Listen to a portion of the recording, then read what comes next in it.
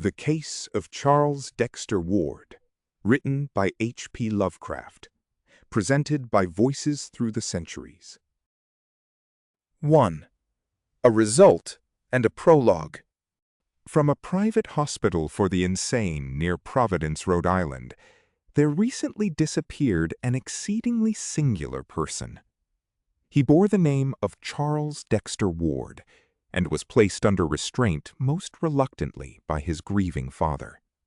The patient seemed oddly older than his 26 years would warrant. His face had taken on a subtle cast which only the very aged usually acquire, while his organic processes showed a certain queerness of proportion which nothing in medical experience can parallel. Respiration and heart action had a baffling lack of symmetry. The voice was lost, so that no sounds above a whisper were possible. Digestion was incredibly prolonged and minimized. The skin had a morbid chill and dryness, and the cellular structure of the tissue seemed exaggeratedly coarse and loosely knit. Even a large olive birthmark on his right hip had disappeared, whilst there had formed on his chest a very peculiar mole or blackish spot of which no trace existed before. Psychologically, too, Charles Ward was unique. His madness held no affinity to any sort recorded in even the latest and most exhaustive of treatises, and was conjoined to a mental force which would have made him a genius or a leader had it not been twisted into strange and grotesque forms. Only Dr. Willett, who brought Charles Ward into the world and watched his growth of body and mind ever since, seemed frightened at the thought of his future freedom. He had had a terrible experience and had made a terrible discovery, which he dared not reveal to his skeptical colleagues. Willett, indeed, presents a minor mystery all his own in his connection with the case. He was the last to see the patient before his flight, and emerged from that final conversation in a state of mixed horror and relief, which several recalled when Ward's escape became known 3 hours later. That escape itself is one of the unsolved wonders of Dr. Waite's hospital. A window open above a sheer drop of 60 feet could hardly explain it, yet after that talk with Willett, the youth was undeniably gone. He had found Ward in his room, but shortly after his departure, the attendants knocked in vain.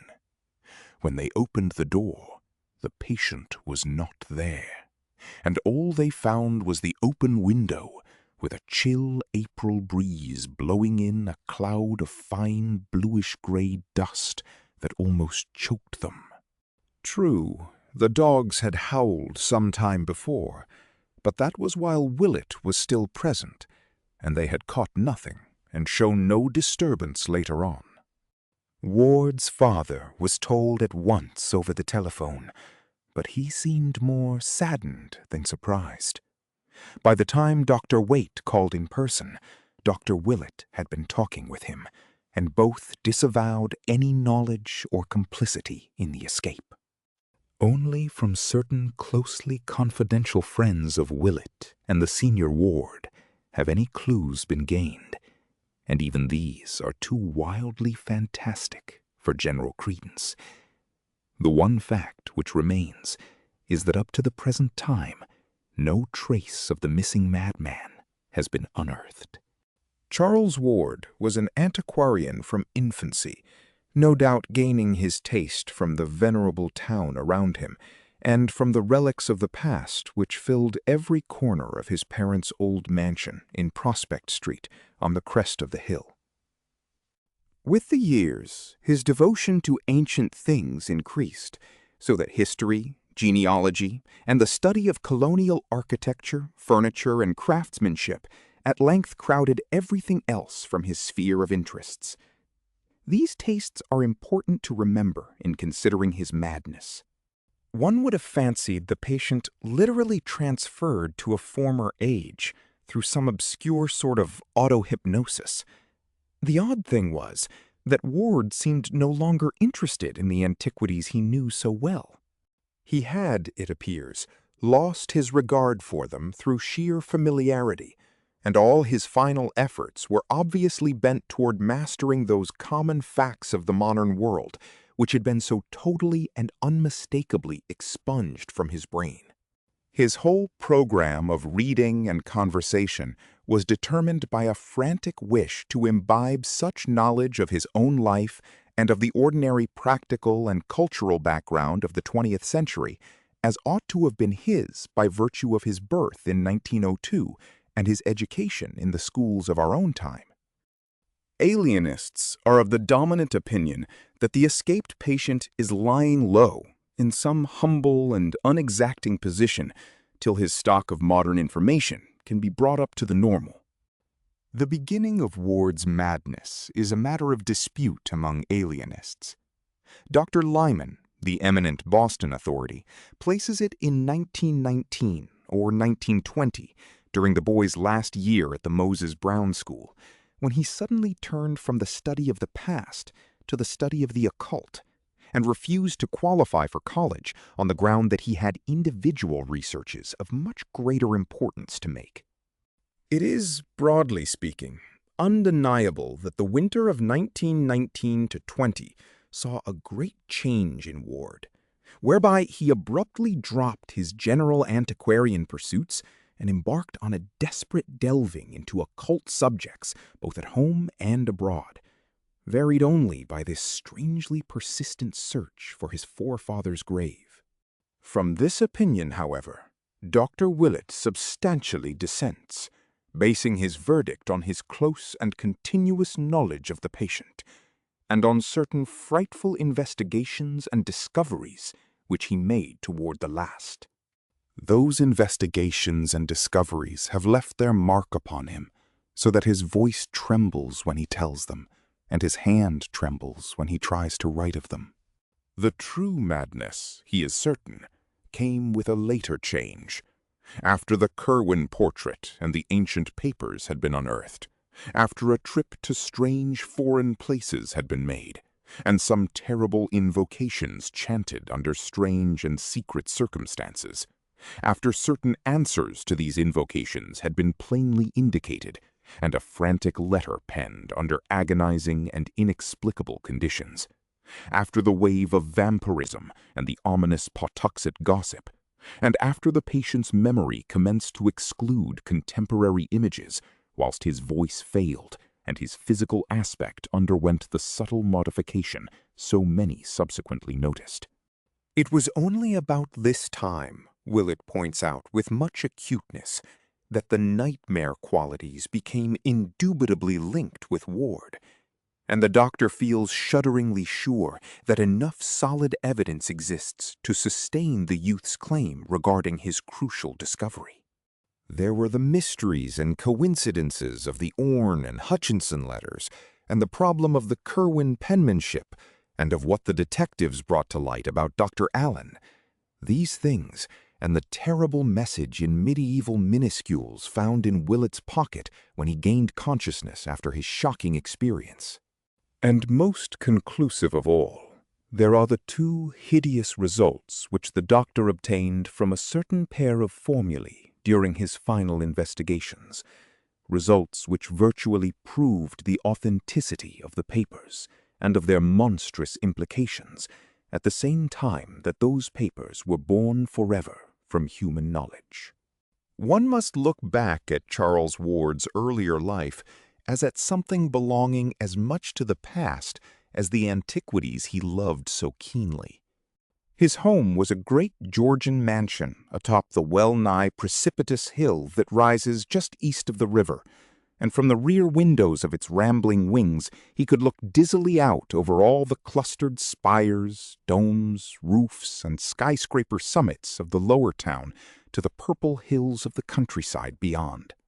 Here he was born, and from the lovely classic porch of the double-bayed brick facade, his nurse had first wheeled him in his carriage, past the little white farmhouse of 200 years before, that the town had long ago overtaken, and on toward the stately colleges along the shady, sumptuous street, whose old square brick mansions and smaller wooden houses with narrow, heavy-columned Doric porches dreamed solid and exclusive amidst their generous yards and gardens. He had been wheeled, too, along sleepy Congdon Street, one tier lower down on the steep hill, and with all its eastern houses on high terraces. The small wooden houses averaged a greater age here, for it was up this hill that the growing town had climbed. One of the child's first memories is of the great westward sea of hazy roofs and domes and steeples and far hills, which he saw one winter afternoon from that great railed embankment, all violet and mystic, against a fevered, apocalyptic sunset of reds and golds and purples and curious greens. The vast marble dome of the State House stood out in massive silhouette, its crowning statue haloed fantastically by a break in one of the tinted stratus clouds that barred the flaming sky. When he was larger, his famous walks began, first with his impatiently dragged nurse, and then alone in dreamy meditation. One may picture him yet as he was in those days, tall, slim, and blond, with studious eyes and a slight stoop, dressed somewhat carelessly and giving a dominant impression of harmless awkwardness rather than attractiveness.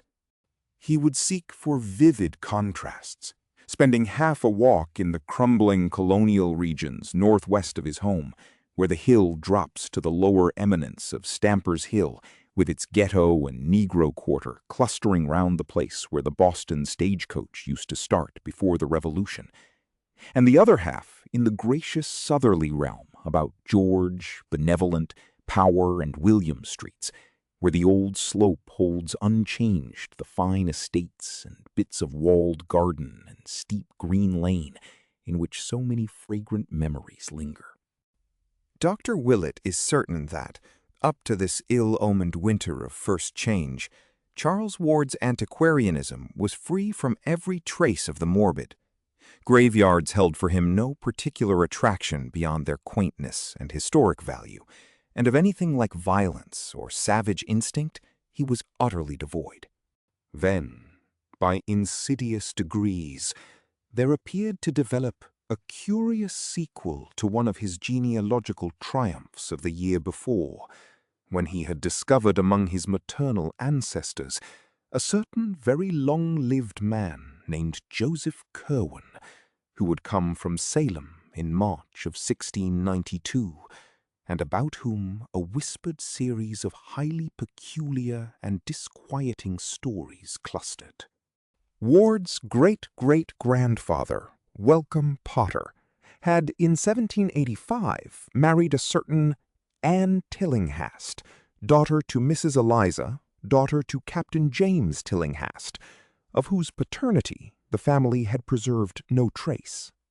Late in 1918, whilst examining a volume of original town records in manuscript, the young genealogist encountered an entry describing a legal change of name, by which in 1772 a Mrs. Eliza Curwen, widow of Joseph Curwen, resumed, along with her 7-year-old daughter Anne, her maiden name of Tillinghast, on the ground that her husband's name was become a public reproach by reason of what was known after his decease, the which confirming ancient common rumour, though not to be credited by a loyal wife, till so proven as to be wholly past doubting. This entry came to light upon the accidental separation of two leaves which had been carefully pasted together and treated as one by a labored revision of the page numbers. It was at once clear to Charles Ward that he had indeed discovered a hitherto unknown great-great-great-grandfather. Having discovered his own relationship to this apparently hushed-up character, he at once proceeded to hunt out as systematically as possible whatever he might find concerning him. In this excited quest, he eventually succeeded beyond his highest expectations, for old letters, diaries, and sheaves of unpublished memoirs in cobwebbed Providence garrets and elsewhere yielded many illuminating passages, which their writers had not thought it worth their while to destroy. One important sidelight came from a point as remote as New York, where some Rhode Island colonial correspondence was stored in the museum at Flounce's Tavern. The really crucial thing, though, and what, in Dr. Willett's opinion, formed the definite source of Ward's undoing, was the matter found in August 1919, behind the paneling of the crumbling house in Olney Court. It was that, beyond a doubt, which opened up those black vistas, whose end was deeper than the pit. 2. An antecedent and a horror. Joseph Curwen, as revealed by the rambling legends embodied in what Ward heard and unearthed, was a very astonishing, enigmatic, obscurely horrible individual. He had fled from Salem to Providence, that universal haven of the odd, the free, and the dissenting, at the beginning of the Great Witchcraft Panic, being in fear of accusation because of his solitary ways and queer chemical or alchemical experiments. He was a colorless-looking man of about 30, and was soon found qualified to become a freeman of Providence, thereafter buying a home lot just north of Gregory Dexter's, at about the foot of Olney Street. His house was built on Stamper's Hill, west of the town street, in what later became Olney Court, and in 1761 he replaced this with a larger one on the same site, which is still standing. Now, the first odd thing about Joseph Curwen was that he did not seem to grow much older than he had been on his arrival. He engaged in shipping enterprises, purchased wharfage near Mile End Cove, helped rebuild the Great Bridge in 1713, and in 1723 was one of the founders of the Congregational Church on the Hill. But always did he retain the nondescript aspect of a man not greatly over 30 or 35.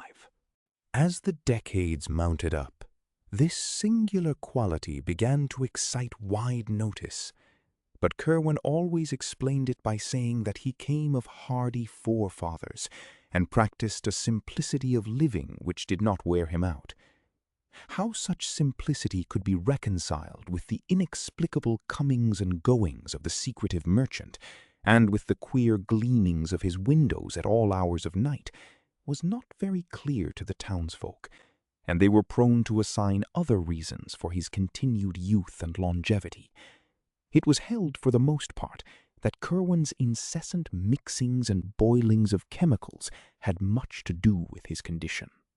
At length, when over 50 years had passed since the stranger's advent, and without producing more than 5 years' apparent change in his face and physique, the people began to whisper more darkly, and to meet more than halfway that desire for isolation which he had always shown.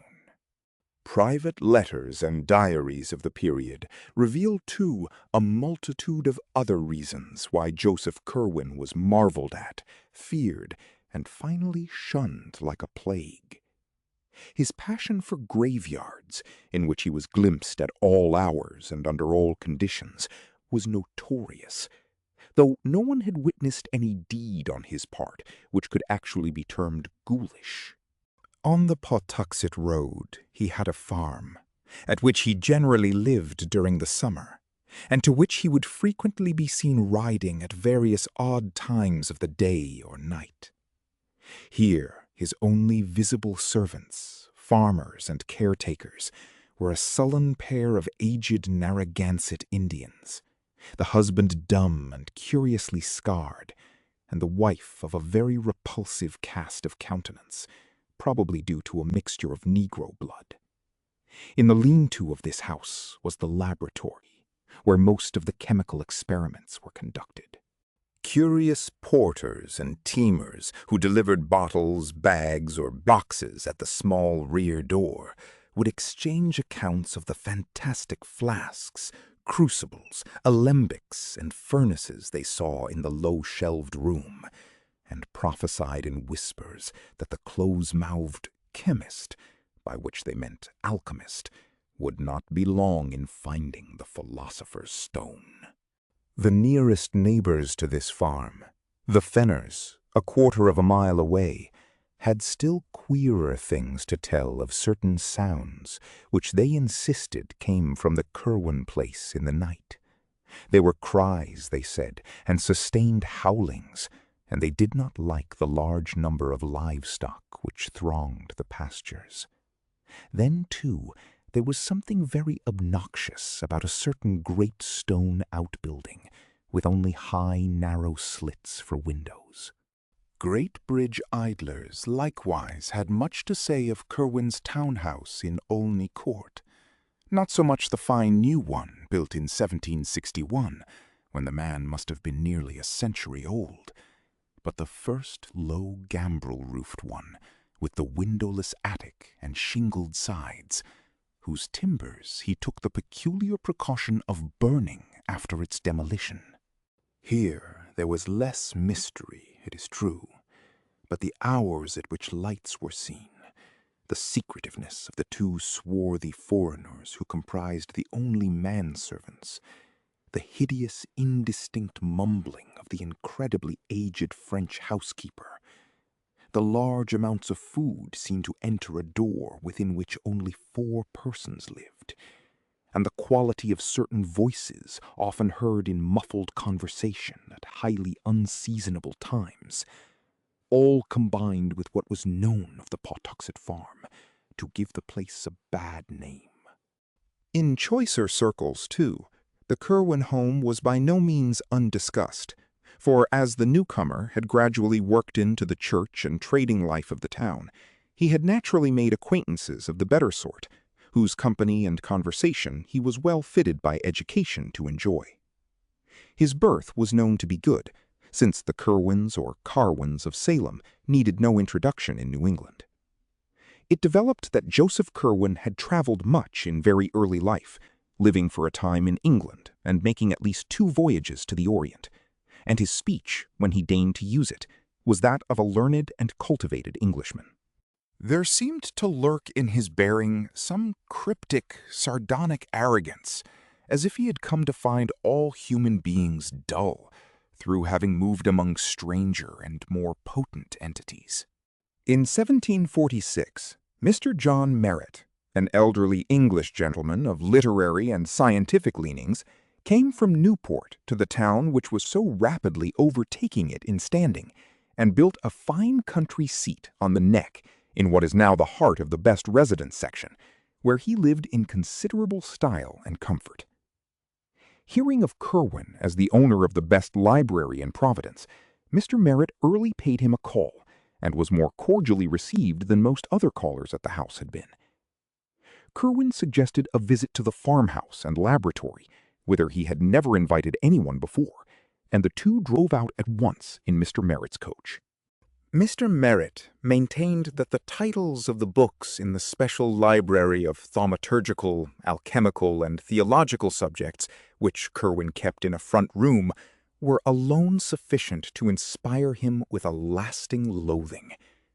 This bizarre collection, besides a host of standard works which Mr. Merritt was not too alarmed to envy, embraced nearly all the Kabbalists, demonologists, and magicians known to man, and was a treasure house of lore in the doubtful realms of alchemy and astrology. Hermes Trismegistus in Mesnard's edition, the Turba Philosophorum, Geber's Liber Investigationis, and Artifice's Key of Wisdom, all were there, with the Kabbalistic Zohar, Peter Jammy's set of Albertus Magnus, Raymond Lully's Ars Magna et Ultima in Zetzner's edition, Roger Bacon's Thesaurus Chemicus, Flood's Clavis Alchimia, and Trithemius De Lapide Philosophico crowding them close. Medieval Jews and Arabs were represented in profusion, and Mr. Merritt turned pale when, upon taking down a fine volume conspicuously labeled as the Kunun-e-Islam, he found it was in truth the forbidden Necronomicon of the mad Arab Abdul al-Hazred, of which he had heard such monstrous things whispered some years previously, after the exposure of nameless rites at the strange little fishing village of Kingsport, in the province of the Massachusetts Bay. But the worthy gentleman owned himself most impalpably disquieted by a mere minor detail. On the huge mahogany table there lay face downward a badly worn copy of Borellus, bearing many cryptical marginalia and interlineations in Curwen's hand. The book was open at about its middle, and one paragraph displayed such thick and tremulous pen strokes beneath the lines of mystic black letters that the visitor could not resist scanning it through. He recalled it to the end of his days, writing it down from memory in his diary, and once trying to recite it to his close friend, Dr. Checkley, till he saw how greatly it disturbed that urbane rector. It read, "The essential salts of animals may be so prepared and preserved that an ingenious man may have the whole Ark of Noah in his own study, and raise the fine shape of an animal out of its ashes at his pleasure. And by the like method, from the essential salts of human dust, a philosopher may, without any criminal necromancy, call up the shape of any dead ancestor from the dust whereinto his body has been incinerated."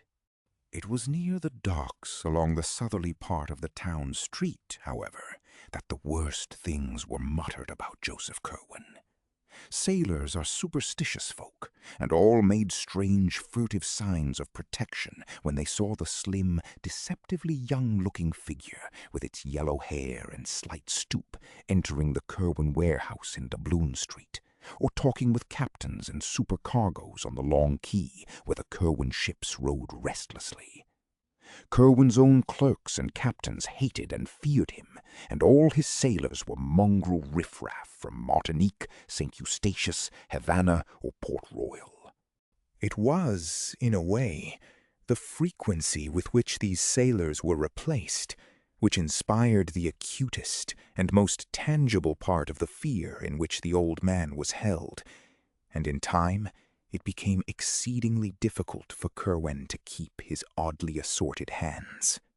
By 1760, Joseph Curwen was virtually an outcast, suspected of vague horrors and demoniac alliances, which seemed all the more menacing because they could not be named, understood, or even proved to exist.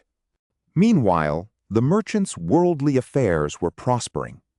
He had a virtual monopoly of the town's trade in saltpeter, black pepper, and cinnamon, and easily led any other one shipping establishment, save the Browns, in his importation of brassware, indigo, cotton, woolens, salt, rigging, iron, paper, and English goods of every kind. Curwen was, in fact, one of the prime exporters of the colony. The sight of this strange, pallid man, hardly middle-aged in aspect, yet certainly not less than a full century old, seeking at last to emerge from a cloud of fright and detestation, too vague to pin down or analyze, was at once a pathetic, a dramatic, and a contemptible thing. Such is the power of wealth and of surface gestures, however, that there came indeed a slight abatement in the visible aversion displayed toward him, especially after the rapid disappearances of his sailors abruptly ceased. He must likewise have begun to practice an extreme care and secrecy in his graveyard expeditions, for he was never again caught at such wanderings, whilst the rumors of uncanny sounds and maneuvers at his Pawtuxet farm diminished in proportion. But the effect of all this belated mending was necessarily slight. Curwen continued to be avoided and distrusted, as indeed the one fact of his continued air of youth at a great age would have been enough to warrant, and he could see that in the end his fortunes would be likely to suffer. So about this time the crafty scholar hit upon a last, desperate expedient to regain his footing in the community. Hitherto a complete hermit, he now determined to contract an advantageous marriage, securing as a bride some lady whose unquestioned position would make all ostracism of his home impossible. It may be that he also had deeper reasons for wishing an alliance, reasons so far outside the known cosmic sphere that only papers found a century and a half after his death caused anyone to suspect them. But of this, nothing certain can ever be learned. Naturally, he was aware of the horror and indignation with which any ordinary courtship of his would be received, hence looked about for some likely candidate upon whose parents he might exert a suitable pressure. Such candidates, he found, were not at all easy to discover, since he had very particular requirements in the way of beauty, accomplishments, and social security. At length, his survey narrowed down to the household of one of his best and oldest ship captains, a widower of high birth and unblemished standing, named Duty Tillinghast, whose only daughter Eliza seemed dowered with every conceivable advantage, save prospects as an heiress. Captain Tillinghast was completely under the domination of Curwen, and consented, after a terrible interview in his cupolaed house on Powers Lane Hill, to sanction the blasphemous alliance. Eliza Tillinghast was at that time 18 years of age, and had been reared as gently as the reduced circumstances of her father permitted. Her arguments with her father concerning the proposed Curwen marriage must have been painful indeed, but of these we have no record. Certain it is that her engagement to young Ezra Whedon, second mate of the Crawford Packet Enterprise, was dutifully broken off, and that her union with Joseph Curwen took place on the 7th of March, 1763, in the Baptist Church, in the presence of one of the most distinguished assemblages which the town could boast, the ceremony being performed by the youngest Samuel Winson. The Gazette mentioned the event very briefly, and in most surviving copies, the item in question seems to be cut or torn out. Ward found a single intact copy, after much search, in the archives of a private collector of note, observing with amusement the meaningless urbanity of the language. Monday evening last, Mr. Joseph Curwen of this town, merchant, was married to Miss Eliza Tillinghast, daughter of Captain Duty Tillinghast, a young lady who has real merit, added to a beautiful person, to grace the connubial state and perpetuate its felicity. The social influence of the Tillinghasts, however, was not to be denied, and once more Joseph Curwen found his house frequented by persons whom he could never otherwise have induced to cross his threshold. His acceptance was by no means complete, and his bride was socially the sufferer through her forced venture. But at all events, the wall of utter ostracism was somewhat worn down. In his treatment of his wife, the strange bridegroom astonished both her and the community by displaying an extreme graciousness and consideration. The new house in Olney Court was now wholly free from disturbing manifestations, and although Curwen was much absent at the Pawtuxet farm, which his wife never visited, he seemed more like a normal citizen than at any other time in his long years of residence. Only one person remained in open enmity with him, this being the youthful ship's officer whose engagement to Eliza Tillinghast had been so abruptly broken. Ezra Whedon had frankly vowed vengeance, and though of a quiet and originally mild disposition, was now gaining a hate-bred, dogged purpose which boded no good to the usurping husband. On the 7th of May, 1765, Curwen's only child Anne was born, and was christened by the Reverend John Graves of King's Church, of which both husband and wife had become communicants shortly after their marriage, in order to compromise between their respective Congregational and Baptist affiliations. The record of this birth, as well as that of the marriage 2 years before, was stricken from most copies of the church and town annals where it ought to appear, and Charles Ward located both with the greatest difficulty after his discovery of the widow's change of name had apprised him of his own relationship and engendered the feverish interest which culminated in his madness. The birth entry, indeed, was found very curiously through correspondence with the heirs of the loyalist Dr. Graves, who had taken with him a duplicate set of records when he left his pastorate at the outbreak of the Revolution. Ward had tried this source because he knew that his great-great-grandmother, Anne Tillinghast Potter, had been an Episcopalian. Shortly after the birth of his daughter, an event he seemed to welcome with a fervor greatly out of keeping with his usual coldness, Curwen resolved to sit for a portrait. This he had painted by a very gifted Scotsman named Cosmo Alexander, then a resident of Newport, and since famous as the early teacher of Gilbert Stuart. The likeness was said to have been executed on a wall panel of the library of the house in Olney Court, but neither of the two old diaries mentioning it gave any hint of its ultimate disposition. In 1766 came the final change in Joseph Curwen. It was very sudden and gained wide notice amongst the curious townsfolk, for the air of suspense and expectancy dropped like an old cloak, giving instant place to an ill-concealed exultation of perfect triumph. It was after this transition, which appears to have come early in July, that the sinister scholar began to astonish people by his possession of information which only their long-dead ancestors would seem to be able to impart. But Curwen's feverish secret activities by no means ceased with this change. On the contrary, they tended rather to increase, so that more and more of his shipping business was handled by the captains, whom he now bound to him by ties of fear as potent as those of bankruptcy had been. He altogether abandoned the slave trade, alleging that its profits were constantly decreasing.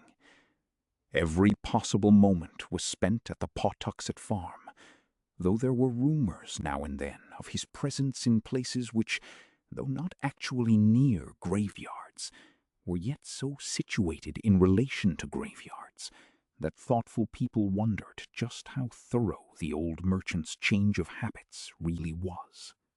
Ezra Whedon, though his periods of espionage were necessarily brief and intermittent on account of his sea voyaging, had a vindictive persistence which the bulk of the practical townsfolk and farmers lacked, and subjected Curwen's affairs to a scrutiny such as they had never had before. Smuggling and evasion were the rule in Narragansett Bay, and nocturnal landings of illicit cargoes were continuous commonplaces. But Whedon, night after night, following the lighters or small sloops which he saw steal off from the Curwen warehouses at the Town Street docks, soon felt assured that it was not merely His Majesty's armed ships which the sinister skulker was anxious to avoid. The lighters were wont to put out from the black, silent docks, and they would go down the bay some distance, perhaps as far as Namquit Point, where they would meet and receive cargo from strange ships of considerable size and widely varied appearance. Curwen's sailors would then deposit this cargo at the usual point on the shore and transport it overland to the farm, locking it in the same cryptical stone building which had formerly received the Negroes. The cargo consisted almost wholly of boxes and cases, of which a large proportion were oblong and heavy, and disturbingly suggestive of coffins.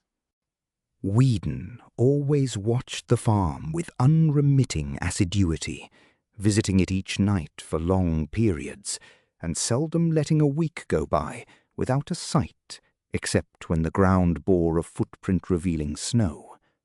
Finding his own vigils interrupted by nautical duties, he hired a tavern companion named Eleazar Smith to continue the survey during his absences, and between them the two could have set in motion some extraordinary rumors.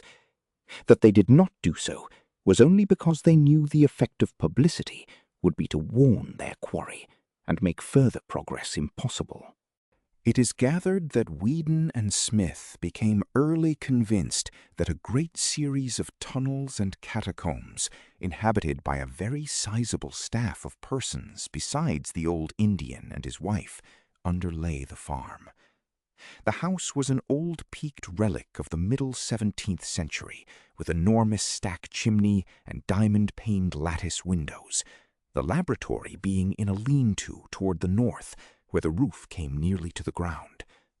This building stood clear of any other, yet judging by the different voices heard at odd times within, it must have been accessible through secret passages beneath.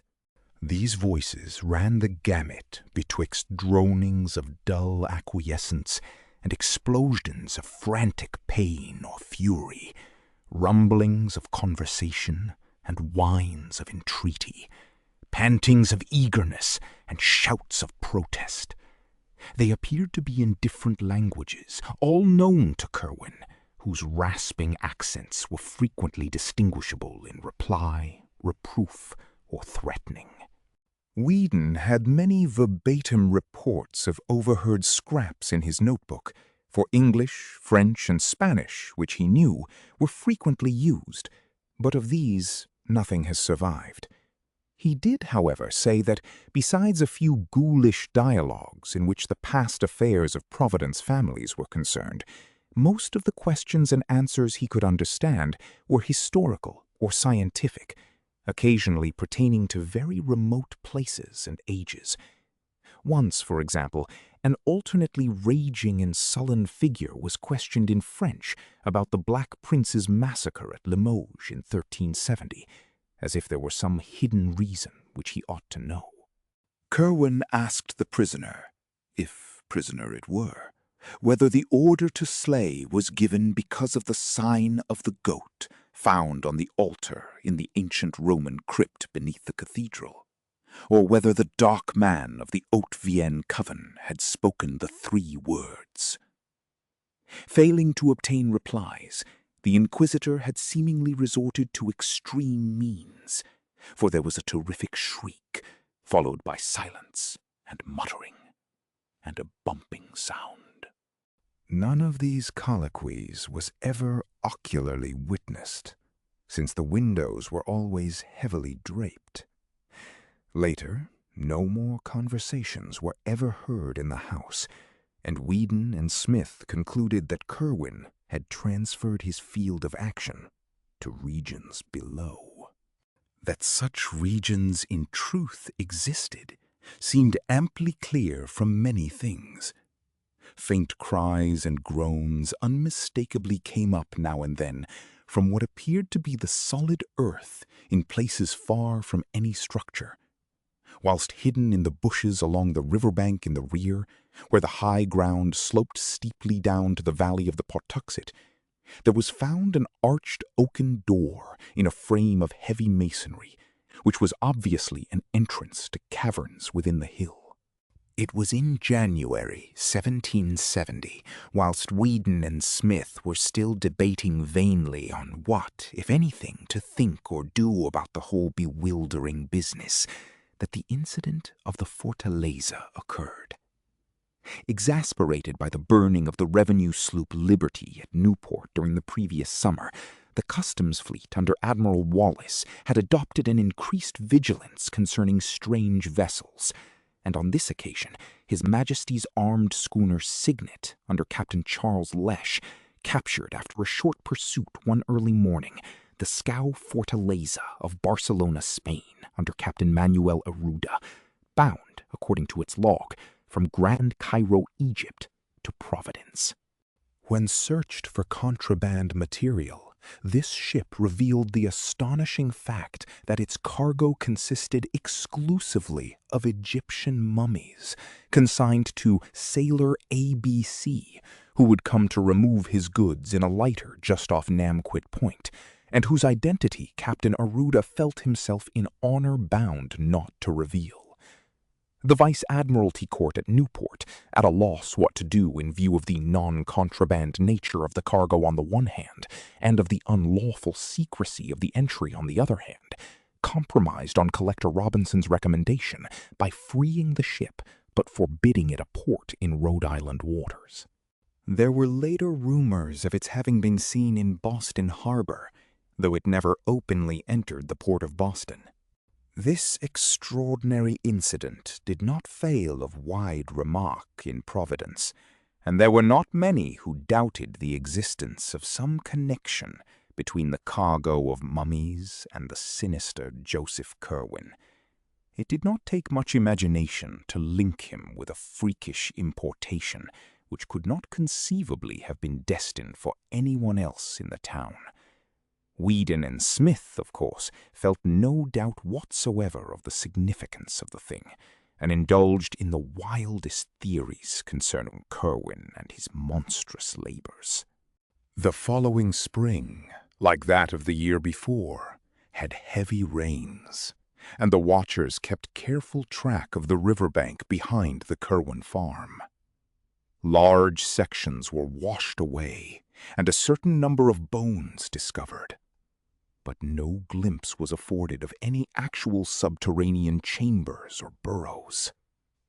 Something was rumored, however, at the village of Pawtuxet, about a mile below, where the river flows in falls over a rocky terrace to join the placid landlocked cove.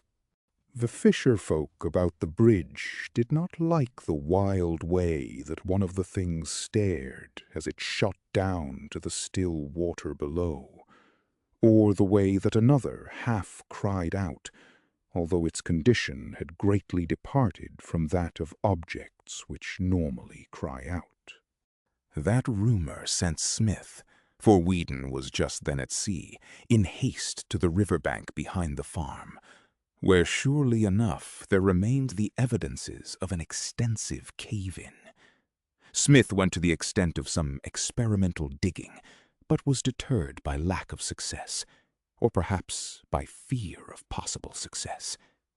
It is interesting to speculate on what the persistent and revengeful Whedon would have done had he been ashore at the time. By the autumn of 1770, Whedon decided that the time was ripe to tell others of his discoveries, for he had a large number of facts to link together, and a second eyewitness to refute the possible charge that jealousy and vindictiveness had spurred his fancy. As his first confidant, he selected Captain James Mathewson of the Enterprise, who on the one hand knew him well enough not to doubt his veracity, and on the other hand was sufficiently influential in the town to be heard in turn with respect. The colloquy took place in an upper room of Sabin's Tavern near the docks, with Smith present to corroborate virtually every statement, and it could be seen that Captain Mathewson was tremendously impressed. Like nearly everyone else in the town, he had had black suspicions of his own anent Joseph Curwen. Hence, it needed only this confirmation and enlargement of data to convince him absolutely. At the end of the conference, he was very grave and enjoined strict silence upon the two younger men. The right persons to tell, he believed, would be Dr. Benjamin West, whose pamphlet on the late transit of Venus proved him a scholar and keen thinker, Reverend James Manning, president of the college, ex-governor Stephen Hopkins, who had been a member of the Philosophical Society at Newport and was a man of very broad perceptions, John Carter, publisher of the Gazette, all four of the Brown brothers, John, Joseph, Nicholas, and Moses, who formed the recognized local magnates, old Dr. Jabez Bowen, whose erudition was considerable and who had much first-hand knowledge of Curwen's odd purchases, and Captain Abraham Whipple, a privateersman of phenomenal boldness and energy who could be counted on to lead in any active measures needed. The mission of Captain Mathewson prospered beyond his highest expectations, for whilst he found one or two of the chosen confidants somewhat skeptical of the possible ghostly side of Whedon's tale, there was not one who did not think it necessary to take some sort of secret and coordinated action. Curwen, it was clear, formed a vague potential menace to the welfare of the town and colony, and must be eliminated at any cost. Late in December 1770, a group of eminent townsmen met at the home of Stephen Hopkins and debated tentative measures. Whedon's notes, which he had given to Captain Mathewson, were carefully read, and he and Smith were summoned to give testimony anent details. Something very like fear seized the whole assemblage before the meeting was over, though there ran through that fear a grim determination, which Captain Whipple's bluff and resonant profanity best expressed. They would not notify the governor because a more than legal course seemed necessary. With hidden powers of uncertain extent apparently at his disposal, Curwen was not a man who could safely be warned to leave town. He must be surprised at his Pawtuxet farm by a large raiding party of seasoned privateersmen and given one decisive chance to explain himself. If he proved a madman, amusing himself with shrieked and imaginary conversations in different voices, he would be properly confined. If something graver appeared, and if the underground horrors indeed turned out to be real, he and all with him must die. It could be done quietly, and even the widow and her father need not be told how it came about. While these serious steps were under discussion, there occurred in the town an incident so terrible and inexplicable that for a time little else was mentioned for miles around. In the middle of a moonlit January night, with heavy snow underfoot, there resounded over the river and up the hill a shocking series of cries, which brought sleepy heads to every window, and people around Weybosset Point saw a great white thing plunging frantically along the badly cleared space in front of the Turk's Head. There was a baying of dogs in the distance, but this subsided as soon as the clamor of the awakened town became audible. Parties of men with lanterns and muskets hurried out to see what was happening, but nothing rewarded their search. The next morning, however, a giant, muscular body, stark naked, was found on the jams of ice around the southern piers of the Great Bridge, where the long dock stretched out beside Abbott's Distal House. And the identity of this object became a theme for endless speculation and whispering. It was not so much the younger as the older folk who whispered, for only in the patriarchs did that wretched face with horror-bulging eyes strike any chord of memory. They, shaking as they did so, exchanged furtive murmurs of wonder and fear. For in those stiff, hideous features lay a resemblance so marvelous as to be almost an identity. And that identity was with a man who had died full 50 years before. Ezra Whedon was present at the finding, and remembering the baying of the night before, set out along Weybosset Street and across Muddy Dock Bridge, whence the sound had come. He had a curious expectancy, and was not surprised when, reaching the edge of the settled district, where the street merged into the Pawtuxet Road, he came upon some very curious tracks in the snow. The naked giant had been pursued by dogs and many booted men, and the returning tracks of the hounds and their masters could be easily traced. They had given up the chase upon coming too near the town. Whedon smiled grimly, and, as a perfunctory detail, traced the footprints back to their source. It was the Pawtuxet farm of Joseph Curwen, as he well knew it would be, and he would have given much had the yard been less confusingly trampled. As it was, he dared not seem too interested in full daylight. Dr. Bowen, to whom Whedon went at once with his report, performed an autopsy on the strange corpse, and discovered peculiarities which baffled him utterly. The digestive tracts of the huge man seemed never to have been in use, whilst the whole skin had a coarse, loosely knit texture impossible to account for.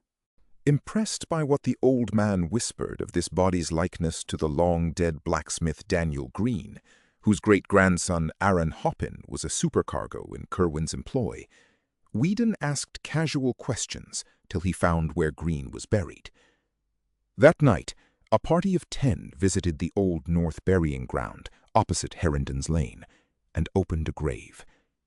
They found it vacant, precisely as they had expected. Meanwhile, arrangements had been made with the post riders to intercept Joseph Curwen's mail, and shortly before the incident of the naked body, there was found a letter from one Jedediah Orne of Salem, which made the cooperating citizens think deeply. Parts of it, copied and preserved in the private archives of the Smith family, where Charles Ward found it, ran as follows. I delight that you continue in ye getting at old matters in your way, and do not think better was done at Mr. Hutchinson's in Salem village. Certainly, there was nothing but ye liveliest awfulness in that which H raised up from what he could gather only a part of.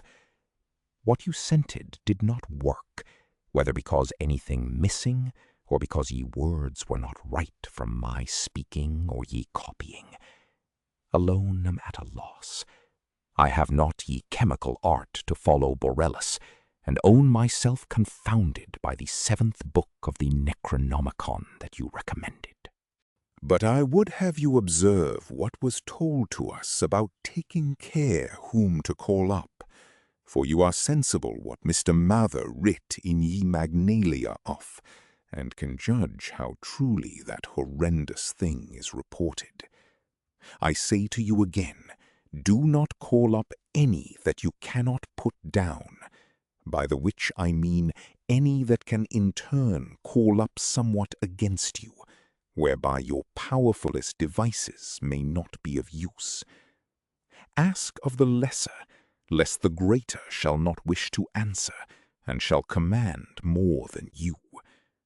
I was frightened when I read of your knowing what Ben Zariatnamik had in his ebony box, for I was conscious who must have told you. And again I ask that you shall write me as Jedediah, and not Simon. In this community, a man may not live too long, and you know my plan by which I came back as my son. I am desirous you will acquaint me with what ye black man learnt from Sylvanus Cocidius in ye Vote under ye Roman wall, and will be obliged for ye lending of the MS you speak of.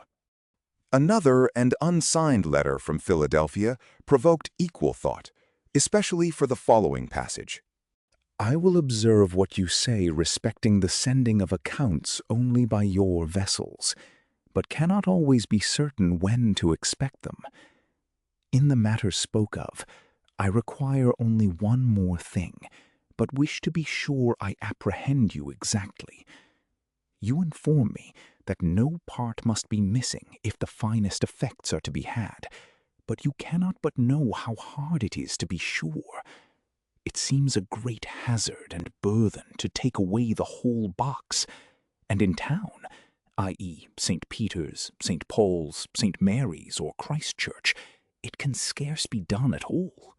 But I know what imperfections were in the one raised up October last, and how many live specimens you were forced to employ before you hit upon the right mode in the year 1766. So will be guided by you in all matters. I am impatient for your brig, and inquire daily at Mr. Biddle's wharf. A third suspicious letter was in an unknown tongue, and even an unknown alphabet. In the Smith diary found by Charles Ward, a single oft-repeated combination of characters is clumsily copied, and authorities at Brown University have pronounced the alphabet Amharic or Abyssinian, although they do not recognize the word. None of these epistles was ever delivered to Curwen, though the disappearance of Jedediah Orne from Salem, as recorded shortly afterward, showed that the Providence men took certain quiet steps. Curwen, despite all precautions, apparently felt that something was in the wind, for he was now remarked to wear an unusually worried look. His coach was seen at all hours in the town and on the Pawtuxet Road, and he dropped little by little the air of forced geniality with which he had latterly sought to combat the town's prejudice. The nearest neighbors to his farm, the Fenners, one night remarked a great shaft of light shooting into the sky from some aperture in the roof of that cryptical stone building with the high, excessively narrow windows, an event which they quickly communicated to John Brown in Providence. Mr. Brown had become the executive leader of the select group bent on Curwen's extirpation, and had informed the Fenners that some action was about to be taken. To them, Mr. Brown had entrusted the duty of watching the Curwen farmhouse and of regularly reporting every incident which took place there. The probability that Curwen was on guard and attempting unusual things, as suggested by the odd shaft of light, precipitated at last the action so carefully devised by the band of serious citizens. According to the Smith diary, a company of about 100 men met at 10 p.m. on Friday, April 12, 1771, in the great room of Thurston's Tavern at the sign of the Golden Lion on Weybosset Point across the bridge. Of the guiding group of prominent men, in addition to the leader, John Brown, there were present Dr. Bowen, with his case of surgical instruments, President Manning, without the great periwig, the largest in the colonies, for which he was noted, Governor Hopkins, wrapped in a dark cloak and accompanied by his seafaring brother Isa, whom he had initiated at the last moment with the permission of the rest, John Carter, Captain Mathewson, and Captain Whipple, who was to lead the actual raiding party. These chiefs conferred apart in a rear chamber, after which Captain Whipple emerged to the great room and gave the gathered seamen their last oaths and instructions. Eleazar Smith was with the leaders as they sat in the rear apartment, awaiting the arrival of Ezra Whedon, whose duty was to keep track of Curwen and report the departure of his coach for the farm. About 10:30, a heavy rumble was heard on the great bridge, followed by the sound of a coach in the street outside. And at that hour there was no need of waiting for Whedon in order to know that the doomed man had set out for his last night of unhallowed wizardry. A moment later, as the receding coach clattered faintly over the muddy dock bridge, Whedon appeared, and the raiders fell silently into military order in the street, shouldering the firelocks, fowling pieces, or whaling harpoons which they had with them. Whedon and Smith were with the party, and of the deliberating citizens, there were present for active service Captain Whipple, the leader, Captain Esai Hopkins, John Carter, President Manning, Captain Mathewson, and Dr. Bowen, together with Moses Brown, who had come up at the 11th hour, though absent from the preliminary session in the tavern. All these free men and their 100 sailors began the long march without delay, grim and a trifle apprehensive as they left the muddy dock behind and mounted the gentle rise of Broad Street toward the Pawtuxet Road. An hour and a quarter later, the raiders arrived, as previously agreed, at the Fenner farmhouse, where they heard a final report on their intended victim. He had reached his farm more than half an hour before, and the strange light had soon afterward shot once into the sky. There were no lights in any visible windows, but this was always the case of late. Even as this news was given, another great glare arose toward the south, and the party realized that they had indeed come close to the scene of awesome and unnatural wonders. Captain Whipple now ordered his force to separate into 3 divisions, one of 20 men under Eleazar Smith to strike across to the shore and guard the landing place against possible reinforcements for Curwen until summoned by a messenger for desperate service. A second of 20 men under Captain Isa Hopkins to steal down into the river valley behind the Curwen farm and demolish with axes or gunpowder the oaken door in the high, steep bank, and the third to close in on the house and adjacent buildings themselves. Of this last division, 1/3 was to be led by Captain Mathewson to the cryptical stone edifice with high, narrow windows, another third to follow Captain Whipple himself to the main farmhouse, and the remaining third to preserve a circle around the whole group of buildings until summoned by a final emergency signal. The river party would break down the hillside door at the sound of a single whistle blast, waiting and capturing anything which might issue from the regions within. At the sound of 2 whistle blasts, it would advance through the aperture to oppose the enemy or join the rest of the raiding contingent. The party at the stone building would accept these respective signals in an analogous manner, forcing an entrance at the first, and at the second, descending whatever passage into the ground might be discovered, and joining the general or focal warfare expected to take place within the caverns. A third or emergency signal of 3 blasts would summon the immediate reserve from its general guard duty, its 20 men dividing equally and entering the unknown depths through both farmhouse and stone building. Captain Whipple's belief in the existence of catacombs was absolute, and he took no alternative into consideration when making his plans. He had with him a whistle of great power and shrillness, and did not fear any mistaking or misunderstanding of signals. The final reserve at the landing, of course, was nearly out of the whistle's range, hence would require a special messenger if needed for help. Moses Brown and John Carter went with Captain Hopkins to the riverbank, while President Manning was detailed with Captain Mathewson to the stone building. Dr. Bowen, with Ezra Whedon, remained in Captain Whipple's party, which was to storm the farmhouse itself. The attack was to begin as soon as a messenger from Captain Hopkins had joined Captain Whipple to notify him of the river party's readiness. The leader would then deliver the loud single blast, and the various advance parties would commence their simultaneous attack on 3 points.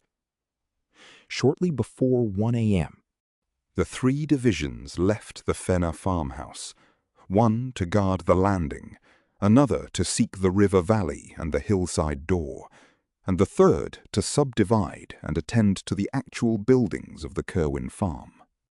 Eleazar Smith, who accompanied the shore-guarding party, records in his diary an uneventful march and a long wait on the bluff by the bay, broken once by what seemed to be the distant sound of the signal whistle, and again by a peculiar muffled blend of roaring and crying, and a powder blast which seemed to come from the same direction.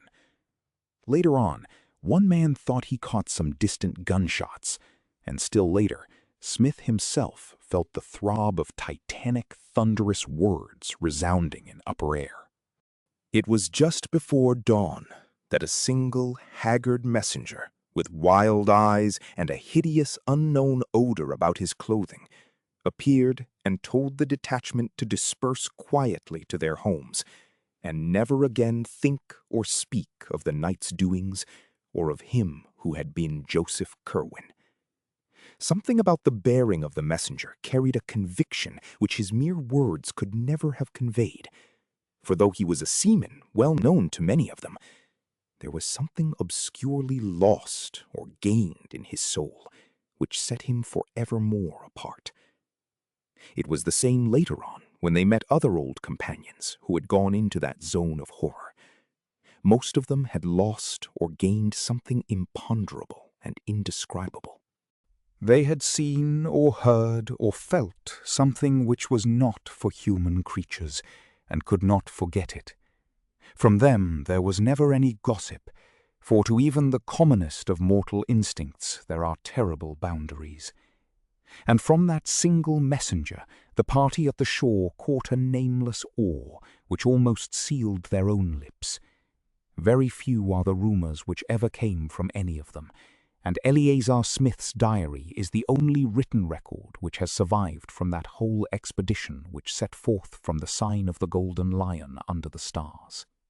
Charles Ward, however, discovered another vague sidelight in some Fenner correspondence which he found in New London, where he knew another branch of the family had lived. It seems that the Fenners, from whose house the doomed farm was distantly visible, had watched the departing columns of raiders, and had heard very clearly the angry barking of the Curwen dogs, followed by the first shrill blast which precipitated the attack.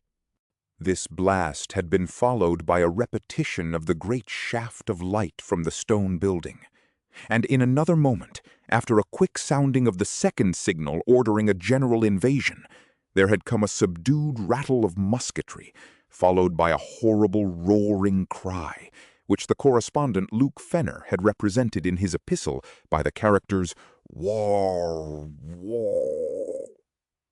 This cry, however, had possessed a quality which no mere writing could convey, and the correspondent mentions that his mother fainted completely at the sound. It was later repeated less loudly, and further but more muffled evidences of gunfire ensued, together with a loud explosion of powder from the direction of the river. About an hour afterward, all the dogs began to bay frightfully, and there were vague ground rumblings so marked that the candlesticks tottered on the mantelpiece. A strong smell of sulphur was noted, and Luke Fenner's father declared that he heard the third or emergency whistle signal, though the others failed to detect it. Muffled musketry sounded again, followed by a deep scream, less piercing, but even more horrible than those which had preceded it. A kind of throaty, nastily plastic cough or gurgle, whose quality as a scream must have come more from its continuity and psychological import than from its actual acoustic value. Then the flaming thing burst into sight at a point where the Curwen farm ought to lie, and the human cries of desperate and frightened men were heard. Muskets flashed and cracked, and the flaming thing fell to the ground. A second flaming thing appeared, and a shriek of human origin was plainly distinguished. Fenner wrote that he could even gather a few words belched in frenzy. "Almighty, protect thy lamb!" Then there were more shots, and the second flaming thing fell. After that came silence for about 3/4 of an hour, at the end of which time little Arthur Fenner, Luke's brother, exclaimed that he saw a red fog going up to the stars from the accursed farm in the distance. No one but the child can testify to this, but Luke admits the significant coincidence implied by the panic of almost convulsive fright which at the same moment arched the backs and stiffened the fur of the 3 cats then within the room. 5 minutes later, a chill wind blew up, and the air became suffused with such an intolerable stench that only the strong freshness of the sea could have prevented its being noticed by the shore party or by any wakeful souls in Pawtuxet village. This stench was nothing which any of the Fenners had ever encountered before, and produced a kind of clutching, amorphous fear beyond that of the tomb or the charnel house. Close upon it came the awful voice which no hapless hero will ever be able to forget. It thundered out of the sky like a doom, and windows rattled as its echoes died away. It was deep and musical, powerful as a bass organ, but evil as the forbidden books of the Arabs. What it said, no man can tell, for it spoke in an unknown tongue. But this is the writing Luke Fenner set down to portray the demoniac intonations. Dies mies, jeshet, bondose feduvima, enetemos. Not till the year 1919 did any soul link this crude transcript with anything else in mortal knowledge. But Charles Ward paled as he recognized what Mirandola had denounced in shudders as the ultimate horror among black magic's incantations. An unmistakably human shout, where deep chorused screams seemed to answer this malign wonder from the Curwen farm, after which the unknown stench grew complex with an added odor equally intolerable. Wailing distinctly different from the scream now burst out and was protracted ululently in rising and falling paroxysms. At times it became almost articulate, though no auditor could trace any definite words, and at one point it seemed to verge toward the confines of diabolic and hysterical laughter. Then a yell of utter, ultimate fright and stark madness wrenched from scores of human throats. A yell which came strong and clear, despite the depth from which it must have burst. After which darkness and silence ruled all things. Spirals of acrid smoke ascended to blot out the stars, though no flames appeared, and no buildings were observed to be gone or injured on the following day. Toward dawn, two frightened messengers with monstrous and unplaceable odor saturating their clothing knocked at the Fenner door and requested a keg of rum, for which they paid very well indeed. One of them told the family that the affair of Joseph Curwen was over, and that the events of the night were not to be mentioned again. Arrogant as the order seemed, the aspect of him who gave it took away all resentment and lent it a fearsome authority, so that only these furtive letters of Luke Fenner, which he urged his Connecticut relative to destroy, remained to tell what was seen and heard. The non-compliance of that relative, whereby the letters were saved after all, has alone kept the matter from a merciful oblivion. Charles Ward had one detail to add as a result of a long canvass of Pawtuxet residents for ancestral traditions. Old Charles Slocum of that village said that there was known to his grandfather a queer rumor concerning a charred, distorted body found in the fields a week after the death of Joseph Curwen was announced.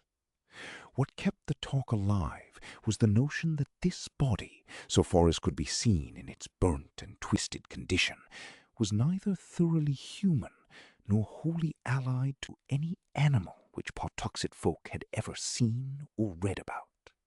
Not one man who participated in that terrible raid could ever be induced to say a word concerning it, and every fragment of the vague data which survives comes from those outside the final fighting party. There is something frightful in the care with which these actual raiders destroyed each scrap which bore the least allusion to the matter. 8 sailors had been killed, but although their bodies were not produced, their families were satisfied with the statement that a clash with customs officers had occurred. The same statement also covered the numerous cases of wounds, all of which were extensively bandaged and treated only by Dr. Jabez Bowen, who had accompanied the party. Hardest to explain was the nameless odor clinging to all the raiders, a thing which was discussed for weeks. Of the citizen leaders, Captain Whipple and Moses Brown were most severely hurt, and letters of their wives testify the bewilderment which their reticence and close guarding of their bandages produced. Psychologically, every participant was aged, sobered, and shaken. It is fortunate that they were all strong men of action and simple, orthodox religionists, for with more subtle introspectiveness and mental complexity, they would have fared ill indeed. President Manning was the most disturbed, but even he outgrew the darkest shadow and smothered memories in prayers. Every man of those leaders had a stirring part to play in later years, and it is perhaps fortunate that this is so. Little more than a 12-month afterward, Captain Whipple led the mob who burnt the revenue ship Gaspee, and in this bold act we may trace one step in the blotting out of unwholesome images. There was delivered to the widow of Joseph Curwen a sealed leaden coffin of curious design, obviously found ready on the spot when needed, in which she was told her husband's body lay. He had, it was explained, been killed in a customs battle, about which it was not politic to give details. More than this, no tongue ever uttered of Joseph Curwen's end, and Charles Ward had only a single hint wherewith to construct a theory. This hint was the merest thread, a shaky underscoring of a passage in Jedediah Orne's confiscated letter to Curwen, partly copied in Ezra Whedon's handwriting. The copy was found in the possession of Smith's descendants, and we are left to decide whether Whedon gave it to his companion after the end as a mute clue to the abnormality which had occurred, or whether, as is more probable, Smith had it before and added the underscoring himself from what he had managed to extract from his friend by shrewd guessing and adroit cross-questioning. the underlined passage is merely this: I say to you again, do not call up any that you cannot put down, by the which I mean any that can in turn call up somewhat against you, whereby your powerfulest devices may not be of use. Ask of the lesser, lest the greater shall not wish to answer, and shall command more than you.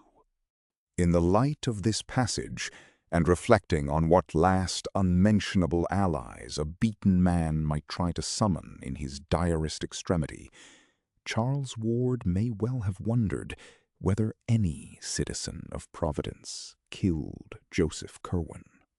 The deliberate effacement of every memory of the dead man from Providence life and annals was vastly aided by the influence of the raiding leaders.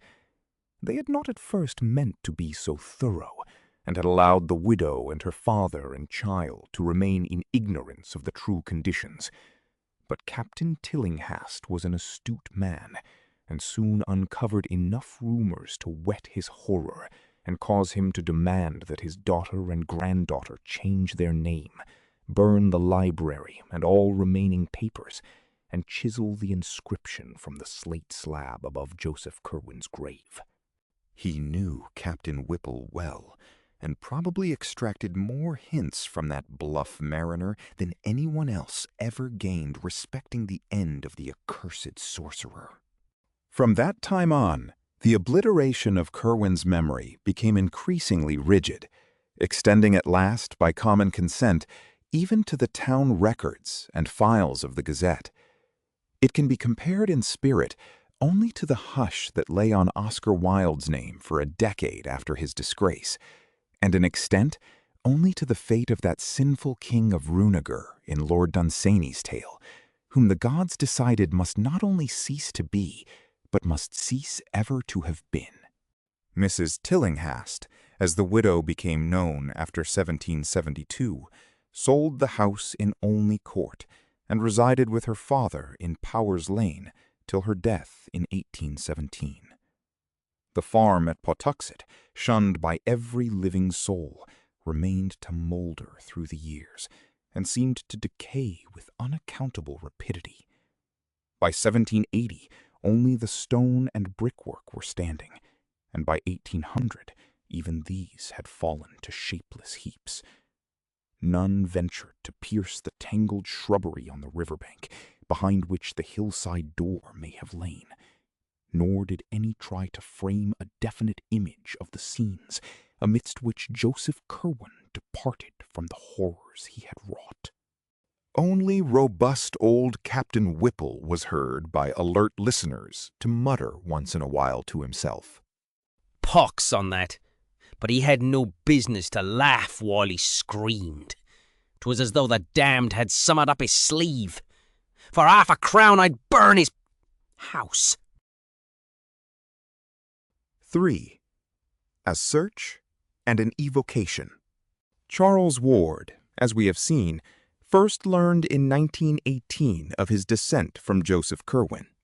That he at once took an intense interest in everything pertaining to the bygone mystery is not to be wondered at, for every vague rumor that he had heard of Curwen now became something vital to himself, in whom flowed Curwen's blood.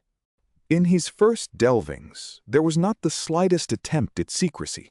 He talked freely with his family, though his mother was not particularly pleased to own an ancestor like Curwen, and with the officials of the various museums and libraries he visited. In applying to private families for records thought to be in their possession, he made no concealment of his object, and shared the somewhat amused skepticism with which the accounts of the old diarists and letter-writers were regarded. When he came across the Smith Diary and Archives and encountered the letter from Jedediah Orne, he decided to visit Salem and look up Curwen's early activities and connections there, which he did during the Easter vacation of 1919. At the Essex Institute, which was well known to him from former sojourns in the glamorous old town of crumbling Puritan gables and clustered gambrel roofs, he was very kindly received, and unearthed there a considerable amount of Curwen data. He found that his ancestor was born in Salem Village, now Danvers, 7 miles from town, on the 18th of February, old 1662-3, and that he had run away to sea at the age of 15, not appearing again for 9 years, when he returned with the speech, dress, and manners of a native Englishman and settled in Salem proper.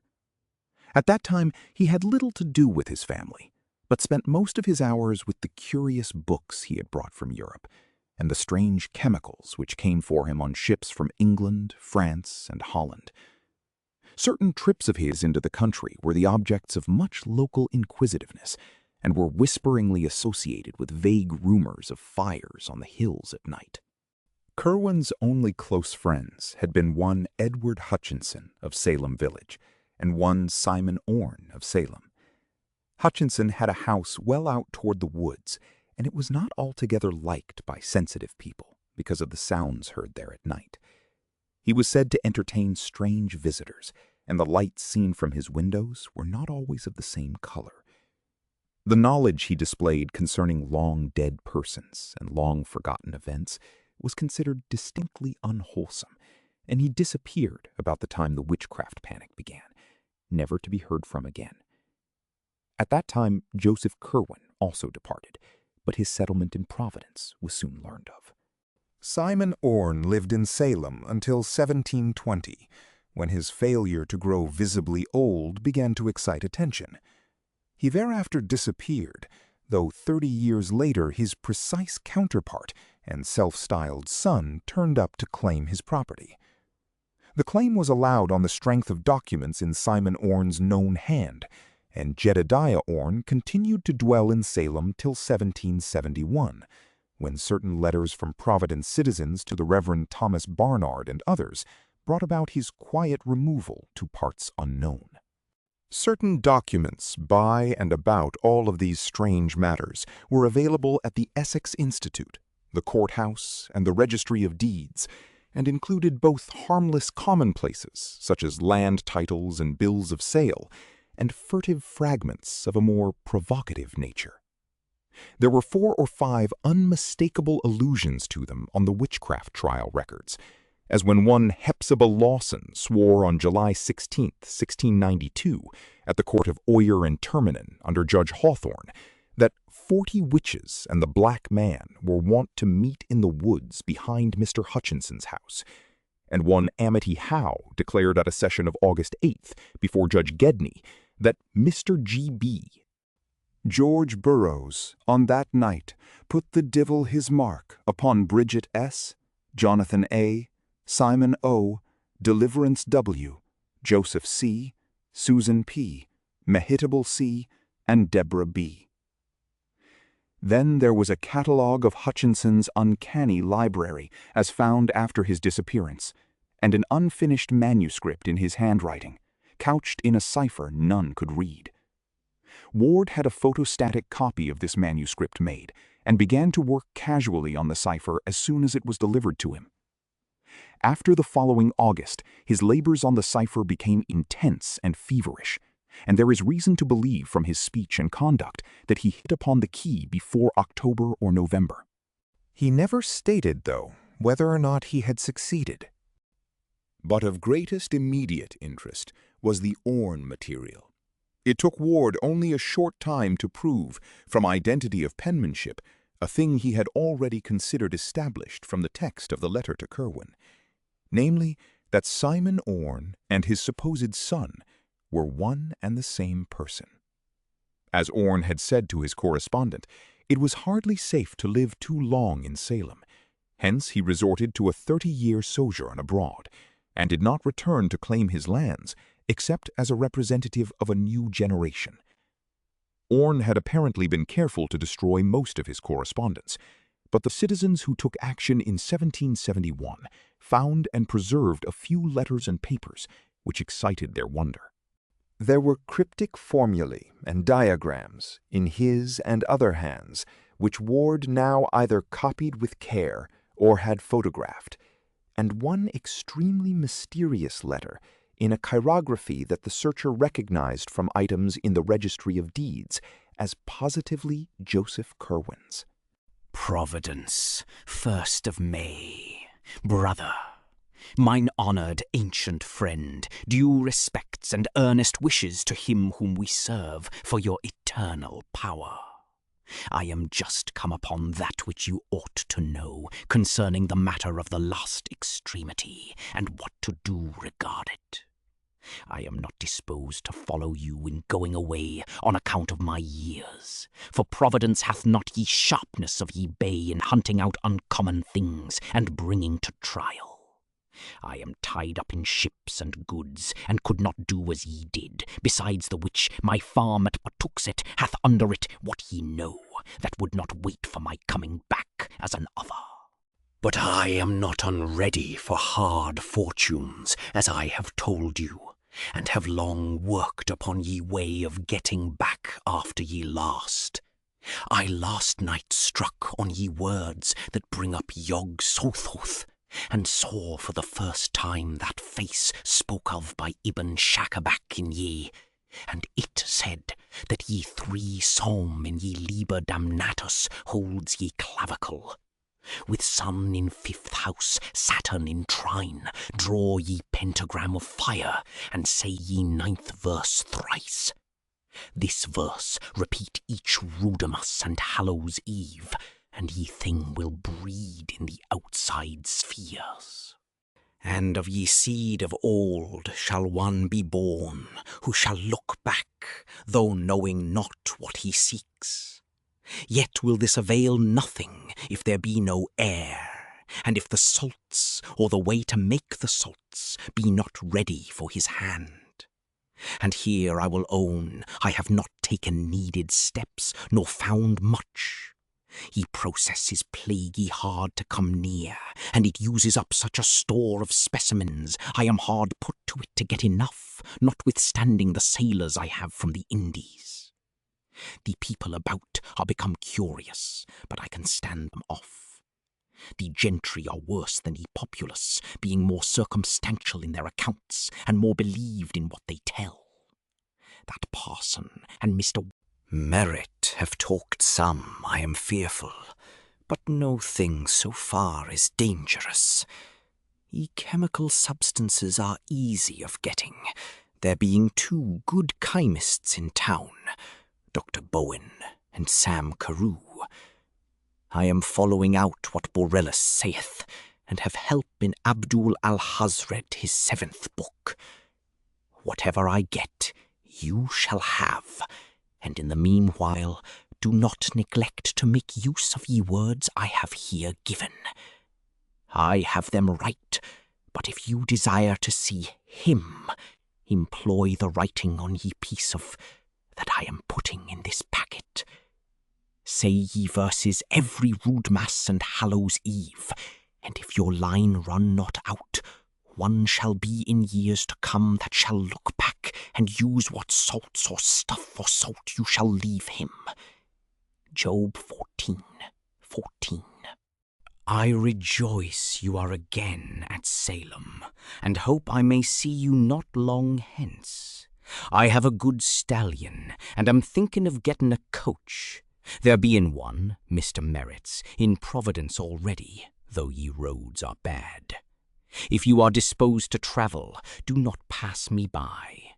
From Boston take ye post road, through Dedham, Wrentham, and Attleboro. Good taverns be in at all these towns. Stop at Mr. Bolcombe's in Wrentham, where ye beds are finer than Mr. Hatch's. But eat at the other house, for their cook is better. Turn into Prov by Pawtucket Falls, and ye rode past Mr. Sales's tavern. My house up Mr. Epinetheus Olney's tavern, off ye Town Street, first on the end side of Olney's Court. Distance from Boston Stone, about 44 miles. Sir, I am your old and true friend and servant in Almonsin Metraton, Josephus C. To Mr. Simon Orne, Williams Lane, in Salem. This letter, oddly enough, was what first gave Ward the exact location of Curwen's Providence home, for none of the records encountered up to that time had been at all specific. The place was indeed only a few squares from his own home on the Great Hill's higher ground, and was now the abode of a Negro family, much esteemed for occasional washing, house cleaning, and furnace tending services. To find in distant Salem such sudden proof of the significance of this familiar rookery in his own family history was a highly impressive thing to Ward, and he resolved to explore the place immediately upon his return. The more mystical phases of the letter, which he took to be some extravagant kind of symbolism, frankly baffled him, though he noted with a thrill of curiosity that the biblical passage referred to, Job 14:14, was the familiar verse, "If a man die, shall he live again? All the days of my appointed time will I wait, till my change come." Young Ward came home in a state of pleasant excitement, and spent the following Saturday in a long and exhaustive study of the house in Olney Court. The place, now crumbling with age, had never been a mansion, but was a modest 2.5-story wooden townhouse of the familiar Providence colonial type, with plain peaked roof, large central chimney, and artistically carved doorway with rayed fanlight, triangular pediment, and trim Doric pilasters. It had suffered but little alteration externally, and Ward felt he was gazing on something very close to the sinister matters of his quest. The present Negro inhabitants were known to him, and he was very courteously shown about the interior by old Asa and his stout wife Hannah. Here there was more change than the outside indicated, and Ward saw with regret that fully half of the fine scroll and urn overmantels and shell-carved cupboard linings were gone, whilst much of the fine wainscoting and belection molding was marked, hacked, and gouged, or covered up altogether with cheap wallpaper. It was exciting to stand within the ancestral walls which had housed such a man of horror as Joseph Curwen. He saw with a thrill that a monogram had been very carefully effaced from the ancient brass knocker. From then until after the close of school, Ward spent his time on the photostatic copy of the Hutchinson cipher and the accumulation of local Curwen data. The former still proved unyielding, but of the latter he obtained so much and so many clues to similar data elsewhere that he was ready by July to make a trip to New London and New York to consult old letters whose presence in those places was indicated. This trip was very fruitful, for it brought him the Fenner letters with their terrible description of the Pawtuxet farmhouse raid, and the Nightingale Talbot letters in which he learned of the portrait painted on a panel of the Curwen library. This matter of the portrait interested him particularly, since he would have given much to know just what Joseph Curwen looked like, and he decided to make a second search of the house in Olney Court to see if there might not be some trace of the ancient features beneath peeling coats of later paint or layers of moldy wallpaper.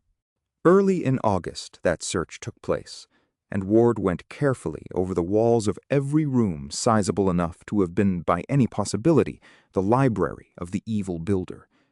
He paid especial attention to the large panels of such overmantels as still remained, and was keenly excited after about an hour when on a broad area above the fireplace in a spacious ground-floor room he became certain that the surface brought out by the peeling of several coats of paint was sensibly darker than any ordinary interior paint or the wood beneath it was likely to have been.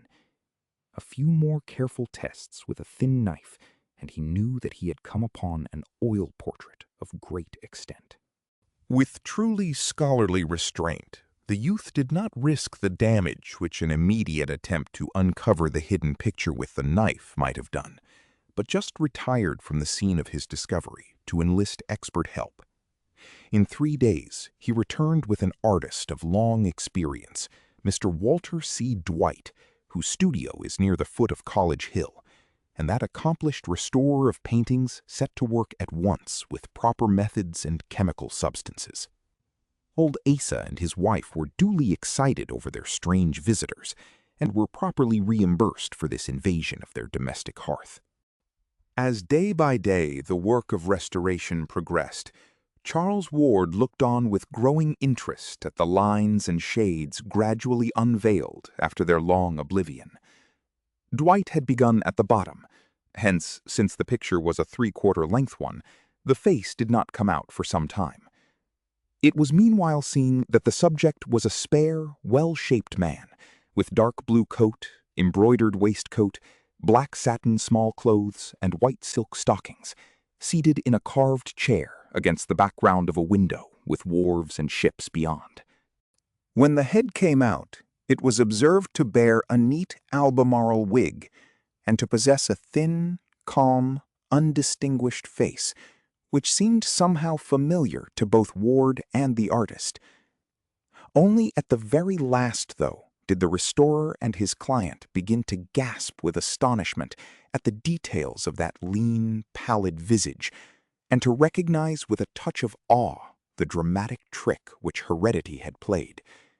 For it took the final bath of oil and the final stroke of the delicate scraper to bring out fully the expression which centuries had hidden, and to confront the bewildered Charles Dexter Ward, dweller in the past, with his own living features in the countenance of his horrible great-great-great-grandfather. Ward brought his parents to see the marvel he had uncovered, and his father at once determined to purchase the picture, despite its execution on stationary paneling. The resemblance to the boy, despite an appearance of rather greater age, was marvelous, and it could be seen that through some trick of atavism, the physical contours of Joseph Curwen had found precise duplication after a century and a half. Mrs. Ward's resemblance to her ancestor was not at all marked, though she could recall relatives who had some of the facial characteristics shared by her son and by the bygone Curwen. She did not relish the discovery, and told her husband that he had better burn the picture instead of bringing it home. There was, she averred, something unwholesome about it, not only intrinsically, but in its very resemblance to Charles. Mr. Ward, however, was a practical man of power and affairs, a cotton manufacturer with extensive mills at River Point in the Pawtuxet Valley, and not one to listen to feminine scruples. The picture impressed him mightily with its likeness to his son, and he believed the boy deserved it as a present. In this opinion, it is needless to say, Charles most heartily concurred, and a few days later, Mr. Ward located the owner of the house, a small, rodent-featured person with a guttural accent, and obtained the whole mantle and overmantle bearing the picture at a curtly fixed price, which cut short the impending torrent of unctuous haggling. It now remained to take off the paneling and remove it to the Ward home, where provisions were made for its thorough restoration and installation with an electric mock fireplace in Charles' third-floor study or library. To Charles was left the task of superintending this removal, and on the 28th of August, he accompanied 2 expert workmen from the Crooker decorating firm to the house in Olney Court, where the mantle and portrait-bearing overmantle were detached with great care and precision for transportation in the company's motor truck.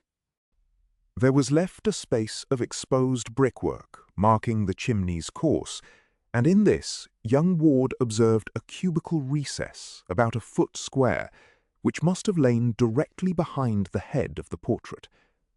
He found, beneath the deep coatings of dust and soot, some loose yellowed papers, a crude thick copybook, and a few mouldering textile shreds, which may have formed the ribbon binding the rest together. Blowing away the bulk of the dirt and cinders, he took up the book and looked at the bold inscription on its cover. It was in a hand which he had learned to recognize at the Essex Institute, and proclaimed the volume as The Journal and Notes of Joseph Curwen, Gent, of Providence Plantations, late of Salem.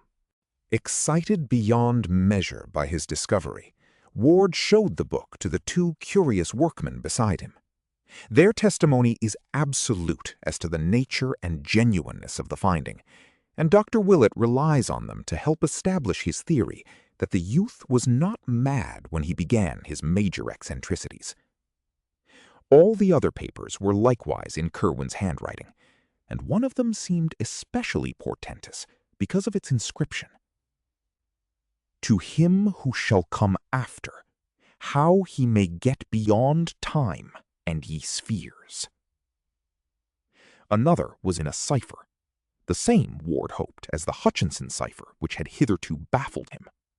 A third, and here the searcher rejoiced, seemed to be a key to the cipher, whilst the fourth and fifth were addressed respectively to Edward Hutchinson, Armiger, and Jedediah Orne, Esquire, or their heir or heirs, or those representing them. The sixth and last was inscribed, Joseph Curwen, his life and travels, between ye years 1678 and 1687, of whither he voyaged, where he stayed, whom he saw, and what he learnt. We have now reached the point from which the more academic school of alienists date Charles Ward's madness.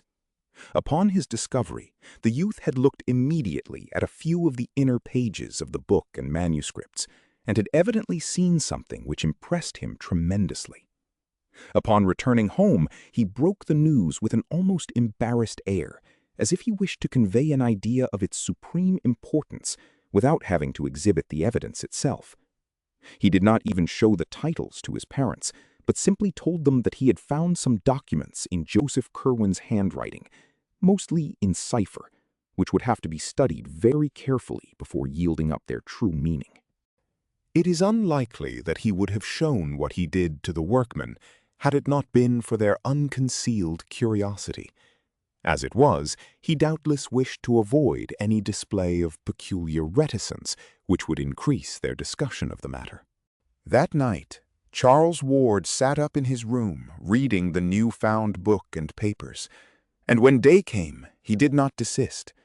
His meals, on his urgent request when his mother called to see what was amiss, were sent up to him, and in the afternoon he appeared only briefly when the men came to install the Curwen picture and mantelpiece in his study. The next night he slept in snatches in his clothes, meanwhile wrestling feverishly with the unraveling of the cipher manuscript. In the morning, his mother saw that he was at work on the photostatic copy of the Hutchinson cipher, which he had frequently showed her before, but in response to her query, he said that the Curwen key could not be applied to it. That afternoon, he abandoned his work and watched the men fascinatedly as they finished their installation of the picture, with its woodwork above a cleverly realistic electric log, setting the mock fireplace and overmantel a little out from the north wall, as if a chimney existed, and boxing in its sides with paneling to match the rooms. After the workmen went, he moved his work into the study and sat down before it, with his eyes half on the cipher and half on the portrait, which stared back at him like a year-adding, century-recalling mirror. His parents, subsequently recalling his conduct at this period, give interesting details anent the policy of concealment which he practiced. Before servants, he seldom hid any paper which he might be studying, since he rightly assumed that Curwen's intricate and archaic chirography would be too much for them. With his parents, however, he was more circumspect, and unless the manuscript in question were a cipher, or a mere mass of cryptic symbols and unknown ideographs, as that entitled, "To him who shall come after," etc., seemed to be, he would cover it with some convenient paper until his caller had departed. At night, he kept the papers under lock and key in an antique cabinet of his, where he also placed them whenever he left the room. He soon resumed fairly regular hours and habits, except that his long walks and other outside interests seemed to cease. The opening of school, where he now began his senior year, seemed a great bore to him, and he frequently asserted his determination never to bother with college. He had, he said, important special investigations to make, which would provide him with more avenues toward knowledge and the humanities than any university which the world could boast. During October, Ward began visiting the libraries again, but no longer for the antiquarian matter of his former days. Witchcraft and magic, occultism and demonology were what he sought now, and when Providence sources proved unfruitful, he would take the train for Boston and tap the wealth of the great library in Copley Square, the Widener Library at Harvard, or the Zion Research Library in Brookline, where certain rare works on biblical subjects are available. He bought extensively and fitted up a whole additional set of shelves in his study for newly acquired works on uncanny subjects. While during the Christmas holidays, he made a round of out-of-town trips, including one to Salem to consult certain records at the Essex Institute. About the middle of January 1920, there entered Ward's bearing an element of triumph which he did not explain, and he was no more found at work upon the Hutchinson cipher. Instead, he inaugurated a dual policy of chemical research and record scanning, fitting up for the one a laboratory in the unused attic of the house, and for the latter haunting all the sources of vital statistics in Providence. Local dealers in drugs and scientific supplies, later questioned, gave astonishingly queer and meaningless catalogues of the substances and instruments he purchased. But clerks at the State House, the City Hall, and the various libraries agree as to the definite object of his second interest. He was searching intensely and feverishly for the grave of Joseph Curwen, from whose slate slab an older generation had so wisely blotted the name. Little by little, there grew upon the Ward family the conviction that something was wrong. His schoolwork was the merest pretense. He had other concernments now, and when not in his new laboratory with a score of obsolete alchemical books, could be found either poring over old burial records downtown or glued to his volumes of occult lore in his study, where the startlingly, one almost fancied increasingly similar features of Joseph Curwen stared blandly at him from the great overmantel on the north wall. Late in March, Ward added to his archive searching a ghoulish series of rambles about the various ancient cemeteries of the city. His quest had suddenly shifted from the grave of Joseph Curwen to that of one Naphtali Field, and this shift was explained when, upon going over the files that he had been over, the investigators actually found a fragmentary record of Curwen's burial which had escaped the general obliteration, and which stated that the curious leaden coffin had been interred 10 feet south and 5 feet west of Naphtali Field's grave in Ye. Hence the rambles, from which St. John's, the former king's churchyard, and the ancient congregational burying ground in the midst of Swan Point Cemetery were excluded, since other statistics had shewn that the only Naphtali Field, obit 1729, whose grave could have been meant, had been a Baptist. It was toward May when Dr. Willett, at the request of the senior Ward, and fortified with all the Curwen data which the family had gleaned from Charles in his non-secretive days, talked with the young man. The interview was of little value or conclusiveness, for Willett felt at every moment that Charles was thoroughly master of himself and in touch with matters of real importance. But it at least forced the secretive youth to offer some rational explanation of his recent demeanor. Of a pallid, impassive type, not easily showing embarrassment, Ward seemed quite ready to discuss his pursuits, though not to reveal their object. He stated that the papers of his ancestor had contained some remarkable secrets of early scientific knowledge. To take their vivid place in the history of human thought, they must first be correlated by one familiar with the background out of which they evolved, and to this task of correlation Ward was now devoting himself. He was seeking to acquire, as fast as possible, those neglected arts of old which a true interpreter of the Curwen data must possess, and hoped in time to make a full announcement and presentation of the utmost interest to mankind and to the world of thought.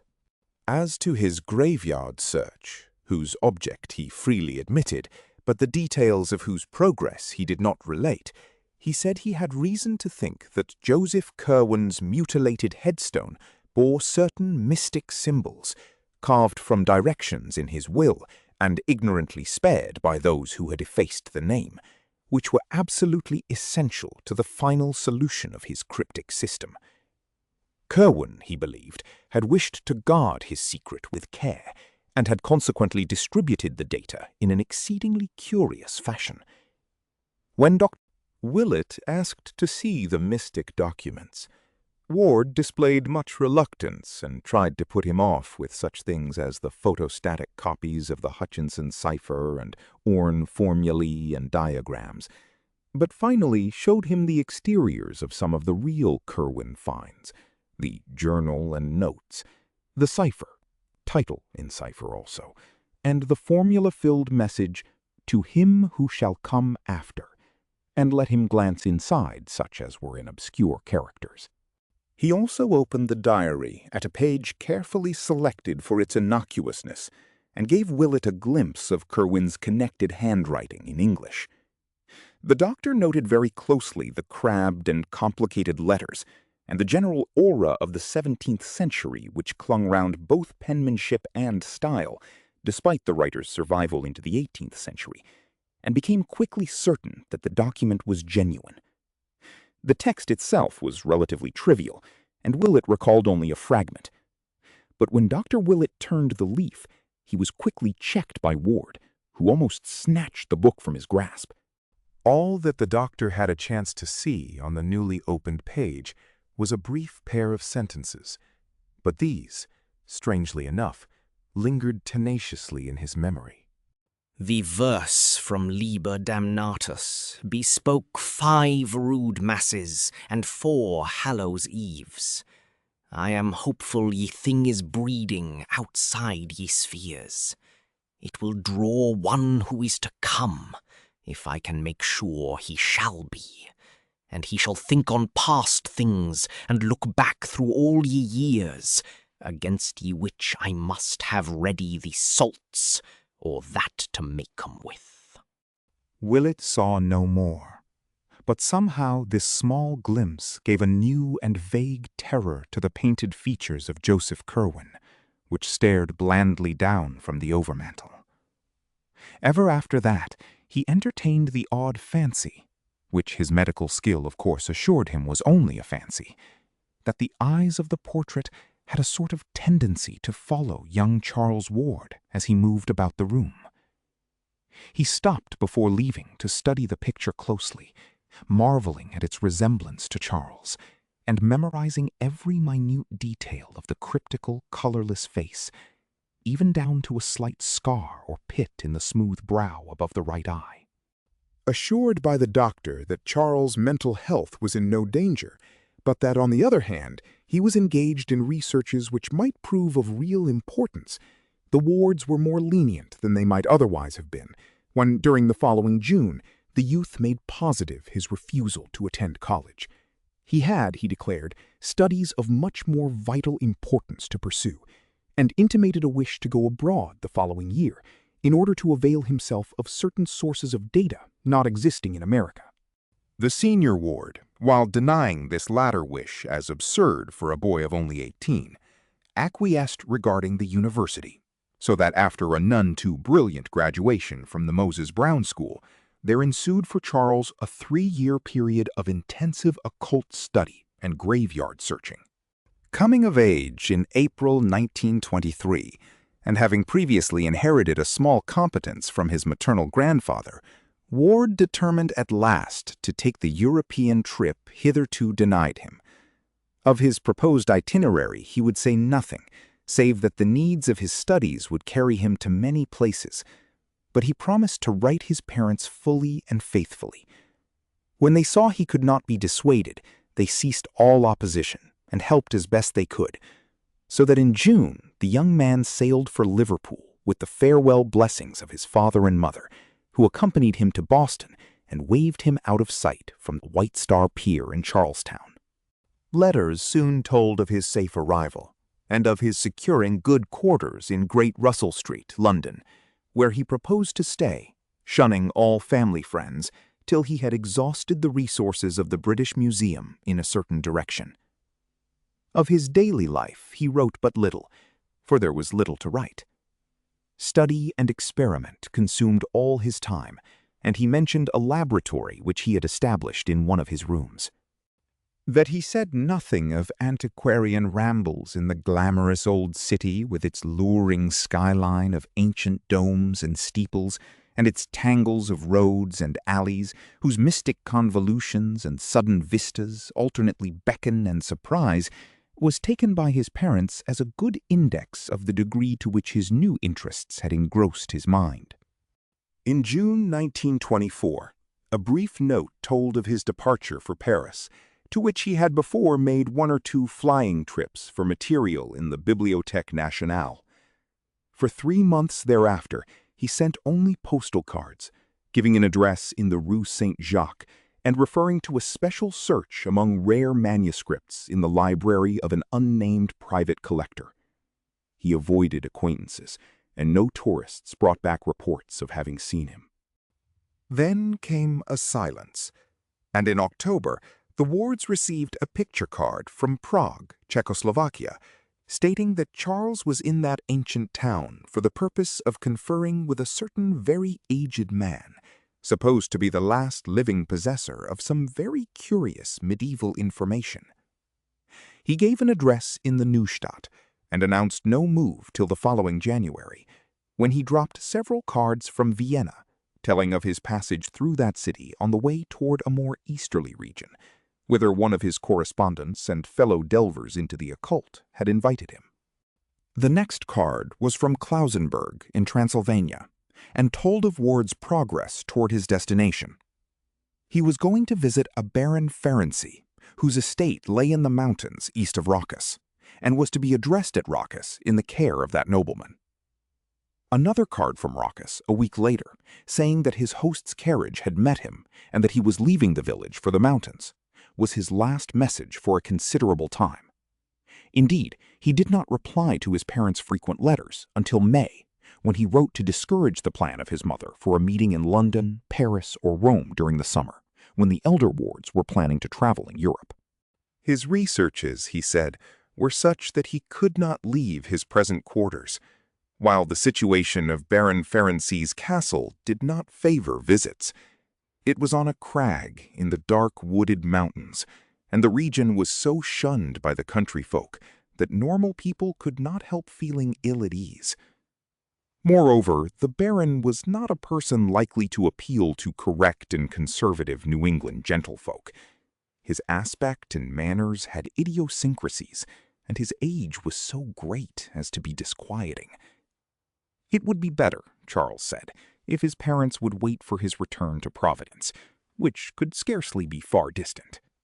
That return did not, however, take place until May 1925, when, after a few heralding cards, the young wanderer quietly slipped into New York on the Homeric and traversed the long miles to Providence by motor coach, eagerly drinking in the green rolling hills, the fragrant blossoming orchards, and the white-steepled towns of Connecticut in spring, his first taste of ancient New England in nearly 4 years. Old Providence. It was this place and the mysterious forces of its long, continuous history which had brought him into being, and which had drawn him back toward marvels and secrets whose boundaries no prophet might fix. Here lay the arcana, wondrous or dreadful as the case might be, for which all his years of travel and application had been preparing him. A taxicab whirled him through Post Office Square with its glimpse of the river, and up the steep curved slope of Waterman Street to Prospect. Then 8 squares past the fine old estates his childish eyes had known, and the quaint brick sidewalks so often trodden by his youthful feet. And at last the little white overtaken farmhouse on the right, and on the left the classic Adam porch and stately bayed facade of the great brick house where he was born. It was twilight, and Charles Dexter Ward had come home. Ward was now visibly aged and hardened, but was still normal in his general reactions, and in several talks with Willett displayed a balance which no madman, even an incipient one, could feign continuously for long. What elicited the notion of insanity at this period were the sounds heard at all hours from Ward's attic laboratory, in which he kept himself most of the time. There were chantings and repetitions, and thunderous declamations in uncanny rhythms. And although these sounds were always in Ward's own voice, there was something in the quality of that voice and in the accents of the formulae it pronounced, which could not but chill the blood of every hearer. It was noticed that Nig, the venerable and beloved black cat of the household, bristled and arched his back perceptibly when certain of the tones were heard. The odors occasionally wafted from the laboratory were likewise exceedingly strange. Sometimes they were very noxious, but more often they were aromatic, with a haunting, elusive quality, which seemed to have the power of inducing fantastic images.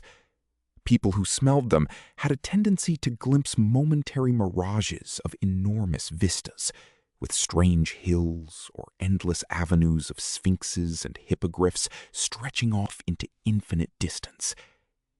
His older aspect increased to a startling degree his resemblance to the Curwen portrait in his library, and Dr.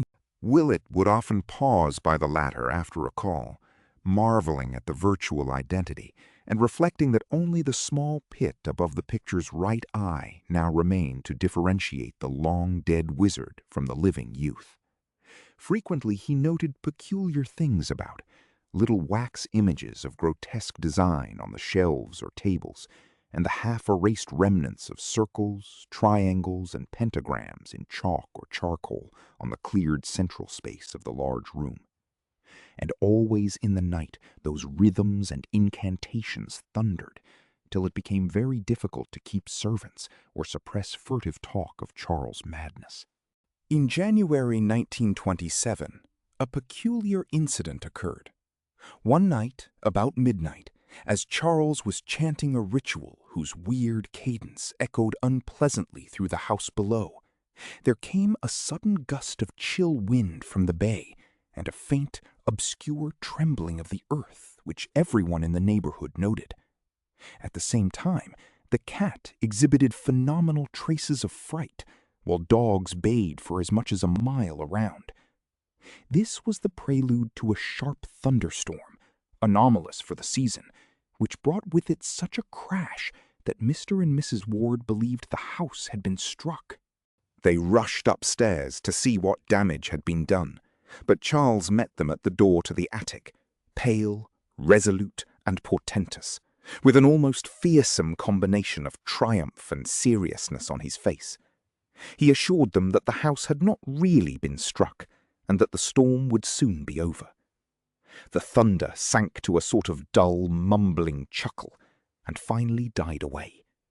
Stars came out, and the stamp of triumph on Charles Ward's face crystallized into a very singular expression. For 2 months or more after this incident, Ward was less confined than usual to his laboratory. He exhibited a curious interest in the weather, and made odd inquiries about the date of the spring thawing of the ground. One night, late in March, he left the house after midnight and did not return till almost morning, when his mother, being wakeful, heard a rumbling motor draw up the carriage entrance. Muffled oaths could be distinguished, and Mrs. Ward, rising and going to the window, saw 4 dark figures removing a long, heavy box from a truck at Charles' direction and carrying it within by the side door.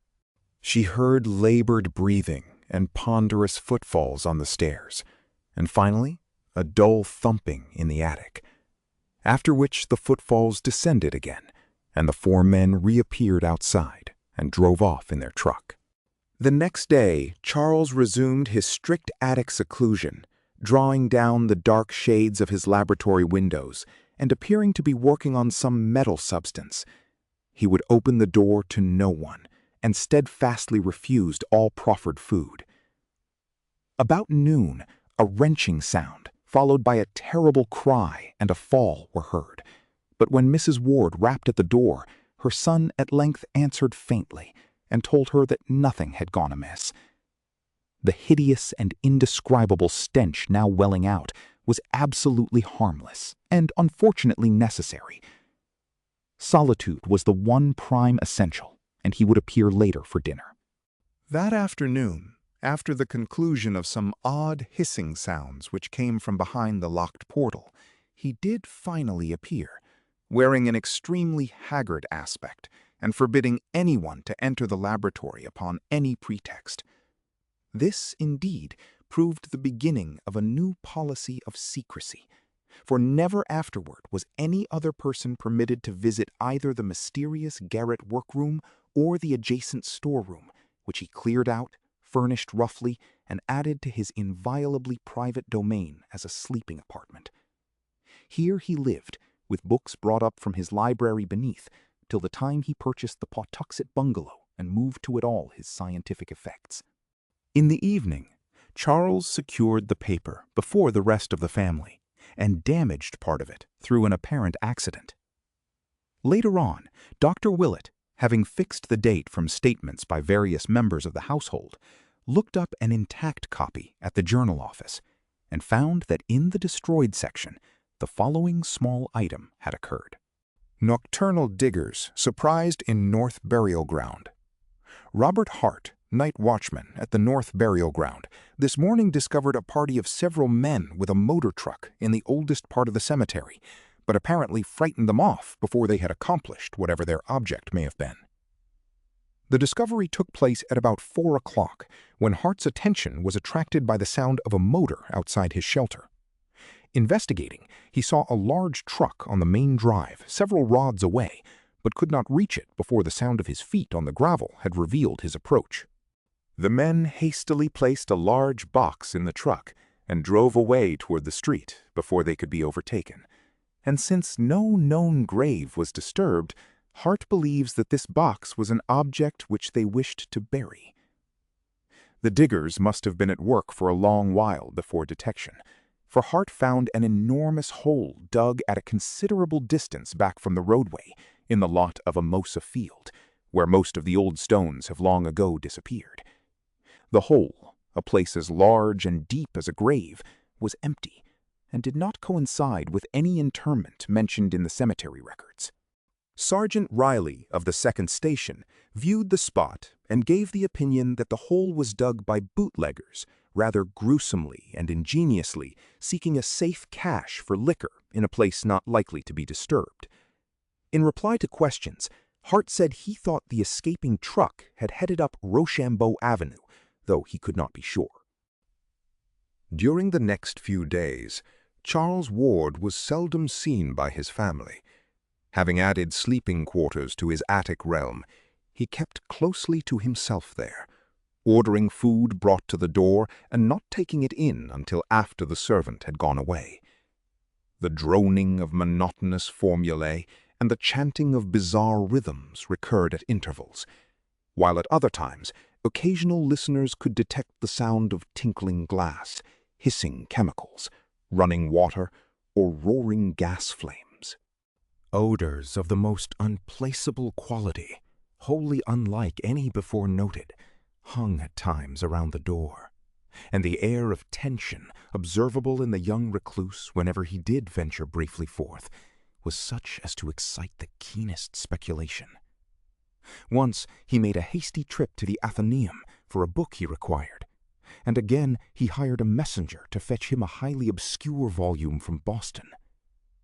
Suspense was written portentously over the whole situation, and both the family and Dr. Willett confessed themselves wholly at a loss what to do or think about it. Then, on the 15th of April, a strange development occurred. While nothing appeared to grow different in kind, there was certainly a very terrible difference in degree, and Dr. Willett somehow attaches great significance to the change. The day was Good Friday, a circumstance of which the servants made much, but which others quite naturally dismiss as an irrelevant coincidence. Late in the afternoon, young Ward began repeating a certain formula in a singularly loud voice, at the same time burning some substance so pungent that its fumes escaped over the entire house. The formula was so plainly audible in the hall outside the locked door that Mrs. Ward could not help memorizing it as she waited and listened anxiously, and later on she was able to write it down at Dr. Willett's request. It ran as follows, and experts have told Dr. Willett that its very close analogue can be found in the mystic writings of Eliphas Levi, that cryptic soul who crept through a crack in the forbidden door and glimpsed the frightful vistas of the void beyond. Per Adonai, Elohim, Adonai Jehovah, Adonai Sabaoth, Metraton, hu agla methon, verbum pythonicum, mysterium salamandrae, conventus silvorum, antra gnomorum, demonia coli, God, Almonsin, Gibor, Jehosa, Evam, Zariat Natmik, Veni, Veni, Veni. This had been going on for 2 hours without change or intermission, when over all the neighborhood a pandemoniac howling of dogs set in. The extent of this howling can be judged from the space it received in the papers the next day, but to those in the Ward household, it was overshadowed by the odor which instantly followed it, a hideous, all-pervasive odor which none of them had ever smelt before or have ever smelt since. In the midst of this mephitic flood, there came a very perceptible flash, like that of lightning, which would have been blinding and impressive but for the daylight around. And then was heard the voice that no listener can ever forget because of its thunderous remoteness, its incredible depth, and its eldritch dissimilarity to Charles Ward's voice. It shook the house and was clearly heard by at least 2 neighbors above the howling of the dogs. Mrs. Ward, who had been listening in despair outside her son's locked laboratory, shivered as she recognized its hellish import, for Charles had told her of its evil fame in dark books, and of the manner in which it had thundered, according to the Fenner letters, above the doomed Pawtuxet farmhouse on the night of Joseph Curwen's annihilation. There was no mistaking that nightmare phrase, for Charles had described it too vividly in the old days when he had talked frankly of his Curwen investigations. And yet it was only this fragment of an archaic and forgotten language.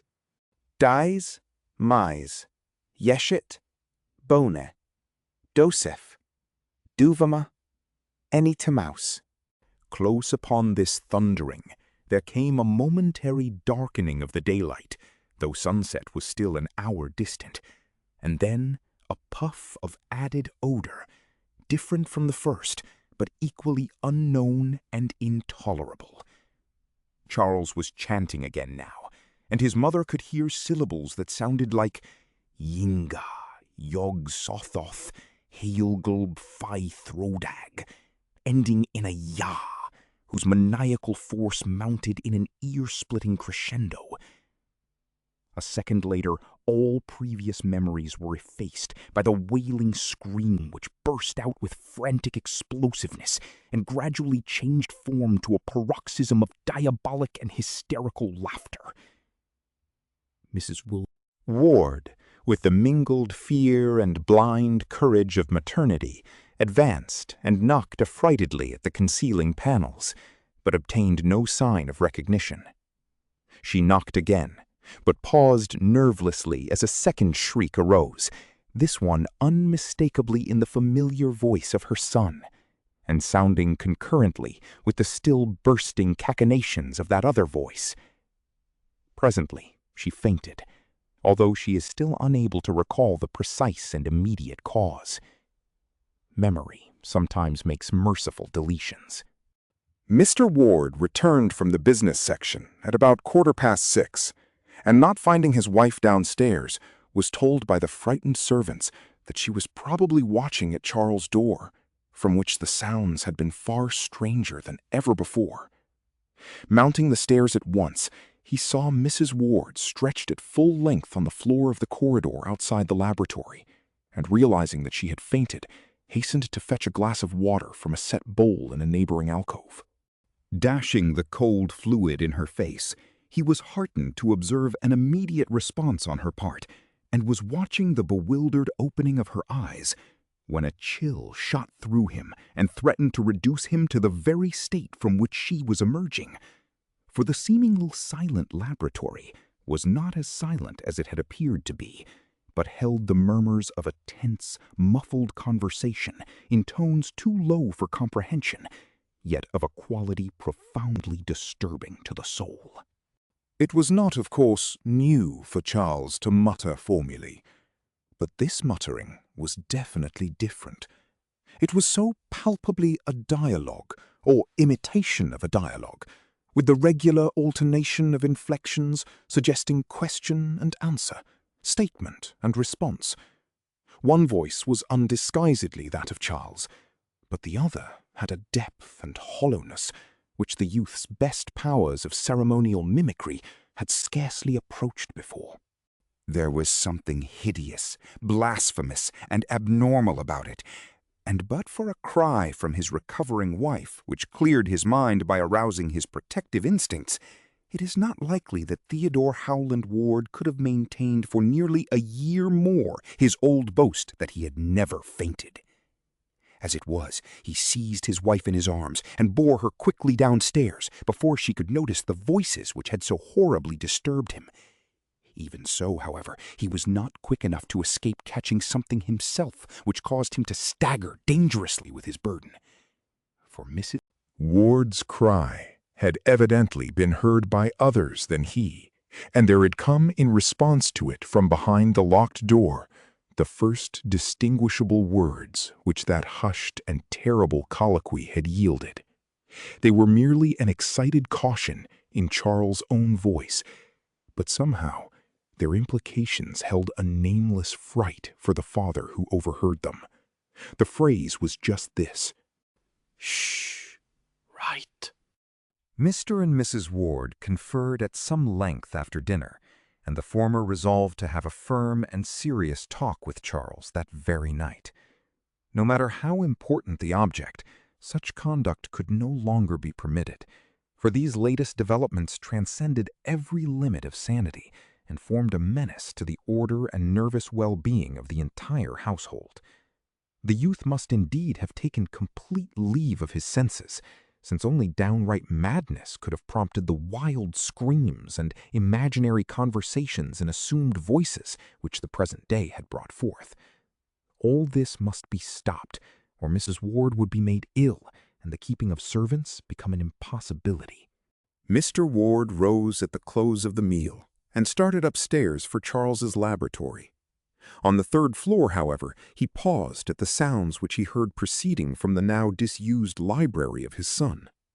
Books were apparently being flung about and papers wildly rustled, and upon stepping to the door, Mr. Ward beheld the youth within, excitedly assembling a vast armful of literary matter of every size and shape.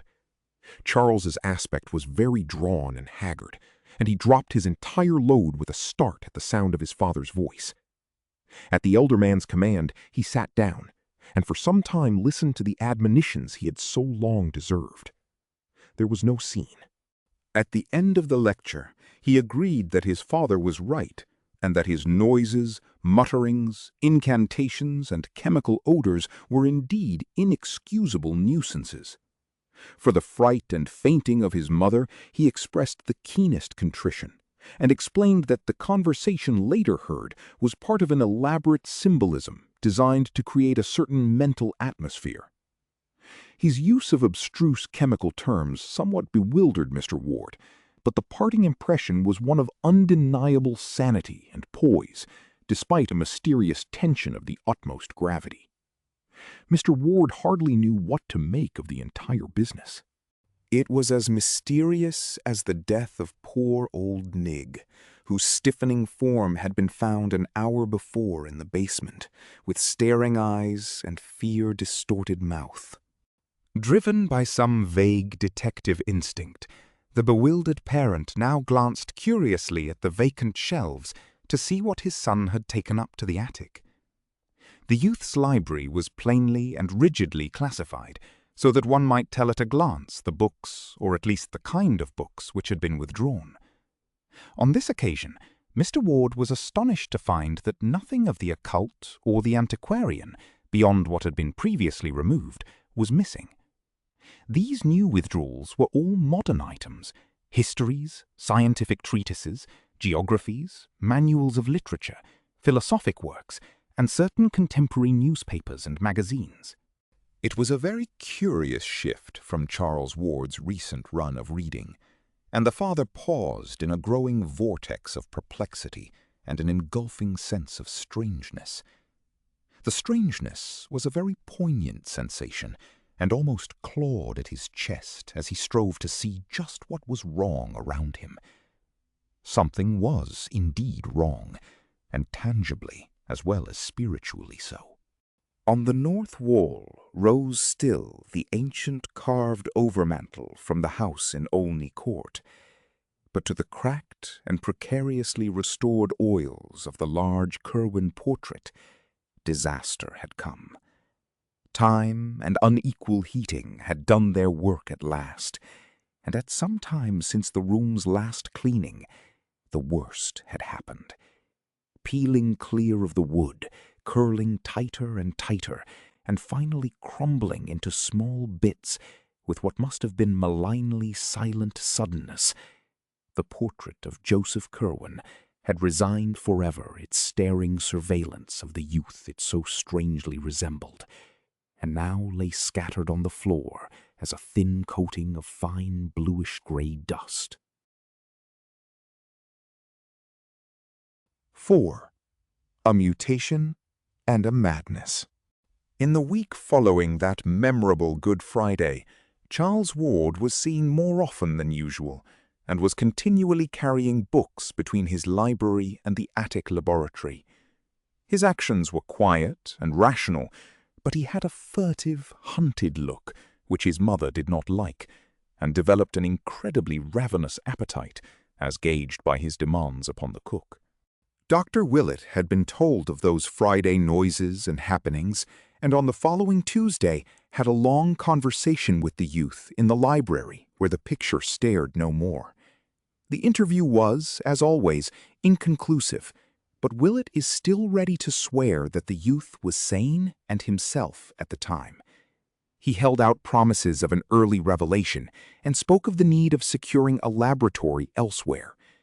At the loss of the portrait, he grieved singularly little, considering his first enthusiasm over it, but seemed to find something of positive humor in its sudden crumbling. About the second week, Charles began to be absent from the house for long periods, and one day, when good old Black Hannah came to help with the spring cleaning, she mentioned his frequent visits to the old house in Olney Court, where he would come with a large valise and perform curious delvings in the cellar.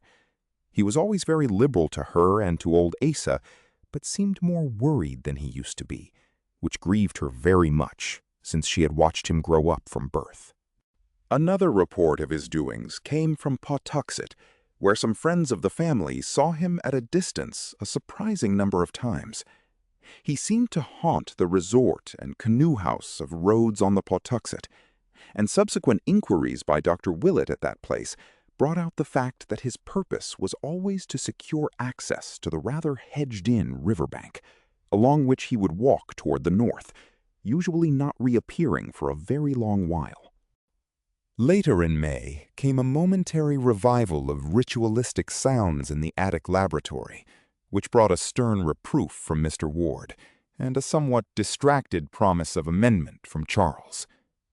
It occurred one morning, and seemed to form a resumption of the imaginary conversation noted on that turbulent Good Friday. The youth was arguing or remonstrating hotly with himself, for there suddenly burst forth a perfectly distinguishable series of clashing shouts in differentiated tones, like alternate demands and denials, which caused Mrs. Ward to run upstairs and listen at the door. She could hear no more than a fragment, whose only plain words were, "Must have it read for 3 months." And upon her knocking, all sounds ceased at once. When Charles was later questioned by his father, he said that there were certain conflicts of spheres of consciousness which only great skill could avoid, but which he would try to transfer to other realms. About the middle of June, a queer nocturnal incident occurred. In the early evening there had been some noise and thumping in the laboratory upstairs, and Mr. Ward was on the point of investigating, when it suddenly quieted down. That midnight, after the family had retired, the butler was night-locking the front door, when, according to his statement, Charles appeared somewhat blunderingly and uncertainly at the foot of the stairs, with a large suitcase, and made signs that he wished egress. The youth spoke no word, but the worthy Yorkshireman caught one sight of his fevered eyes and trembled causelessly. He opened the door, and young Ward went out. But in the morning, he presented his resignation to Mrs. Ward. There was, he said, something unholy in the glance Charles had fixed on him. It was no way for a young gentleman to look at an honest person, and he could not possibly stay another night. Mrs. Ward allowed the man to depart, but she did not value his statement highly. To fancy Charles in a savage state that night was quite ridiculous, for as long as she had remained awake, she had heard faint sounds from the laboratory above, sounds as if of sobbing and pacing, and of a sighing which told only of despair's profoundest depths. Mrs. Ward had grown used to listening for sounds in the night, for the mystery of her son was fast driving all else from her mind. The next evening, much as on another evening nearly 3 months before, Charles Ward seized the newspaper very early and accidentally lost the main section. This matter was not recalled till later, when Dr. Willett began checking up loose ends and searching out missing links here and there. In the journal office, he found the section which Charles had lost and marked 2 items as of possible significance. They were as follows. More cemetery delving.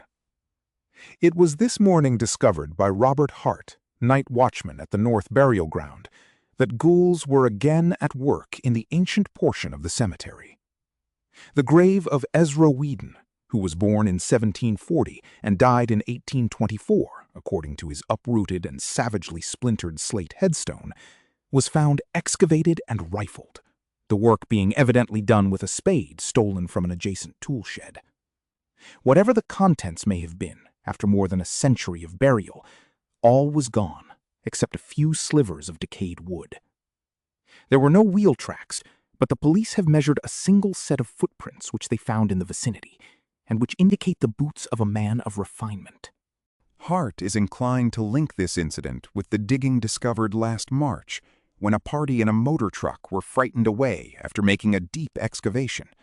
But Sergeant Riley of the 2nd Station discounts this theory and points to vital differences in the 2 cases. In March, the digging had been in a spot where no grave was known, but this time a well-marked and cared-for grave had been rifled, with every evidence of deliberate purpose, and with a conscious malignity expressed in the splintering of the slab, which had been intact up to the day before. Members of the Whedon family, notified of the happening, expressed their astonishment and regret, and were wholly unable to think of any enemy who would care to violate the grave of their ancestor. Hazard Whedon of 598 Angel Street recalls a family legend according to which Ezra Whedon was involved in some very peculiar circumstances, not dishonorable to himself, shortly before the Revolution, but of any modern feud or mystery he is frankly ignorant. Inspector Cunningham has been assigned to the case and hopes to uncover some valuable clues in the near future. Dogs noisy in Patuxet. Residents of Patuxet were aroused about 3 a.m. today by a phenomenal baying of dogs which seemed to center near the river just north of Rhodes on the Patuxet. The volume and quality of the howling were unusually odd, according to most who heard it, and Fred Lemden, night watchman at Rhodes, declares it was mixed with something very like the shrieks of a man in mortal terror and agony. A sharp and very brief thunderstorm, which seemed to strike somewhere near the bank of the river, put an end to the disturbance. Strange and unpleasant odors, probably from the oil tanks along the bay, are popularly linked with this incident, and may have had their share in exciting the dogs. The aspect of Charles now became very haggard and hunted, and all agree in retrospect that he may have wished at this period to make some statement or confession from which sheer terror withheld him.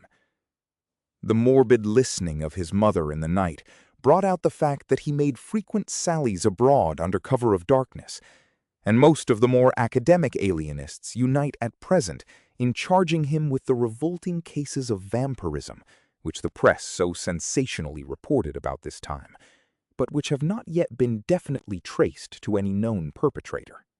These cases, too recent and celebrated to need detailed mention, involved victims of every age and type, and seemed to cluster around two distinct localities: the residential hill and the North End, near the Ward home, and the suburban districts across the Cranston line, near Pawtuxet. Both late wayfarers and sleepers with open windows were attacked, and those who lived to tell the tale spoke unanimously of a lean, lithe, leaping monster with burning eyes, which fastened its teeth in the throat or upper arm and feasted ravenously. Dr. Willett, who refuses to date the madness of Charles Ward as far back as even this, is cautious in attempting to explain these horrors. He has, he declares, certain theories of his own, and limits his positive statements to a peculiar kind of negation. "I will not," he says. "I will not state who or what I believe perpetrated these attacks and murders, but I will declare that Charles Ward was innocent of them. I have reason to be sure he was ignorant of the taste of blood, as indeed his continued anemic decline and increasing pallor prove better than any verbal argument. Ward meddled with terrible things, but he has paid for it, and he was never a monster or a villain. As for now, I don't like to think. A change came, and I'm content to believe that the old Charles Ward died with it. His soul did anyhow, for that mad flesh that vanished from Waite's hospital had another." Willett speaks with authority, for he was often at the Ward home attending Mrs. Ward, whose nerves had begun to snap under the strain. Her nocturnal listening had bred some morbid hallucinations, which she confided to the doctor with hesitancy, and which he ridiculed in talking to her, although they made him ponder deeply when alone. These delusions always concerned the faint sounds which she fancied she heard in the attic laboratory and bedroom, and emphasized the occurrence of muffled sighs and sobbings at the most impossible times. Early in July, Willett ordered Mrs. Ward to Atlantic City for an indefinite recuperative sojourn, and cautioned both Mr. Ward and the haggard and elusive Charles to write her only cheering letters. It is probably to this enforced and reluctant escape that she owes her life and continued sanity.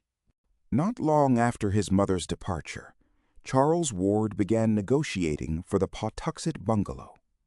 It was a squalid little wooden edifice with a concrete garage, perched high on the sparsely settled bank of the river, slightly above roads. But for some odd reason, the youth would have nothing else. He gave the real estate agencies no peace till one of them secured it for him at an exorbitant price from a somewhat reluctant owner, and as soon as it was vacant, he took possession under cover of darkness, transporting in a great closed van the entire contents of his attic laboratory, including books, both weird and modern, which he had borrowed from his study. He had this van loaded in the black small hours, and his father recalls only a drowsy realization of stifled oaths and stamping feet on the night the goods were taken away. After that, Charles moved back to his own old quarters on the 3rd floor, and never haunted the attic again. To the Pawtuxet bungalow, Charles transferred all the secrecy with which he had surrounded his attic realm, save that he now appeared to have 2 sharers of his mysteries: a villainous-looking Portuguese half-caste from the South Main Street waterfront who acted as a servant, and a thin, scholarly stranger with dark glasses and a stubbly full beard of dyed aspect, whose status was evidently that of a colleague. Neighbors vainly tried to engage these odd persons in conversation. The mulatto, Gomez, spoke very little English, and the bearded man, who gave his name as Dr. Allen, voluntarily followed his example. Ward himself tried to be more affable, but succeeded only in provoking curiosity with his rambling accounts of chemical research. Before long, queer tales began to circulate regarding the all-night burning of lights, and somewhat later, after this burning had suddenly ceased, there rose still queerer tales of disproportionate orders of meat from the butchers, and of the muffled shouting, declamation, rhythmic chanting, and screaming supposed to come from some very deep cellar below the place. Most distinctly, the new and strange household was bitterly disliked by the honest bourgeoisie of the vicinity, and it is not remarkable that dark hints were advanced connecting the hated establishment with the current epidemic of vampiristic attacks and murders, especially since the radius of that plague seemed now confined wholly to Pawtuxet and the adjacent streets of Edgewood. Ward spent most of his time at the bungalow, but slept occasionally at home and was still reckoned a dweller beneath his father's roof. Twice he was absent from the city on week-long trips, whose destinations have not yet been discovered. He grew steadily paler and more emaciated even than before, and lacked some of his former assurance when repeating to Dr. Willett his old story of vital research and future revelations. Willett often waylaid him at his father's house, for the elder Ward was deeply worried and perplexed, and wished his son to get as much sound oversight as could be managed in the case of so secretive and independent an adult. The doctor still insists that the youth was sane, even as late as this, and deduces many a conversation to prove his point. About September, the vampirism declined, but in the following January, Ward almost became involved in serious trouble. For some time, the nocturnal arrival and departure of motor trucks at the Pawtuxet bungalow had been commented upon, and at this juncture an unforeseen hitch exposed the nature of at least one item of their contents. In a lonely spot near Hope Valley had occurred one of the frequent sordid waylayings of trucks by hijackers in quest of liquor shipments, but this time the robbers had been destined to receive the greater shock. For the long cases they seized proved upon opening to contain some exceedingly gruesome things, so gruesome, in fact, that the matter could not be kept quiet amongst the denizens of the underworld. The thieves had hastily buried what they discovered, but when the state police got wind of the matter, a careful search was made. A recently arrested vagrant, under promise of immunity from prosecution on any additional charge, at last consented to guide a party of troopers to the spot, and there was found in that hasty cache a very hideous and shameful thing. It would not be well for the national, or even the international, sense of decorum if the public were ever to know what was uncovered by that awestruck party.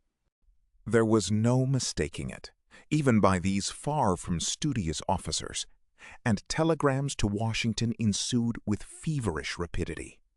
The cases were addressed to Charles Ward at his Pawtuxet bungalow, and state and federal officials at once paid him a very forceful and serious call.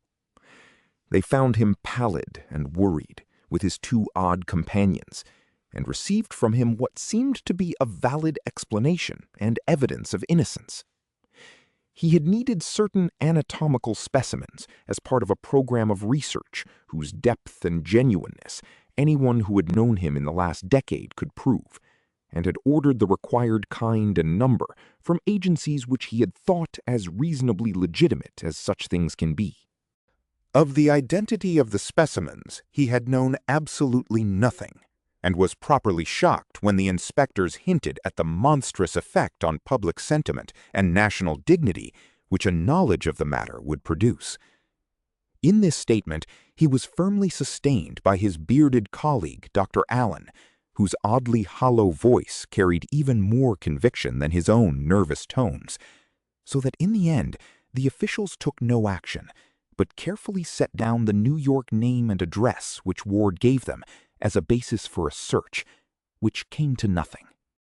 It is only fair to add that the specimens were quickly and quietly restored to their proper places, and that the general public will never know of their blasphemous disturbance. On February 9th, 1928, Dr. Willett received a letter from Charles Ward, which he considers of extraordinary importance, and about which he has frequently quarrelled with Dr. Lyman. Lyman believes that this note contains positive proof of a well-developed case of dementia praecox, but Willett, on the other hand, regards it as the last perfectly sane utterance of the hapless youth. He calls especial attention to the normal character of the penmanship, which, though showing traces of shattered nerves, is nevertheless distinctly Ward's own. The text in full is as follows. 100 Prospect Street, Providence, Rhode Island, March 8th, 1928. Dear Dr. Willett, I feel that at last the time has come for me to make the disclosures which I have so long promised you, and for which you have pressed me so often. The patience you have shown in waiting, and the confidence you have shown in my mind and integrity, are things I shall never cease to appreciate. And now that I am ready to speak, I must own with humiliation that no triumph such as I dreamed of can ever be mine. Instead of triumph, I have found terror, and my talk with you will not be a boast of victory, but a plea for help and advice in saving both myself and the world from a horror beyond all human conception or calculation. You recall what those Fenner letters said of the old raiding party at Pawtuxet. That must all be done again, and quickly. Upon us depends more than can be put into words. All civilization, all natural law, perhaps even the fate of the solar system and the universe. I have brought to light a monstrous abnormality, but I did it for the sake of knowledge. Now, for the sake of all life and nature, you must help me thrust it back into the dark again. I have left that Pawtuxet place forever, and we must extirpate everything existing there, alive or dead. I shall not go there again, and you must not believe it if you ever hear that I am there. I will tell you why I say this when I see you. I have come home for good, and wish you would call on me at the very first moment that you can spare 5 or 6 hours continuously to hear what I have to say. It will take that long, and believe me when I tell you that you never had a more genuine professional duty than this.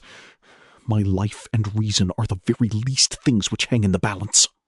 I dare not tell my father, for he could not grasp the whole thing. But I have told him of my danger, and he has 4 men from a detective agency watching the house. I don't know how much good they can do, for they have against them forces which even you could scarcely envisage or acknowledge.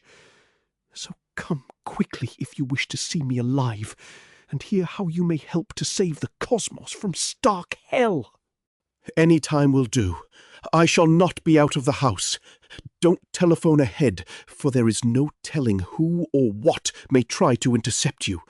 And let us pray to whatever gods there be that nothing may prevent this meeting. In utmost gravity and desperation, Charles Dexter Ward. P.S. Shoot Dr. Allen on sight and dissolve his body in acid. Don't burn it. Dr. Willett received this note about 10:30 a.m. and immediately arranged to spare the whole late afternoon and evening for the momentous talk, letting it extend on into the night as long as might be necessary. He planned to arrive about 4 o'clock, and through all the intervening hours was so engulfed in every sort of wild speculation that most of his tasks were very mechanically performed. Maniacal, as the letter would have sounded to a stranger, Willett had seen too much of Charles Ward's oddities to dismiss it as sheer raving. That something very subtle, ancient, and horrible was hovering about, he felt quite sure, and the reference to Dr. Allen could almost be comprehended in view of what Pawtuxet gossip said of Ward's enigmatical colleague. Willett had never seen the man, but had heard much of his aspect and bearing, and could not but wonder what sort of eyes those much-discussed dark glasses might conceal. Promptly at 4, Dr. Willett presented himself at the Ward residence, but found, to his annoyance, that Charles had not adhered to his determination to remain indoors. The guards were there, but said that the young man seemed to have lost part of his timidity. He had that morning done much apparently frightened arguing and protesting over the telephone, one of the detectives said, replying to some unknown voice with phrases such as, "I am very tired and must rest a while. I can't receive anyone for some time. You'll have to excuse me. Please postpone decisive action till we can arrange some sort of compromise. Or, I am very sorry, but I must take a complete vacation from everything. I'll talk with you later." Then, apparently gaining boldness through meditation, he had slipped out so quietly that no one had seen him depart or knew that he had gone, until he returned about 1 o'clock and entered the house without a word. He had gone upstairs, where a bit of his fear must have surged back, for he was heard to cry out in a high, terrified fashion upon entering his library, afterward trailing off into a kind of choking gasp. When, however, the butler had gone to inquire what the trouble was, he had appeared at the door with a great show of boldness, and had silently gestured the man away in a manner that terrified him unaccountably. Then he had evidently done some rearranging of his shelves, for a great clattering and thumping and creaking ensued, after which he had reappeared and left at once. Willett inquired whether or not any message had been left, but was told that there was none. The butler seemed queerly disturbed about something in Charles's appearance and manner, and asked solicitously if there was much hope for a cure of his disordered nerves. For almost 2 hours, Dr. Willett waited vainly in Charles Ward's library, watching the dusty shelves with their wide gaps where books had been removed, and smiling grimly at the paneled overmantel on the north wall, whence a year before the suave features of old Joseph Curwen had looked mildly down. After a time, the shadows began to gather, and the sunset cheer gave place to a vague, growing terror which flew shadow-like before the night. Mr. Ward finally arrived, and showed much surprise and anger at his son's absence after all the pains which had been taken to guard him. He had not known of Charles' appointment, and promised to notify Willett when the youth returned. In bidding the doctor good night, he expressed his utter perplexity at his son's condition, and urged his caller to do all he could to restore the boy to normal poise. Willett was glad to escape from that library, for something frightful and unholy seemed to haunt it, as if the vanished picture had left behind a legacy of evil. He had never liked that picture, and even now, strong-nerved though he was, there lurked a quality in its vacant panel which made him feel an urgent need to get out into the pure air as soon as possible. The next morning, Willett received a message from the senior ward, saying that Charles was still absent. Mr. Ward mentioned that Dr. Allen had telephoned him to say that Charles would remain at Pawtuxet for some time, and that he must not be disturbed. This was necessary because Allen himself was suddenly called away for an indefinite period, leaving the researches in need of Charles's constant oversight. Charles sent his best wishes, and regretted any bother his abrupt change of plans might have caused. In listening to this message, Mr. Ward heard Dr. Allen's voice for the first time, and it seemed to excite some vague and elusive memory, which could not be actually placed, but which was disturbing to the point of fearfulness. Faced by these baffling and contradictory reports, Dr. Willett was frankly at a loss what to do. The frantic earnestness of Charles's note was not to be denied, yet what could one think of its writer's immediate violation of his own expressed policy? Young Ward had written that his delvings had become blasphemous and menacing, that they and his bearded colleague must be extirpated at any cost, and that he himself would never return to their final scene. Yet, according to latest advices, he had forgotten all this and was back in the thick of the mystery. Common sense bade one leave the youth alone with his freakishness, yet some deeper instinct would not permit the impression of that frenzied letter to subside. Willett read it over again, and could not make its essence sound as empty and insane as both its bombastic verbiage and its lack of fulfillment would seem to imply. Its terror was too profound and real, and in conjunction with what the doctor already knew, evoked too vivid hints of monstrosities from beyond time and space to permit of any cynical explanation. There were nameless horrors abroad, and no matter how little one might be able to get at them, one ought to stand prepared for any sort of action at any time. For over a week, Dr. Willett pondered on the dilemma which seemed thrust upon him, and became more and more inclined to pay Charles a call at the Pawtuxet bungalow. No friend of the youth had ever ventured to storm this forbidden retreat, and even his father knew of its interior only from such descriptions as he chose to give. But Willett felt that some direct conversation with his patient was necessary. Mr. Ward had been receiving brief and non-committal typed notes from his son, and said that Mrs. Ward in her Atlantic City retirement had had no better word. So at length the doctor resolved to act, and despite a curious sensation inspired by old legends of Joseph Curwen, and by more recent revelations and warnings from Charles Ward, set boldly out for the bungalow on the bluff above the river. Willett had visited the spot before through sheer curiosity, though of course never entering the house or proclaiming his presence, hence knew exactly the route to take. Driving out Broad Street one early afternoon toward the end of February in his small motor, he thought oddly of the grim party which had taken that selfsame road 157 years before, on a terrible errand which none might ever comprehend.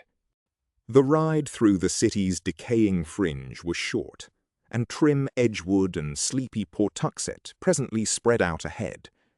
Willett turned to the right down Lockwood Street and drove his car as far along that rural road as he could, then alighted and walked north to where the bluff towered above the lovely bends of the river and the sweep of misty downlands beyond. Houses were still few here, and there was no mistaking the isolated bungalow with its concrete garage on a high point of land at his left. Stepping briskly up the neglected gravel walk, he rapped at the door with a firm hand and spoke without a tremor to the evil Portuguese mulatto who opened it to the width of a crack. He must, he said, see Charles Ward at once on vitally important business. No excuse would be accepted, and a repulse would mean only a full report of the matter to the elder Ward. The mulatto still hesitated and pushed against the door when Willett attempted to open it, but the doctor merely raised his voice and renewed his demands. Then there came from the dark interior a husky whisper which somehow chilled the hearer through and through, though he did not know why he feared it. "Let him in, Tony," it said. "We may as well talk now as ever." But disturbing as was the whisper, the greater fear was that which immediately followed. The floor creaked, and the speaker hove in sight, and the owner of those strange and resonant tones was seen to be no other than Charles Dexter Ward. The minuteness with which Dr. Willett recalled and recorded his conversation of that afternoon is due to the importance he assigns to this particular period. For at last he concedes a vital change in Charles Dexter Ward's mentality, and believes that the youth now spoke from a brain hopelessly alien to the brain whose growth he had watched for 26 years. Controversy with Dr. Lyman has compelled him to be very specific, and he definitely dates the madness of Charles Ward from the time the typewritten notes began to reach his parents. Those notes are not in Ward's normal style, not even in the style of that last frantic letter to Willett. Instead, they are strange and archaic, as if the snapping of the writer's mind had released a flood of tendencies and impressions picked up unconsciously through boyhood antiquarianism. There is an obvious effort to be modern, but the spirit and occasionally the language are those of the past. The past, too, was evident in Ward's every tone and gesture as he received the doctor in that shadowy bungalow. He bowed, motioned Willett to a seat, and began to speak abruptly in that strange whisper which he sought to explain at the very outset. I am grown physical, he began. from this cursed river air. You must excuse my speech. I suppose you are come from my father to see what ails me, and I hope you will say nothing to alarm him. Willett was studying these scraping tones with extreme care, but studying even more closely the face of the speaker. Something, he felt, was wrong, and he thought of what the family had told him about the fright of that Yorkshire butler one night. He wished it were not so dark, but did not request that any blind be opened. Instead, he merely asked Ward why he had so belied the frantic note of little more than a week before. I was coming to that. The host replied. You must know, I am in a very bad state of nerves, and do and say queer things I cannot account for. As I have told you often, I am on the edge of great matters, and the bigness of them has a way of making me light-headed. Any man might well be frighted of what I have found, but I am not to be put off for long. I was a dunce to have that guard and stick at home, for having gone this far, my place is here. I am not well spoke of by my prying neighbours, and perhaps I was led by weakness to believe myself what they say of me. There is no evil to any in what I do, so long as I do it rightly. Have the goodness to wait 6 months, and I'll show you what will pay your patience well. You may as well know I have a way of learning old matters from things surer than books, and I'll leave you to judge the importance of what I can give to history, philosophy, and the arts by reason of the doors I have access to. My ancestor had all this when those witless peeping toms came and murdered him. I now have it again, or am coming very imperfectly to have a part of it. This time nothing must happen, and least of all through any idiot fears of my own. Pray forget all I writ you, sir, and have no fear of this place or any in it. Dr. Allen is a man of fine parts, and I owe him an apology for anything ill I have said of him. I wish I had no need to spare him, but there were things he had to do elsewhere. His zeal is equal to mine in all those matters, and I suppose that when I feared the work, I feared him too as my greatest helper in it. Ward paused, and the doctor hardly knew what to say or think. He felt almost foolish in the face of this calm repudiation of the letter, and yet there clung to him the fact that while the present discourse was strange and alien and indubitably mad, the note itself had been tragic in its naturalness and likeness to the Charles Ward he knew. Willett now tried to turn the talk on early matters and recall to the youth some past events which would restore a familiar mood. But in this process, he obtained only the most grotesque results. It was the same with all the alienists later on. Important sections of Charles Ward's store of mental images, mainly those touching modern times and his own personal life, had been unaccountably expunged, while all the massed antiquarianism of his youth had welled up from some profound subconsciousness to engulf the contemporary and the individual. The youth's ultimate knowledge of elder things was abnormal and unholy, and he tried his best to hide it. When Willett would mention some favorite object of his boyhood archaistic studies, he often shed by pure accident such a light as no normal mortal could conceivably be expected to possess, and the doctor shuddered as the glib allusion glided by. It was not wholesome to know so much about the way the fat sheriff's wig fell off as he leaned over at the play in Mr. Douglas's Histrionic Academy in King Street on the 11th of February, 1762, which fell of a Thursday, or about how the actors cut the text of Steele's Conscious Lovers so badly that one was almost glad the Baptist-ridden legislature closed the theater a fortnight later. That Thomas Sabin's Boston coach was damned uncomfortable, old letters may well have told. But what healthy antiquarian could recall how the creaking of Epinetus Olney's new signboard, the gaudy crown he set up after he took to calling his tavern the Crown Coffee House, was exactly like the first few notes of the new jazz piece all the radios in Pawtuxet were playing? Ward, however, would not be quizzed long in this vein. Modern and personal topics he waved aside quite summarily, whilst regarding antique affairs he soon shewed the plainest boredom. What he wished, clearly enough, was only to satisfy his visitor enough to make him depart without the intention of returning. To this end he offered to show Willett the entire house, and at once proceeded to lead the doctor through every room from cellar to attic. Willett looked sharply, but noted that the visible books were far too few and trivial ever to have filled the wide gaps on Ward's shelves at home, and that the meager so-called laboratory was the flimsiest sort of a blind. Clearly there were a library and a laboratory elsewhere, but just where, it was impossible to say. Essentially defeated in his quest for something he could not name, Willett returned to town before evening and told the senior ward everything which had occurred. They agreed that the youth must be definitely out of his mind, but decided that nothing drastic need be done just then. Above all, Mrs. Ward must be kept in as complete an ignorance as her son's own strange typed notes would permit. Mr. Ward now determined to call in person upon his son, making it wholly a surprise visit.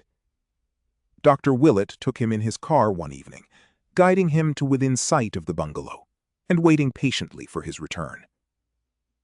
The session was a long one, and the father emerged in a very saddened and perplexed state. His reception had developed much like Willett's, save that Charles had been an excessively long time in appearing, after the visitor had forced his way into the hall and sent the Portuguese away with an imperative demand. And in the bearing of the altered son, there was no trace of filial affection. The lights had been dim, yet even so, the youth had complained that they dazzled him outrageously. He had not spoke out loud at all, averring that his throat was in a very poor condition, but in his hoarse whisper there was a quality so vaguely disturbing that Mr. Ward could not banish it from his mind. Now definitely leagued together to do all they could toward the youth's mental salvation, Mr. Ward and Dr. Willett set about collecting every scrap of data which the case might afford. Pawtuxet gossip was the first item they studied, and this was relatively easy to glean, since both had friends in that region. Dr. Willett obtained the most rumors, because people talked more frankly to him than to a parent of the central figure, and from all he heard, he could tell that young Ward's life had become indeed a strange one. Common tongues would not dissociate his household from the vampirism of the previous summer, while the nocturnal comings and goings of the motor trucks provided their share of dark speculation. Local tradesmen spoke of the queerness of the orders brought them by the evil-looking mulatto, and in particular of the inordinate amounts of meat and fresh blood secured from the 2 butcher shops in the immediate neighborhood. For a household of only 3, these quantities were quite absurd. Then there was the matter of the sounds beneath the earth. Reports of these things were harder to pin down, but all the vague hints tallied in certain basic essentials. Noises of a ritual nature positively existed, and at times when the bungalow was dark, they might of course have come from the known cellar, but rumor insisted that there were deeper and more spreading crypts. Recalling the ancient tales of Joseph Curwen's catacombs, and assuming for granted that the present bungalow had been selected because of its situation on the old Curwen site, as revealed in one or another of the documents found behind the picture, Willett and Mr. Ward gave this phase of the gossip much attention, and searched many times without success for the door in the riverbank which old manuscripts mentioned. As to popular opinions of the bungalow's various inhabitants, it was soon plain that the brava Portuguese was loathed, the bearded and spectacled Dr. Allen feared, and the pallid young scholar disliked to a profound extent.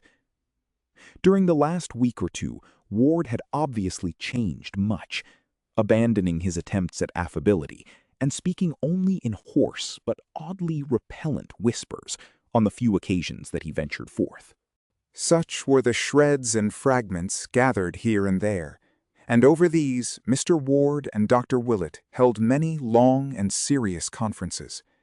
They strove to exercise deduction, induction, and constructive imagination to their utmost extent, and to correlate every known fact of Charles' later life, including the frantic letter which the doctor now showed the father, with the meager documentary evidence available concerning old Joseph Curwen. They would have given much for a glimpse of the papers Charles had found, for very clearly the key to the youth's madness lay in what he had learned of the ancient wizard and his doings. And yet, after all, it was from no step of Mr. Ward's or Dr. Willett's that the next move in this singular case proceeded. The father and the physician, rebuffed and confused by a shadow too shapeless and intangible to combat, had rested uneasily on their oars, while the typed notes of young Ward to his parents grew fewer and fewer. Then came the first of the month, with its customary financial adjustments, and the clerks at certain banks began a peculiar shaking of heads and telephoning from one to the other. Officials who knew Charles Ward by sight went down to the bungalow to ask why every check of his appearing at this juncture was a clumsy forgery, and were reassured, less than they ought to have been, when the youth hoarsely explained that his hand had lately been so much affected by a nervous shock as to make normal writing impossible. He could, he said, form no written characters at all except with great difficulty, and could prove it by the fact that he had been forced to type all his recent letters, even those to his father and mother, who would bear out the assertion.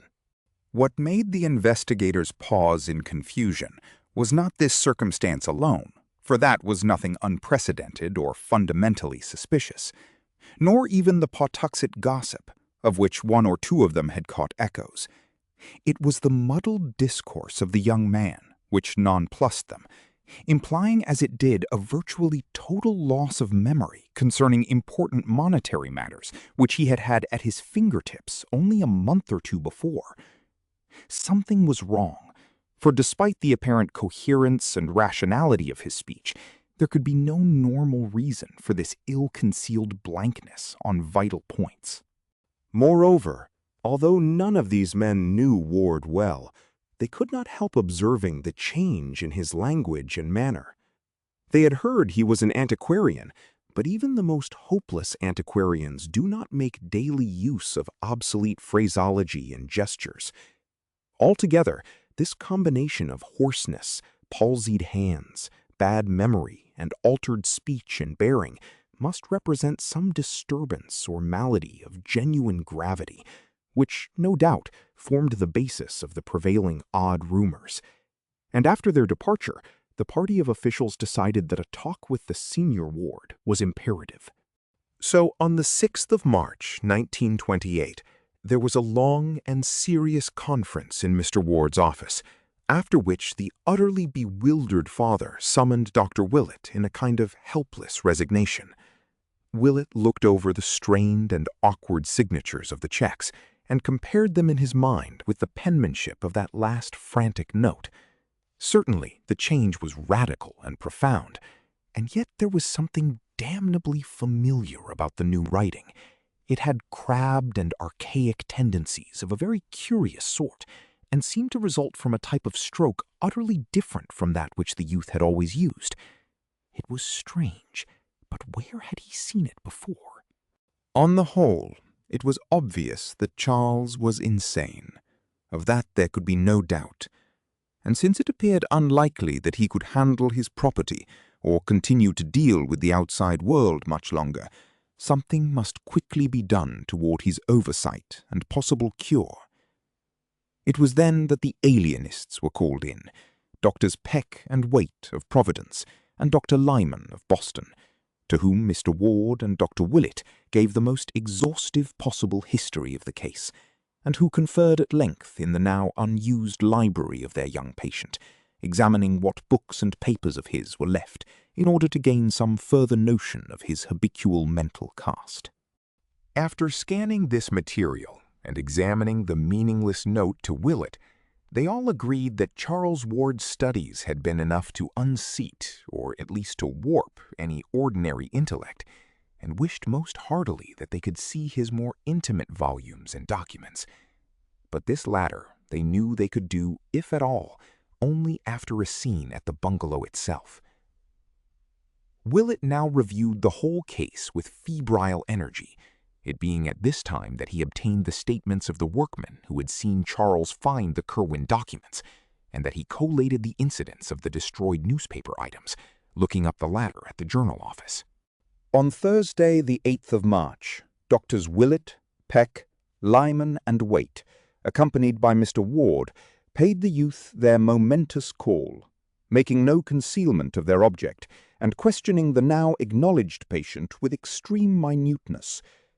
Charles, though he was ordinately long in answering the summons, and was still redolent of strange and noxious laboratory odours when he did finally make his agitated appearance, proved a far from recalcitrant subject, and admitted freely that his memory and balance had suffered somewhat from close application to abstruse studies. He offered no resistance when his removal to other quarters was insisted upon, and seemed indeed to display a high degree of intelligence as apart from mere memory. His conduct would have sent his interviewers away in bafflement, had not the persistently archaic trend of his speech and the unmistakable replacement of modern by ancient ideas in his consciousness marked him out as one definitely removed from the normal. Of his work, he would say no more to the group of doctors than he had formerly said to his family and to Dr. Willett, and his frantic note of the previous month he dismissed as mere nerves and hysteria. He insisted that the shadowy bungalow possessed no library or laboratory beyond the visible ones, and waxed abstruse in explaining the absence from the house of such odours as now saturated all his clothing. Neighbourhood gossip he attributed to nothing more than the cheap inventiveness of baffled curiosity. Of the whereabouts of Dr. Allen, he said he did not feel at liberty to speak definitely, but assured his inquisitors that the bearded and spectacled man would return when needed. In paying off the stolid brava who resisted all questioning by the visitors, and in closing the bungalow, which still seemed to hold such nighted secrets, Ward shewed no sign of nervousness, save a barely noticed tendency to pause, as though listening for something very faint. He was apparently animated by a calmly philosophic resignation, as if his removal were the merest transient incident, which would cause the least trouble if facilitated and disposed of once and for all. It was clear that he trusted to his obviously unimpaired keenness of absolute mentality to overcome all the embarrassments into which his twisted memory, his lost voice and handwriting, and his secretive and eccentric behaviour had led him. His mother, it was agreed, was not to be told of the change, his father supplying typed notes in his name. Ward was taken to the restfully and picturesquely situated private hospital maintained by Dr. Waite on Conanicut Island in the Bay, and subjected to the closest scrutiny and questioning by all the physicians connected with the case.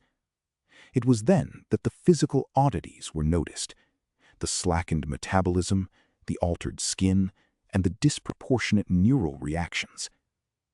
Dr. Willett was the most perturbed of the various examiners, for he had attended Ward all his life and could appreciate with terrible keenness the extent of his physical disorganization.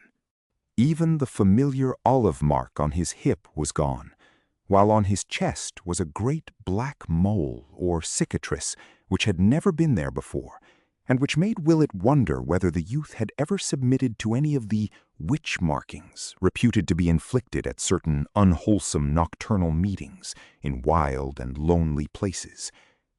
The doctor could not keep his mind off a certain transcribed witch trial record from Salem, which Charles had shown him in the old non-secretive days, and which read, "Mr. G.B. on that night put ye devil his mark upon Bridget S., Jonathan A., Simon O., Deliverance W., Joseph C., Susan P., Mehitable C., and Deborah B." Ward's face, too, troubled him horribly. till at length he suddenly discovered why he was horrified. Above the young man's right eye was something which he had never previously noticed, a small scar or pit precisely like that in the crumbled painting of old Joseph Curwen, and perhaps attesting some hideous ritualistic inoculation to which both had submitted at a certain stage of their occult careers. While Ward himself was puzzling all the doctors at the hospital, a very strict watch was kept on all mail addressed either to him or to Dr. Allen, which Mr. Ward had ordered delivered at the family home. Willett had predicted that very little would be found, since any communications of a vital nature would probably have been exchanged by messenger. But in the latter part of March, there did come a letter from Prague for Dr. Allen, which gave both the doctor and the father deep thought. It was in a very crabbed and archaic hand, and though clearly not the effort of a foreigner, shewed almost as singular a departure from modern English as the speech of young Ward himself. It read, Kleinstrasse, 11, Altstadt, Prague, 11th February, 1928. Brother in Almuzin Metroton, I this day received your mention of what came up from the salts I sent you. It was wrong, and means clearly that ye headstones had been changed when Barnabas got me the specimen. It is often so, as you must be sensible of from the thing you got from ye King's Chapel ground in 1769, and what H got from Old Burying Point in 1690, that was like to end him.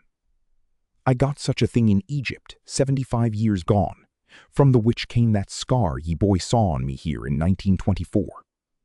As I told you long ago, do not call up that which you cannot put down, either from dead salts or out of ye spheres beyond.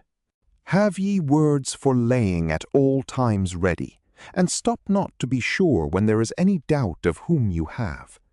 Stones are all changed now in 9 grounds out of 10. You are never sure till you question. I this day heard from H, who has had trouble with the soldiers. He is like to be sorry Transylvania is passed from Hungary to Romania, and would change his seat if the castle weren't so full of what we know. But of this he hath doubtless writ you. In my next sending there will be somewhat from a hill tomb from ye east that will delight you greatly. Meanwhile, forget not I am desirous of B.F. if you can possibly get him for me. You know G in Philadelphia better than I. Have him up first, if you will, but do not use him so hard he will be difficult, for I must speak to him in ye end. Yogsothoth, Neblod, Zin, Simon O. To Mr. J.C. in Providence. Mr. Ward and Dr. Willett paused in utter chaos before this apparent bit of unrelieved insanity. Only by degrees did they absorb what it seemed to imply. So the absent Dr. Allen and not Charles Ward had come to be the leading spirit at Pawtuxet. That must explain the wild reference and denunciation in the youth's last frantic letter. And what of this addressing of the bearded and spectacled stranger as Mr. J.C.? There was no escaping the inference, but there are limits to possible monstrosity. Who was Simon O? The old man Ward had visited in Prague 4 years previously? Perhaps, but in the centuries behind, there had been another Simon O. Simon Orne, alias Jedediah, of Salem, who vanished in 1771, and whose peculiar handwriting Dr. Willett now unmistakably recognized from the photostatic copies of the Orne formulae which Charles had once shewn him. What horrors and mysteries, what contradictions and contraventions of nature had come back after a century and a half to harass old Providence with her clustered spires and domes. The father and the old physician, virtually at a loss what to do or think, went to see Charles at the hospital and questioned him as delicately as they could about Dr. Allen and the Prague visit, and about what he had learned of Simon or Jedediah Orne of Salem. To all these inquiries, the youth was politely non-committal, merely barking in his hoarse whisper that he had found Dr. Allen to have a remarkable spiritual rapport with certain souls from the past, and that any correspondent that the bearded man might have in Prague would probably be similarly gifted. When they left, Mr. Ward and Dr. Willett realized to their chagrin that they had really been the ones under catechism, and that without imparting anything vital himself, the confined youth had adroitly pumped them of everything the Prague letter had contained. Doctors Peck, Waite, and Lyman were not inclined to attach much importance to the strange correspondence of young Ward's companion, for they knew the tendency of kindred eccentrics and monomaniacs to band together, and believed that Charles or Allen had merely unearthed an expatriated counterpart, perhaps one who had seen Orne's handwriting and copied it in an attempt to pose as the bygone character's reincarnation. Allen himself was perhaps a similar case, and may have persuaded the youth into accepting him as an avatar of the long-dead Curwen. Such things had been known before, and on the same basis the hard-headed doctors disposed of Willett's growing disquiet about Charles Ward's present handwriting, as studied from unpremeditated specimens obtained by various ruses. Willett thought he had placed its odd familiarity at last, and that what it vaguely resembled was the bygone penmanship of old Joseph Curwen himself. But this the other physicians regarded as a phase of imitativeness, only to be expected in a mania of this sort, and refused to grant it any importance, either favorable or unfavorable. Recognizing this prosaic attitude in his colleagues, Willett advised Mr. Ward to keep to himself the letter which arrived for Dr. Allen on the 2nd of April from Raucus, Transylvania, in a handwriting so intensely and fundamentally like that of the Hutchinson cipher that both father and physician paused in awe before breaking the seal. This read as follows. Castle Firenze, 7 March 1928. Dear C. Had a squad of 20 militia up to talk about what the country folk say. Must dig deeper and have less herd. These Romanians plague one damnably, being officious and particular, where you could buy a Magyar off with a drink and food. Last month, M. got me ye sarcophagus of ye 5 sphinxes from ye Acropolis, where he whom I called up said it would be, and I have had 3 talks with what was therein inhumed. It will go to S.O. in Prague directly, and thence to you. It is stubborn, but you know ye way with such. You show wisdom in having less about than before, for there was no need to keep the guards in shape and eaten off their heads, and it made much to be found in case of trouble, as you too well know. You can now move and work elsewhere, with no killing trouble if needful, though I hope nothing will soon force you to so bothersome a course. I rejoice that you traffic not so much with those outside, for there was ever a mortal peril in it, and you are sensible what it did when you asked protection of one not disposed to give it. You excel me in getting ye formulae so another may say them with success, but Borellus fancied it would be so if just ye right words were had. Does he boy use 'em often? I regret that he grows squeamish, as I feared he would when I had him here nigh 15 months, but am sensible you know how to deal with him. You can't say him down with ye formula, for that will work only upon such as ye other formula hath called up from salts. But you still have strong hands, and knife, and pistol, and graves are not hard to dig, nor acids loath to burn. O says you have promised him B.F. I must have him after. B goes to you soon, and may he give you what you wish of that dark thing below Memphis. Employ care in what you call up, and beware of ye boy. It will be ripe in a year's time to have up ye legions from underneath, and then there are no bounds to what shall be ours. Have confidence in what I say, for you know O and I have had these 150 years more than you to consult these matters in. For J. Curwen, Esquire, Providence. But if Willett and Mr. Ward refrained from showing this letter to the alienists, they did not refrain from acting upon it themselves.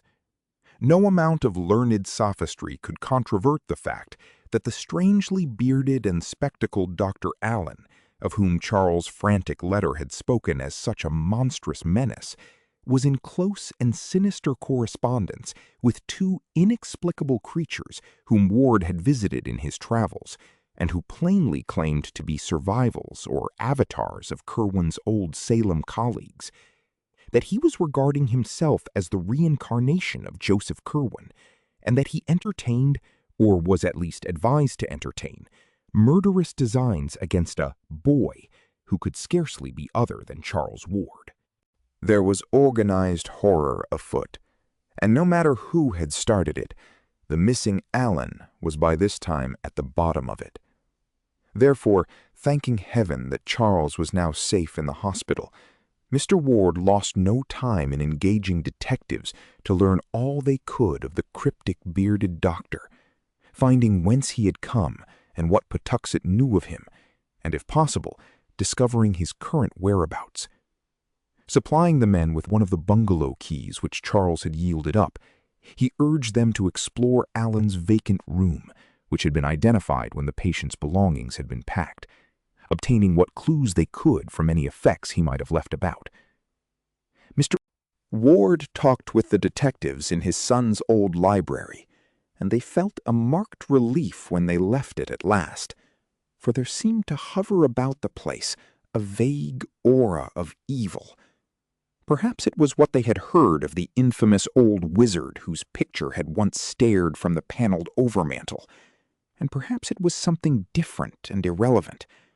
But in any case, they all half-sensed an intangible miasma which centered in that carven vestige of an older dwelling, and which at times almost rose to the intensity of a material emanation. 5. A nightmare and a cataclysm.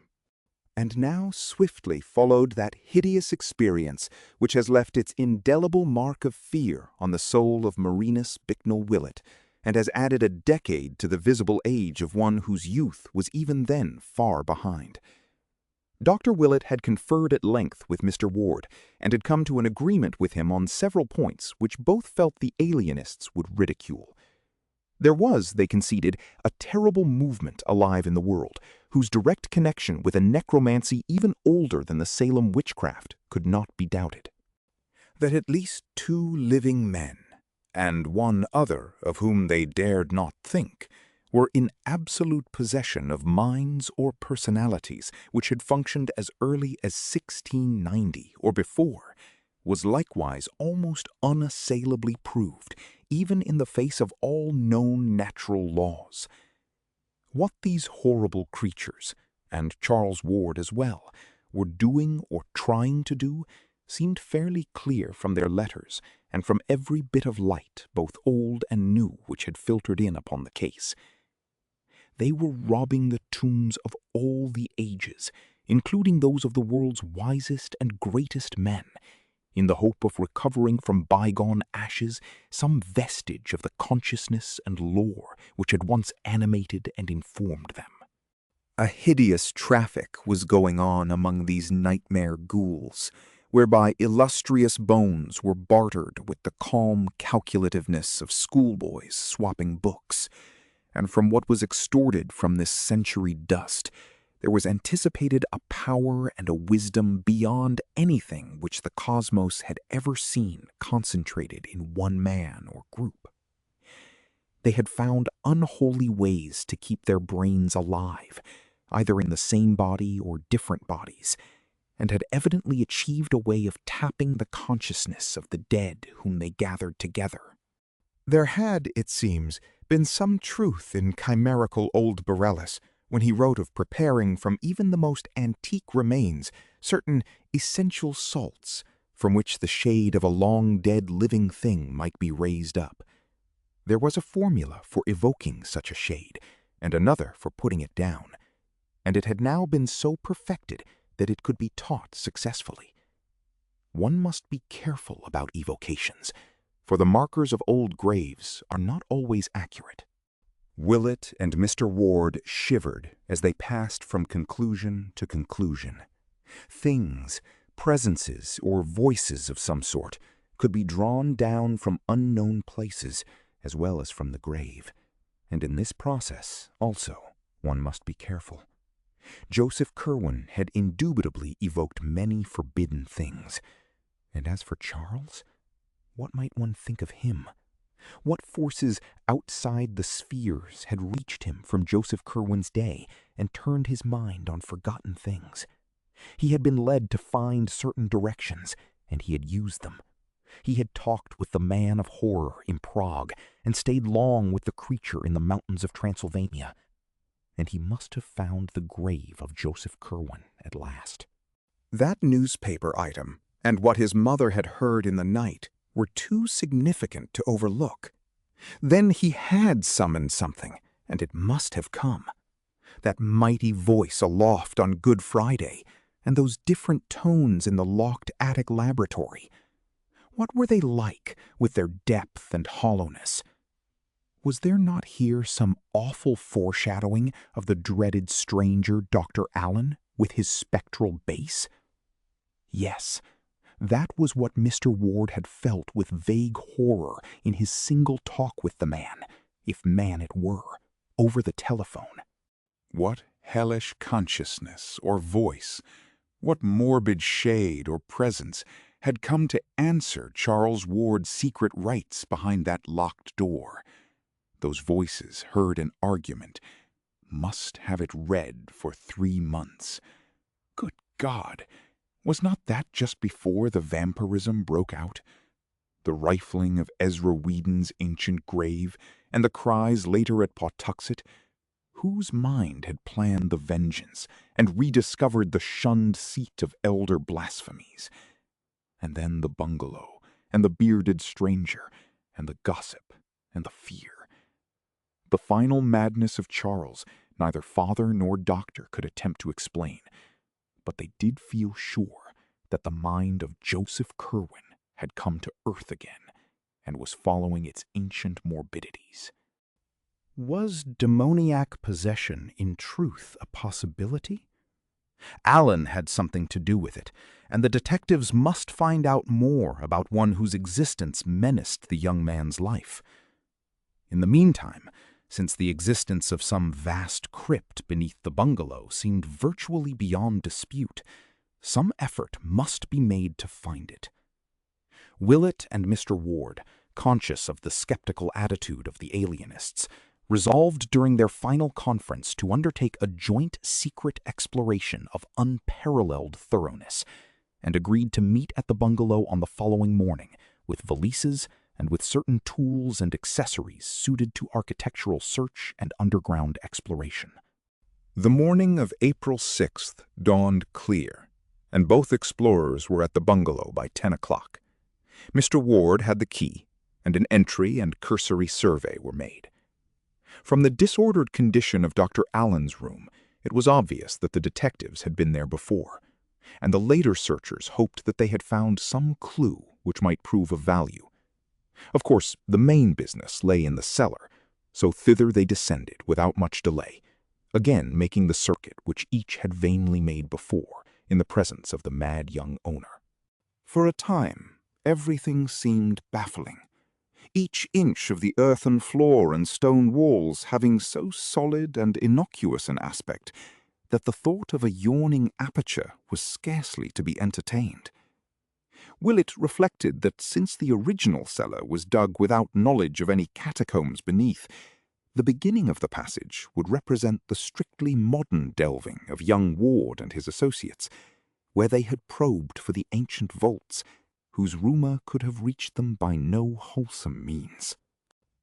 The doctor tried to put himself in Charles' place and see how a delver would be likely to start, but could not gain much inspiration from this method. Then he decided on elimination as a policy, and went carefully over the whole subterranean surface, both vertical and horizontal, trying to account for every inch separately.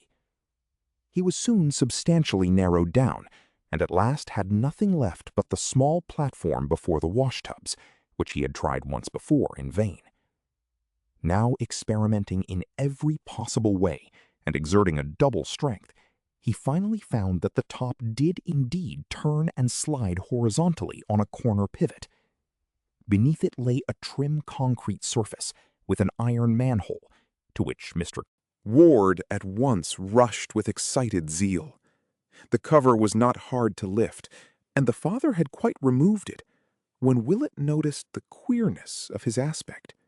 He was swaying and nodding dizzily, and in the gust of noxious air which swept up from the black pit beneath, the doctor soon recognized ample cause.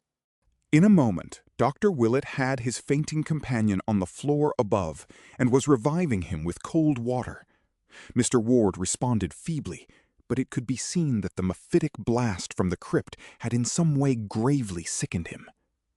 Wishing to take no chances, Willett hastened out to Broad Street for a taxicab, and had soon dispatched the sufferer home despite his weak-voiced protests, after which he produced an electric torch, covered his nostrils with a band of sterile gauze, and descended once more to peer into the new-found depths.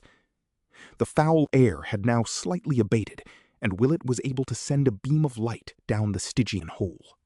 For about 10 feet, he saw, it was a sheer cylindrical drop with concrete walls and an iron ladder, after which the hole appeared to strike a flight of old stone steps, which must originally have emerged to earth somewhat southward of the present building.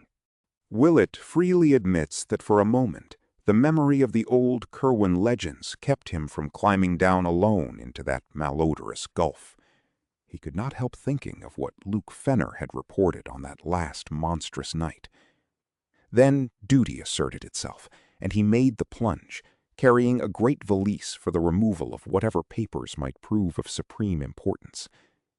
Slowly, as befitted one of his years, he descended the ladder and reached the slimy steps below. This was ancient masonry, his torch told him, and upon the dripping walls he saw the unwholesome moss of centuries. Down, down ran the steps, not spirally, but in 3 abrupt turns, and with such narrowness that 2 men could have passed only with difficulty. He had counted about 30, when a sound reached him very faintly, and after that he did not feel disposed to count any more. It was a godless sound, one of those low-keyed, insidious outrages of nature which are not meant to be. To call it a dull wail, a doom-dragged whine, or a hopeless howl of chorused anguish and stricken flesh without mind, would be to miss its most quintessential loathsomeness and soul-sickening overtones. Was it for this that Ward had seemed to listen on that day he was removed?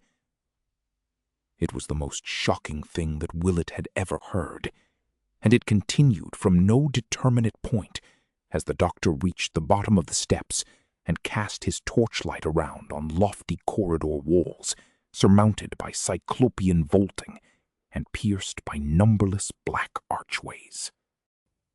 The hall in which he stood was perhaps 14 feet high to the middle of the vaulting, and 10 or 12 feet broad.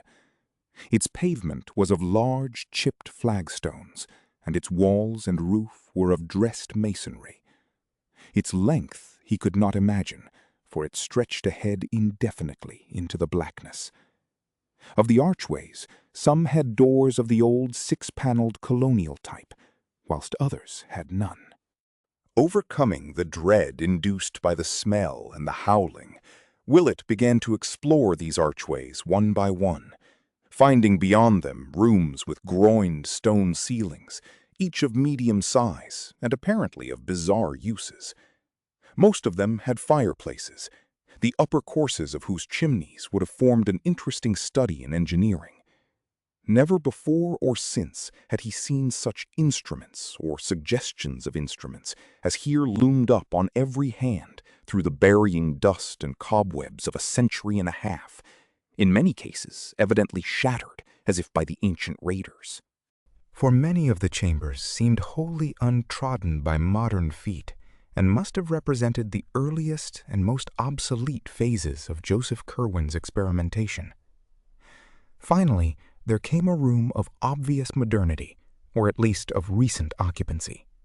There were oil heaters, bookshelves and tables, chairs and cabinets, and a desk piled high with papers of varying antiquity and contemporaneousness. Candlesticks and oil lamps stood about in several places, and finding a match safe handy, Willett lighted such as were ready for use. In the fuller gleam, it appeared that this apartment was nothing less than the latest study or library of Charles Ward. Of the books, the doctor had seen many before, and a good part of the furniture had plainly come from the Prospect Street mansion. Here and there was a piece well known to Willett, and the sense of familiarity became so great that he half forgot the noisomeness and the wailing, both of which were plainer here than they had been at the foot of the steps. His first duty, as planned long ahead, was to find and seize any papers which might seem of vital importance, especially those portentous documents found by Charles so long ago behind the picture in Olney Court. As he searched, he perceived how stupendous a task the final unraveling would be, for file on file was stuffed with papers in curious hands and bearing curious designs, so that months or even years might be needed for a thorough deciphering and editing. Once he found large packets of letters with Prague and raucous postmarks, and in writing clearly recognizable as Orne's and Hutchinson's, all of which he took with him as part of the bundle to be removed in his valise. At last, in a locked mahogany cabinet once gracing the Ward home, Willett found the batch of old Curwen papers, recognizing them from the reluctant glimpse Charles had granted him so many years ago.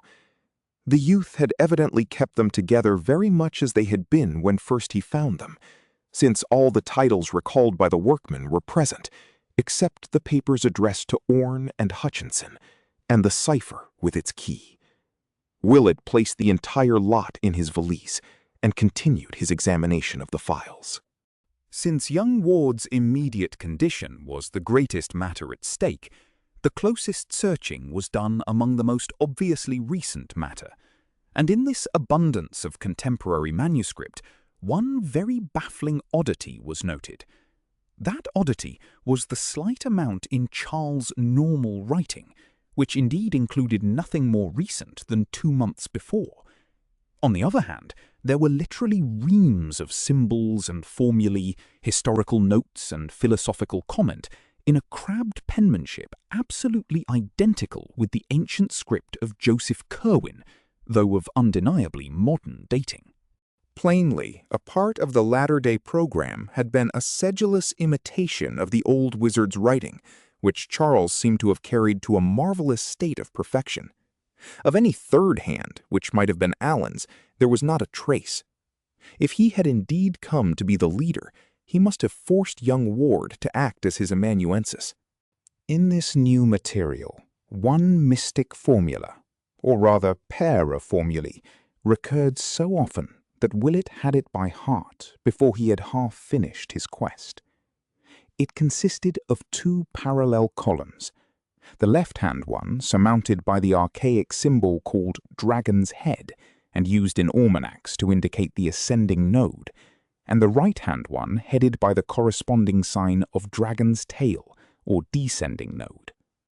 The appearance of the whole was something like this, and almost unconsciously, the doctor realized that the second half was no more than the first written syllabically backward, with the exception of the final monosyllables and of the odd name Yog-Sothoth, which he had come to recognize under various spellings from other things he had seen in connection with this horrible matter. The formulae were as follows, exactly so, as Willett is abundantly able to testify, and the first one struck an odd note of uncomfortable latent memory in his brain, which he recognized later when reviewing the events of that horrible Good Friday of the previous year. So haunting were these formulae, and so frequently did he come upon them, that before the doctor knew it, he was repeating them under his breath. Eventually, however, he felt he had secured all the papers he could digest to advantage for the present, hence resolved to examine no more till he could bring the skeptical alienists en masse for an ample and more systematic raid. He had still to find the hidden laboratory, so leaving his valise in the lighted room, he emerged again into the black, noisome corridor, whose vaulting echoed ceaselessly with that dull and hideous whine. The next few rooms he tried were all abandoned, or filled only with crumbling boxes and ominous-looking leaden coffins, but impressed him deeply with the magnitude of Joseph Curwen's original operations. He thought of the slaves and seamen who had disappeared, of the graves which had been violated in every part of the world, and of what that final raiding party must have seen. And then he decided it was better not to think any more. Once a great stone staircase mounted at his right, and he deduced that this must have reached to one of the Curwen outbuildings, perhaps the famous stone edifice with the high slit-like windows, provided the steps he had descended had led from the steep-roofed farmhouse. Suddenly, the walls seemed to fall away ahead, and the stench and the wailing grew stronger. Willett saw that he had come upon a vast open space, so great that his torchlight would not carry across it, and as he advanced, he encountered occasional stout pillars supporting the arches of the roof. After a time, he reached a circle of pillars grouped like the monoliths of Stonehenge, with a large carved altar on a base of 3 steps in the center. And so curious were the carvings on that altar that he approached to study them with his electric light. But when he saw what they were, he shrank away, shuddering, and did not stop to investigate the dark stains which discolored the upper surface and had spread down the sides in occasional thin lines. Instead, he found the distant wall and traced it as it swept around in a gigantic circle, perforated by occasional black doorways and indented by a myriad of shallow cells with iron gratings, and wrist and ankle bonds on chains fastened to the stone of the concave rear masonry. These cells were empty, but still the horrible odor and the dismal moaning continued, more insistent now than ever, and seemingly varied at times by a sort of slippery thumping. From that frightful smell and that uncanny noise, Willett's attention could no longer be diverted. Both were plainer and more hideous in the great pillared hall than anywhere else, and carried a vague impression of being far below, even in this dark netherworld of subterrene mystery. Before trying any of the black archways for steps leading further down, the doctor cast his beam of light about the stone-flagged floor. It was very loosely paved, and at irregular intervals there would occur a slab curiously pierced by small holes in no definite arrangement, while at one point there lay a very long ladder carelessly flung down. To this ladder, singularly enough, appeared to cling a particularly large amount of the frightful odor which encompassed everything. As he walked slowly about, it suddenly occurred to Willett that both the noise and the odor seemed strongest directly above the oddly pierced slabs, as if they might be crude trapdoors leading down to some still deeper region of horror. Kneeling by one, he worked at it with his hands, and found that with extreme difficulty he could budge it. At his touch, the moaning beneath ascended to a louder key, and only with vast trepidation did he persevere in the lifting of the heavy stone. A stench unnameable now rose from below, and the doctor's head reeled dizzily as he laid back the slab and turned his torch upon the exposed square yard of gaping blackness. If he had expected a flight of steps to some wide gulf of ultimate abomination, Willett was destined to be disappointed, for amidst that foiter and cracked whining, he discerned only the brick-faced top of a cylindrical well, perhaps 1.5 yards in diameter, and devoid of any ladder or other means of descent. As the light shone down, The wailing changed suddenly to a series of horrible yelps, in conjunction with which there came again that sound of blind, futile scrambling and slippery thumping. The explorer trembled, unwilling even to imagine what noxious thing might be lurking in that abyss, but in a moment mustered up the courage to peer over the rough-hewn brink, lying at full length and holding the torch downward at arm's length to see what might lie below. For a second he could distinguish nothing but the slimy, moss-grown brick walls sinking illimitably into that half-tangible miasma of murk and foulness and anguished frenzy. And then he saw that something dark was leaping clumsily and frantically up and down at the bottom of the narrow shaft, which must have been from 20 to 25 feet below the stone floor where he lay. The torch shook in his hand, but he looked again to see what manner of living creature might be immured there in the darkness of that unnatural well, left starving by young Ward through all the long months since the doctors had taken him away, and clearly only one of a vast number prisoned in the kindred wells, whose pierced stone covers so thickly studded the floor of the great vaulted cavern. Whatever the things were, they could not lie down in their cramped spaces, but must have crouched and whined and waited and feebly leaped all those hideous weeks since their master had abandoned them unheeded.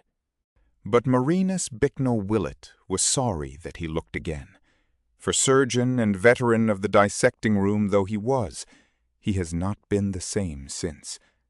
It is hard to explain just how a single sight of a tangible object with measurable dimensions could so shake and change a man, and we may only say that there is about certain outlines and entities a power of symbolism and suggestion which acts frightfully on a sensitive thinker's perspective, and whispers terrible hints of obscure cosmic relationships and unnameable realities behind the protective illusions of common vision.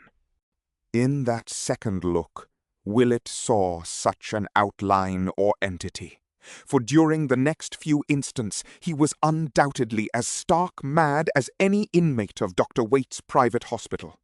He dropped the electric torch from a hand drained of muscular power or nervous coordination, nor heeded the sound of crunching teeth which told of its fate at the bottom of the pit. He screamed and screamed and screamed in a voice whose falsetto panic no acquaintance of his would ever have recognized.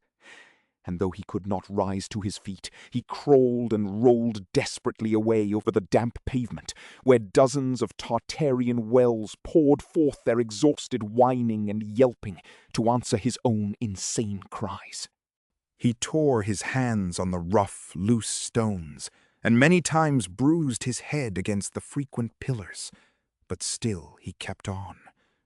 Then, at last, he slowly came to himself in the utter blackness and stench, and stopped his ears against the droning wail into which the burst of yelping had subsided.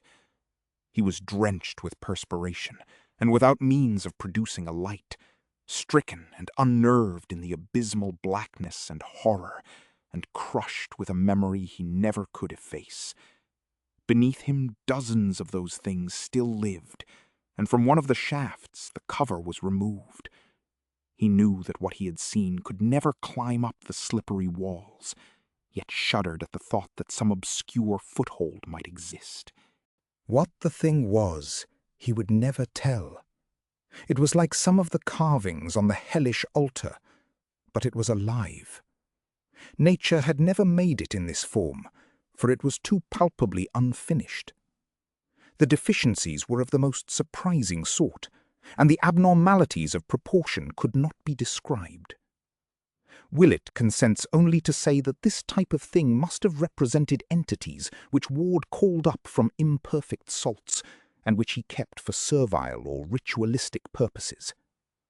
If it had not had a certain significance, its image would not have been carved on that damnable stone. It was not the worst thing depicted on that stone, but Willett never opened the other pits. At the time, The first connected idea in his mind was an idle paragraph from some of the old Curwen data he had digested long before, a phrase used by Simon or Jedediah Orne in that portentous confiscated letter to the bygone sorcerer. Certainly, there was nothing but ye liveliest awfulness in that which H raised up from what he could gather only a part of. Then, horribly supplementing rather than displacing this image, there came a recollection of those ancient lingering rumors anent the burned and twisted thing found in the fields a week after the Curwen raid. Charles Ward had once told the doctor what old Slocum said of that object, that it was neither thoroughly human nor wholly allied to any animal which Pawtuxet folk had ever seen or read about. These words hummed in the doctor's mind as he rocked to and fro, squatting on the nitrous stone floor. He tried to drive them out and repeated the Lord's Prayer to himself, eventually trailing off into a mnemonic hodgepodge like the modernistic wasteland of Mr. T.S. Eliot, and finally reverting to the oft-repeated dual formula he had lately found in Ward's underground library. Yea-nga, Yog Sothoth, and so on till the final underlined Zro. It seemed to soothe him, and he staggered to his feet after a time, lamenting bitterly his fright-lost torch and looking wildly about for any gleam of light in the clutching inkiness of the chilly air. Think he would not, but he strained his eyes in every direction for some faint glint or reflection of the bright illumination he had left in the library. After a while, he thought he detected a suspicion of a glow infinitely far away, and toward this he crawled in agonized caution on hands and knees amidst the stench and howling, always feeling ahead lest he collide with the numerous great pillars or stumble into the abominable pit he had uncovered. Once, his shaking fingers touched something which he knew must be the steps leading to the hellish altar, and from this spot he recoiled in loathing. At another time, he encountered the pierced slab he had removed, and here his caution became almost pitiful. But he did not come upon the dread aperture after all, nor did anything issue from that aperture to detain him. What had been down there made no sound nor stir. Evidently its crunching of the fallen electric torch had not been good for it. Each time Willett's fingers felt a perforated slab, he trembled. His passage over it would sometimes increase the groaning below, but generally it would produce no effect at all, since he moved very noiselessly. Several times during his progress, the glow ahead diminished perceptibly, and he realized that the various candles and lamps he had left must be expiring one by one. The thought of being lost in utter darkness, without matches, amidst this underground world of nightmare labyrinths, impelled him to rise to his feet and run, which he could safely do now that he had passed the open pit. For he knew that once the light failed, his only hope of rescue and survival would lie in whatever relief party Mr. Ward might send after missing him for a sufficient period. Presently, however, he emerged from the open space into the narrower corridor, and definitely located the glow as coming from a door on his right. In a moment he had reached it, and was standing once more in young Ward's secret library, trembling with relief, and watching the sputterings of that last lamp which had brought him to safety. In another moment, he was hastily filling the burned-out lamps from an oil supply he had previously noticed. And when the room was bright again, he looked about to see if he might find a lantern for further exploration. For racked though he was with horror, his sense of grim purpose was still uppermost, and he was firmly determined to leave no stone unturned in his search for the hideous facts behind Charles Ward's bizarre madness. Failing to find a lantern, he chose the smallest of the lamps to carry, also filling his pockets with candles and matches, and taking with him a gallon can of oil, which he proposed to keep for reserve use in whatever hidden laboratory he might uncover beyond the terrible open space with its unclean altar and nameless covered wells. To traverse that space again would require his utmost fortitude, but he knew it must be done. Fortunately, neither the frightful altar nor the open shaft was near the vast cell-indented wall which bounded the cavern area, and whose black, mysterious archways would form the next goals of a logical search. So Willett went back to that great pillared hall of stench and anguished howling, turning down his lamp to avoid any distant glimpse of the hellish altar or of the uncovered pit with the pierced stone slab beside it. Most of the black doorways led merely to small chambers, some vacant and some evidently used as storerooms, and in several of the latter he saw some very curious accumulations of various objects.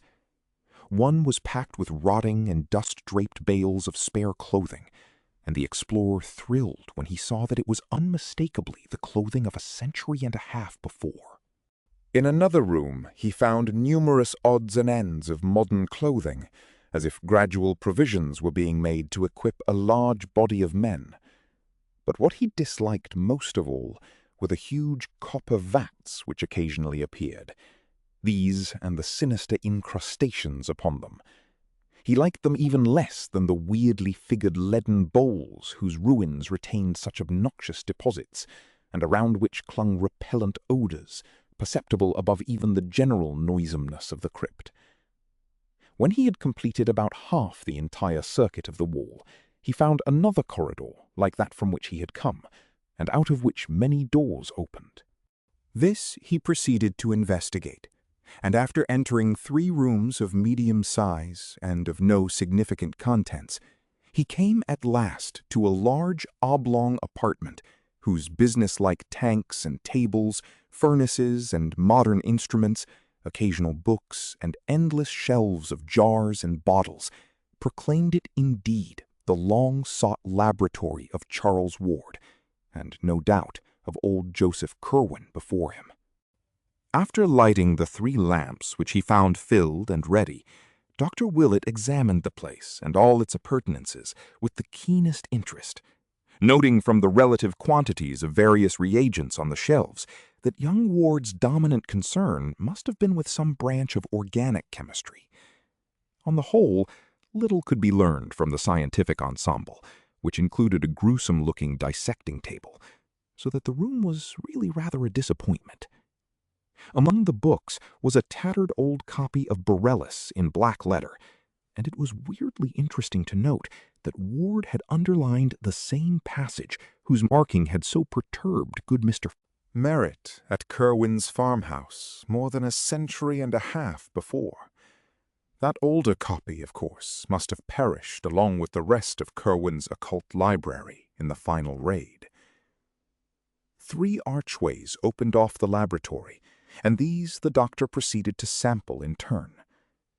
From his cursory survey, he saw that 2 led merely to small storerooms, but these he canvassed with care, remarking the piles of coffins in various stages of damage, and shuddering violently at 2 or 3 of the few coffin plates he could decipher. There was much clothing also stored in these rooms, and several new and tightly nailed boxes which he did not stop to investigate. Most interesting of all, perhaps, were some odd bits which he judged to be fragments of old Joseph Curwen's laboratory appliances. These had suffered damage at the hands of the raiders, but were still partly recognizable as the chemical paraphernalia of the Georgian period. The 3rd archway led to a very sizable chamber, entirely lined with shelves, and having in the center a table bearing 2 lamps.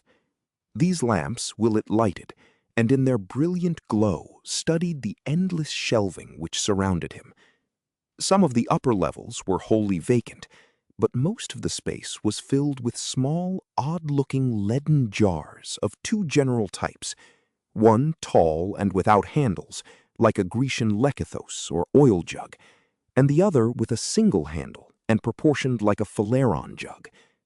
All had metal stoppers, and were covered with peculiar-looking symbols molded in low relief.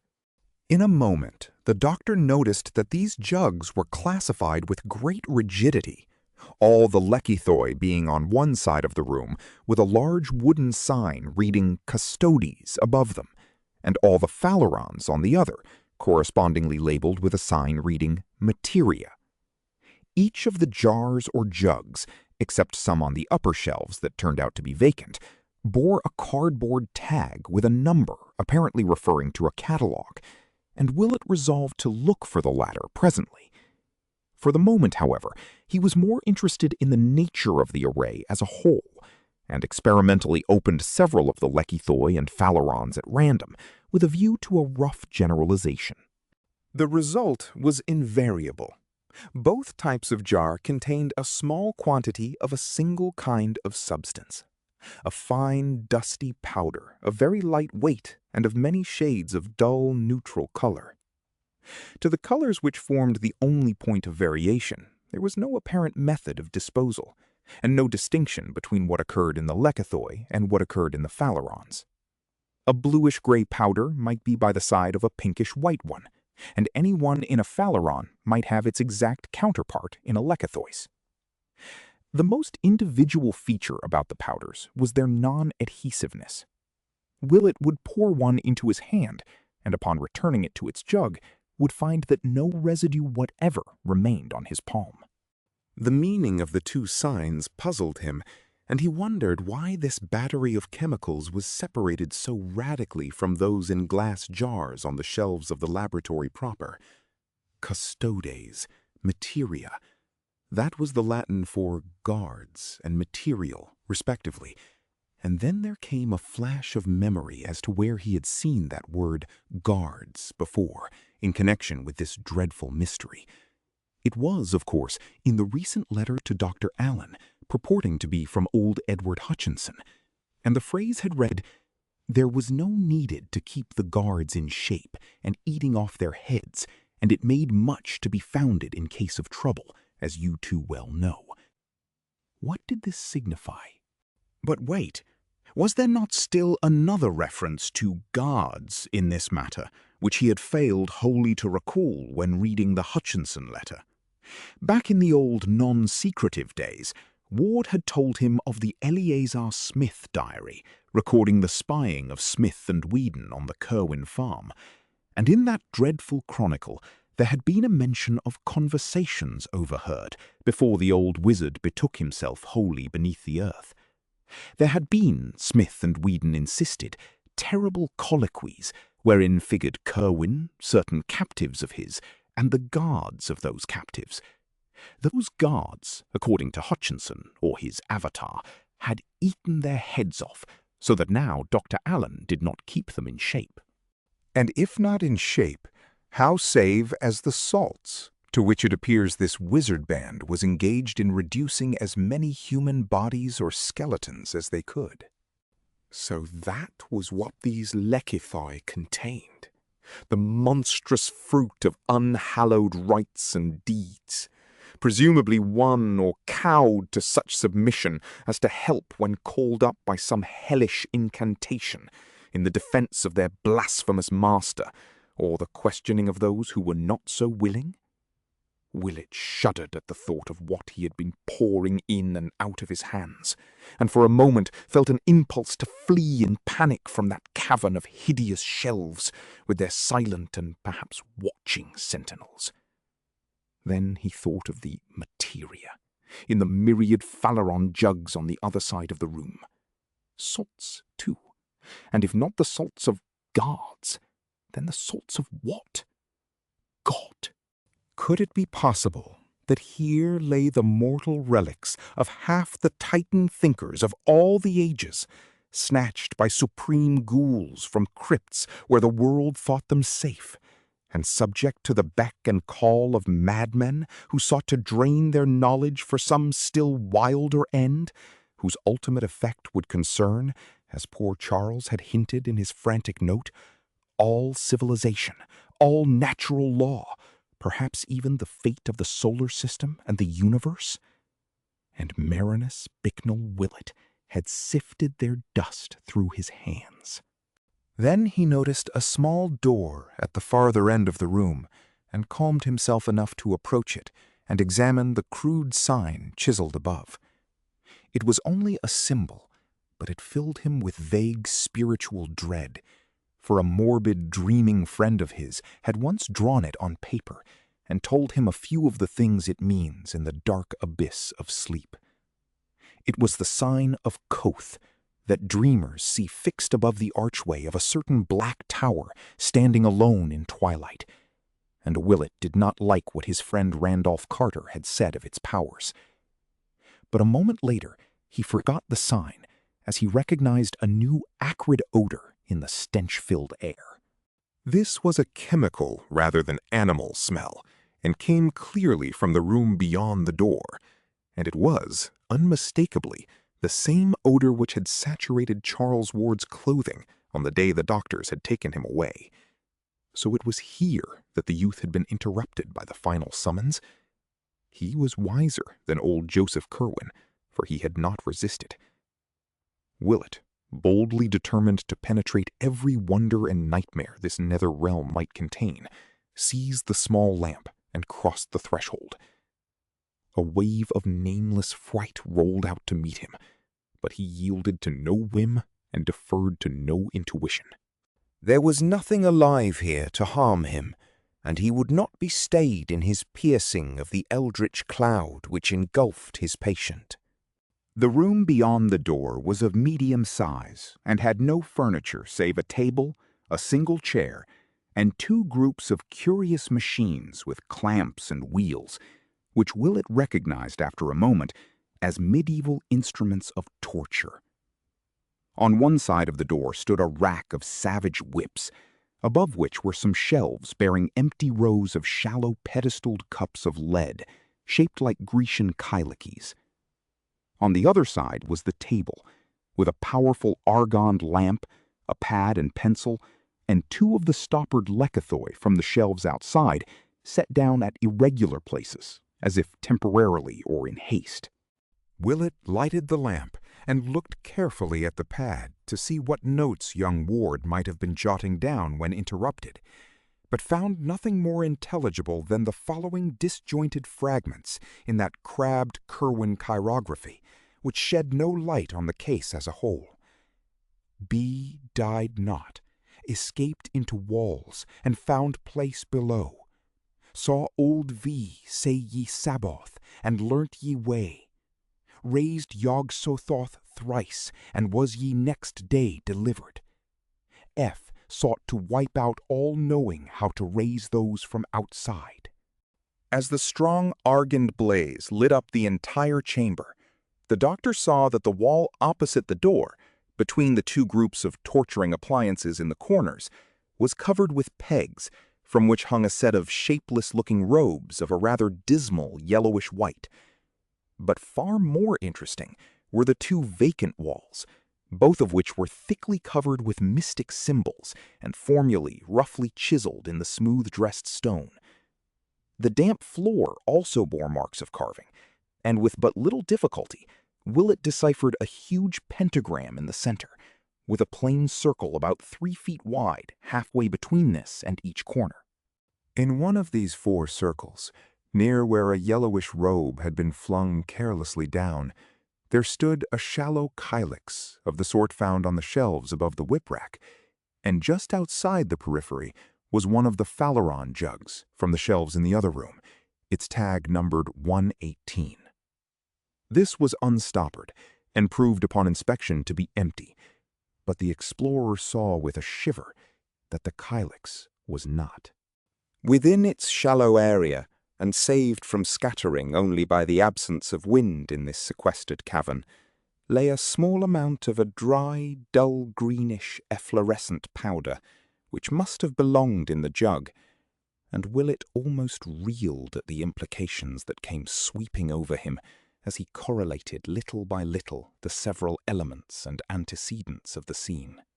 The whips and the instruments of torture, the dust or salts from the jug of materia, the 2 lekythoi from the custode's shelf, the robes, the formulae on the walls, the notes on the pad, the hints from letters and legends, and the 1,000 glimpses, doubts, and suppositions which had come to torment the friends and parents of Charles Ward. All these engulfed the doctor in a tidal wave of horror as he looked at that dry, greenish powder outspread in the pedestaled leaden calyx on the floor. With an effort, however, Willett pulled himself together and began studying the formulae chiseled on the walls. From the stained and encrusted letters, it was obvious that they were carved in Joseph Curwen's time, and their text was such as to be vaguely familiar to one who had read much Curwen material or delved extensively into the history of magic. One the doctor clearly recognized as what Mrs. Ward heard her son chanting on that ominous Good Friday a year before, and what an authority had told him was a very terrible invocation addressed to secret gods outside the normal spheres. It was not spelt here exactly as Mrs. Ward had set it down from memory, nor yet as the authority had shown it to him in the forbidden pages of Eliphas Levi, but its identity was unmistakable, and such words as Sabbath, Metraton, Almonsin, and Zeriat Natmik sent a shudder of fright through the searcher who had seen and felt so much of cosmic abomination just around the corner. This was on the left-hand wall as one entered the room. The right-hand wall was no less thickly inscribed, and Willett felt a start of recognition as he came upon the pair of formulae so frequently occurring in the recent notes in the library. They were, roughly speaking, the same, with the ancient symbols of dragon's head and dragon's tail heading them as in Ward's scribblings. But the spelling differed quite widely from that of the modern versions, as if old Curwen had had a different way of recording sound, or as if later study had evolved more powerful and perfected variants of the invocations in question. The doctor tried to reconcile the chiseled version with the one which still ran persistently in his head, and found it hard to do. Where the script he had memorized began, Ye Nga Yog Sothoth, this epigraph started out as I Kngeya Yoj Sothotha, which to his mind would seriously interfere with the syllabification of the second word. Ground as the later text was into his consciousness, the discrepancy disturbed him, and he found himself chanting the first of the formulae aloud in an effort to square the sound he conceived with the letters he found carved. Weird and menacing in that abyss of antique blasphemy rang his voice, its accents keyed to a droning sing-song, either through the spell of the past and the unknown, or through the hellish example of that dull, godless wail from the pits, whose inhuman cadences rose and fell rhythmically in the distance through the stench and darkness. But what was this cold wind which had sprung into life at the very outset of the chant? The lamps were sputtering woefully, and the gloom grew so dense that the letters on the wall nearly faded from sight. There was smoke, too, and an acrid odor which quite drowned out the stench from the faraway wells, an odor like that he had smelt before, yet infinitely stronger and more pungent. He turned from the inscriptions to face the room with its bizarre contents, and saw that the calyx on the floor, in which the ominous efflorescent powder had lain, was giving forth a cloud of thick greenish-black vapor of surprising volume and opacity. That powder! Great God! It had come from the shelf of materia. What was it doing now, and what had started it? The formula he had been chanting, the first of the pair, dragon's head, ascending node, blessed Savior. Could it be? The doctor reeled, and through his head raced wildly disjointed scraps from all he had seen, heard, and read of the frightful case of Joseph Curwen and Charles Dexter Ward. I say to you again, do not call up any that you cannot put down.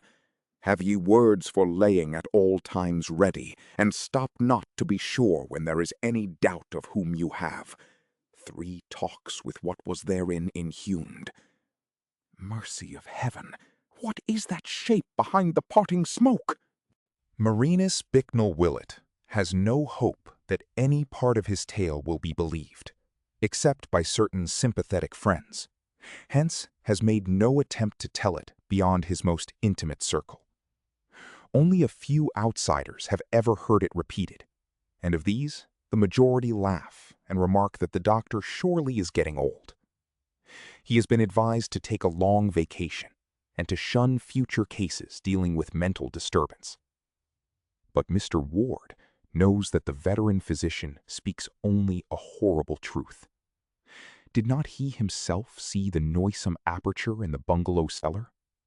Did not Willett send him home, overcome and ill, at 11 o'clock that portentous morning?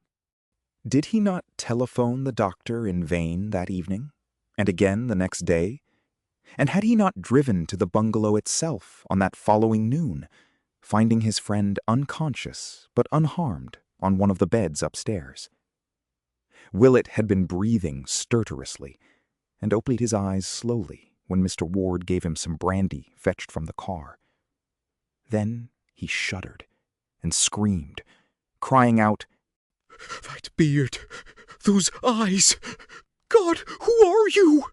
A very strange thing to say to a trim, blue-eyed, clean-shaven gentleman whom he had known from the latter's boyhood. In the bright noon sunlight, the bungalow was unchanged since the previous morning. Willett's clothing bore no disarrangement beyond certain smudges and worn places at the knees, and only a faint, acrid odor reminded Mr. Ward of what he had smelt on his son that day he was taken to the hospital. The doctor's flashlight was missing, but his valise was safely there, as empty as when he had brought it. Before indulging in any explanations, and obviously with great moral effort, Willett staggered dizzily down to the cellar and tried the fateful platform before the tubs. It was unyielding. Crossing to where he had left his yet unused tool satchel the day before, he obtained a chisel and began to pry up the stubborn planks one by one. Underneath, the smooth concrete was still visible, but of any opening or perforation there was no longer a trace. Nothing yawned this time to sicken the mystified father who had followed the doctor downstairs. Only the smooth concrete underneath the planks. No noisome well, no world of subterrane horrors, no secret library, no Curwen papers, no nightmare pits of stench and howling, no laboratory or shelves or chiseled formulae. No. Dr. Willett turned pale and clutched at the younger man. "Yesterday," he asked softly, "did you see it, hear, and smell it?" And when Mr. Ward, himself transfixed with dread and wonder, found strength to nod an affirmative, the physician gave a sound half a sigh and half a gasp, and nodded in turn. "Then I will tell you," he said. So, for an hour, in the sunniest room they could find upstairs, the physician whispered his frightful tale to the wondering father. There was nothing to relate beyond the looming up of that form when the greenish-black vapor from the kylix parted, and Willett was too tired to ask himself what had really occurred. There were futile, bewildered head-shakings from both men, and once Mr. Ward ventured a hushed suggestion. "Do you suppose it would be of any use to dig?" The doctor was silent, for it seemed hardly fitting for any human brain to answer when powers of unknown spheres had so vitally encroached on this side of the great abyss. Again, Mr. Ward asked, "But where did it go? It brought you here, you know, and it sealed up the hole somehow." And Willett again let silence answer for him. But after all, this was not the final phase of the matter. Reaching for his handkerchief before rising to leave, Dr. Willett's fingers closed upon a piece of paper in his pocket, which had not been there before, and which was companioned by the candles and matches he had seized in the vanished vault. It was a common sheet, torn obviously from the cheap pad in that fabulous room of horror somewhere underground, and the writing upon it was that of an ordinary lead pencil, doubtless the one which had lain beside the pad. It was folded very carelessly, and beyond the faint acrid scent of the cryptic chamber, bore no print or mark of any world but this. But in the text itself, it did indeed reek with wonder. For here was no script of any wholesome age, but the labored strokes of medieval darkness, scarcely legible to the layman who now strained over it, yet having combinations of symbols which seemed vaguely familiar. The briefly scrawled message was this, and its mystery lent purpose to the shaken pair, who forthwith walked steadily out to the ward car and gave orders to be driven first to a quiet dining place and then to the John Hay Library on the hill. At the library, it was easy to find good manuals of paleography, and over these the two men puzzled till the lights of evening shone out from the great chandelier. In the end, they found what was needed. The letters were indeed no fantastic invention, but the normal script of a very dark period. They were the pointed Saxon minuscules of the 8th or 9th century A.D., and brought with them memories of an uncouth time, when under a fresh Christian veneer, ancient faiths and ancient rites stirred stealthily, and the pale moon of Britain looked sometimes on strange deeds in the Roman ruins at Caerleon and Hexhouse, and by the towers along Hadrian's crumbling wall. The words were in such Latin as a barbarous age might remember. Corvinus necandos est, cadaver aqua forti dissolvendum, nec aliquid retinendum, tace ut potes, which may roughly be translated, Curwen must be killed. The body must be dissolved in aqua fortis, nor must anything be retained. Keep silence as best you are able. Willett and Mr. Ward were mute and baffled. They had met the unknown and found that they lacked emotions to respond to it as they vaguely believed they ought. With Willett especially, the capacity for receiving fresh impressions of awe was well nigh exhausted, and both men sat still and helpless till the closing of the library forced them to leave. Then they drove listlessly to the Ward mansion in Prospect Street and talked to no purpose into the night. The doctor rested toward morning, but did not go home, and he was still there Sunday noon when a telephone message came from the detectives who had been assigned to look up Dr. Allen. Mr. Ward, who was pacing nervously about in a dressing gown, answered the call in person and told the men to come up early the next day when he heard their report was almost ready. Both Willett and he were glad that this phase of the matter was taking form, for whatever the origin of the strange minuscule message, it seemed certain that the Curwen who must be destroyed could be no other than the bearded and spectacled stranger. Charles had feared this man, and had said in the frantic note that he must be killed and dissolved in acid.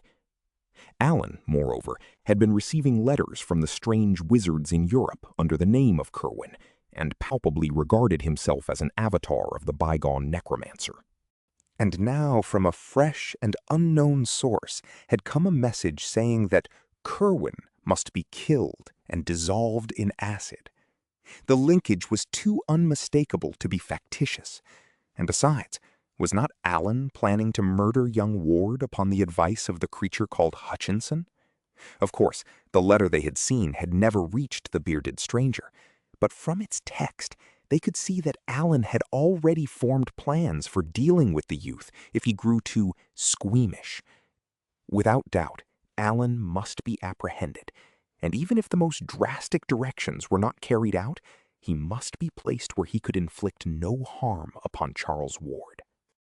That afternoon, hoping against hope to extract some gleam of information anent the inmost mysteries from the only available one capable of giving it, the father and the doctor went down the bay and called on young Charles at the hospital. Simply and gravely, Willett told him all he had found, and noticed how pale he turned as each description made certain the truth of the discovery. The physician employed as much dramatic effect as he could, and watched for a wincing on Charles' part when he approached the matter of the covered pits and the nameless hybrids within. But Ward did not wince. Willett paused, and his voice grew indignant as he spoke of how the things were starving. He taxed the youth with shocking inhumanity and shivered when only a sardonic laugh came in reply. For Charles, having dropped as useless his pretense that the crypt did not exist, seemed to see some ghastly jest in this affair, and chuckled hoarsely at something which amused him. Then he whispered, in accents doubly terrible because of the cracked voice he used, Damn 'em, they do eat, but they don't need to. That's the rare part. A month, you say, without food? Lud, sir, you be modest. Do you know, that was the joke on poor old Whipple with his virtuous bluster. Kill everything off, would he? Why, damme, he was half deaf with the noise from outside, and never saw or heard aught from the wells. He never dreamed they were there at all. Devil take ye, those cursed things have been howling down there ever since Curwen was done for, 157 years gone. But no more than this could Willett get from the youth. Horrified, yet almost convinced against his will, he went on with his tale, in the hope that some incident might startle his auditor out of the mad composure he maintained. Looking at the youth's face, the doctor could not but feel a kind of terror at the changes which recent months had wrought. Truly, the boy had drawn down nameless horrors from the skies. When the room with the formulae and the greenish dust was mentioned, Charles showed his first sign of animation.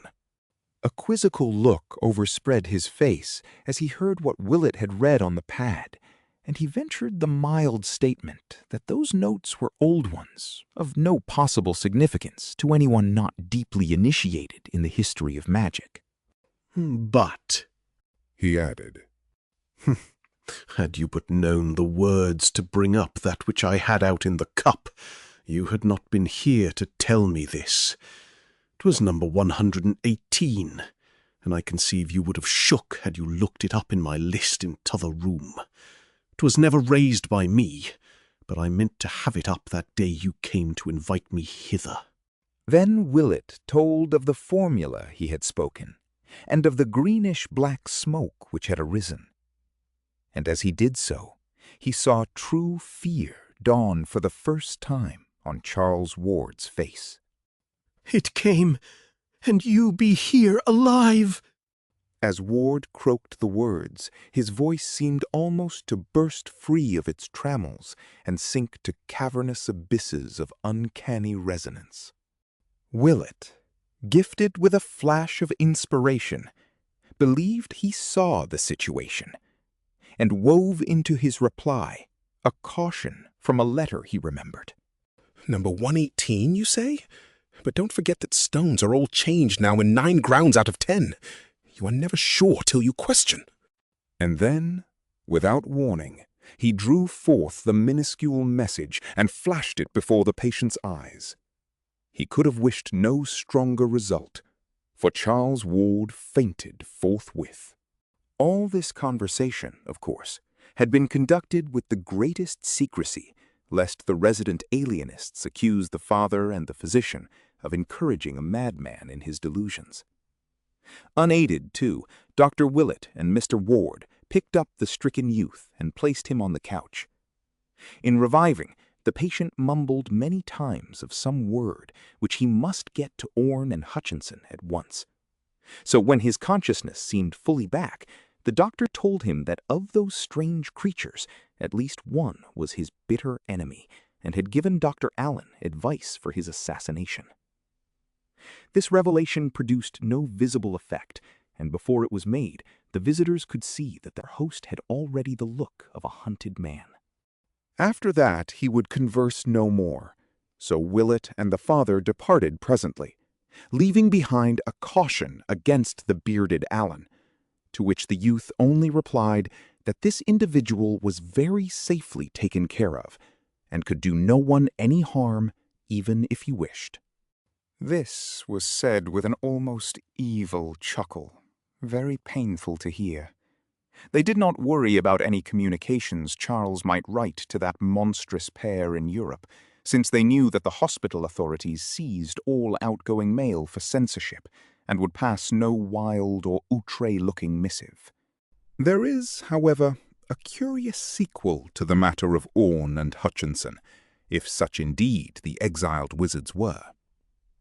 Moved by some vague presentiment amidst the horrors of that period, Willett arranged with an international press-cutting bureau for accounts of notable current crimes and accidents in Prague and in eastern Transylvania, and after 6 months believed that he had found 2 very significant things amongst the multifarious items he received and had translated. One was the total wrecking of a house by night in the oldest quarter of Prague, and the disappearance of the evil old man called Josef Nadej, who had dwelt in it alone ever since anyone could remember. The other was a Titan explosion in the Transylvania mountains east of Rakas, and the utter extirpation with all its inmates of the ill-regarded Castle Ferenczi, whose master was so badly spoken of by peasants and soldiery alike that he would shortly have been summoned to Bucharest for serious questioning, had not this incident cut off a career already so long as to antedate all common memory. Willett maintains that the hand which wrote those minuscules was able to wield stronger weapons as well, and that while Curwen was left to him to dispose of, the writer felt able to find and deal with Orne and Hutchinson itself. Of what their fate may have been, the doctor strives sedulously not to think. The following morning, Dr. Willett hastened to the Ward home to be present when the detectives arrived. Alan's destruction or imprisonment, or Curwen's, if one might regard the tacit claim to reincarnation as valid, he felt must be accomplished at any cost, and he communicated this conviction to Mr. Ward as they sat waiting for the men to come. They were downstairs this time, for the upper parts of the house were beginning to be shunned because of a peculiar nauseousness which hung indefinitely about, a nauseousness which the older servants connected with some curse left by the vanished Curwen portrait.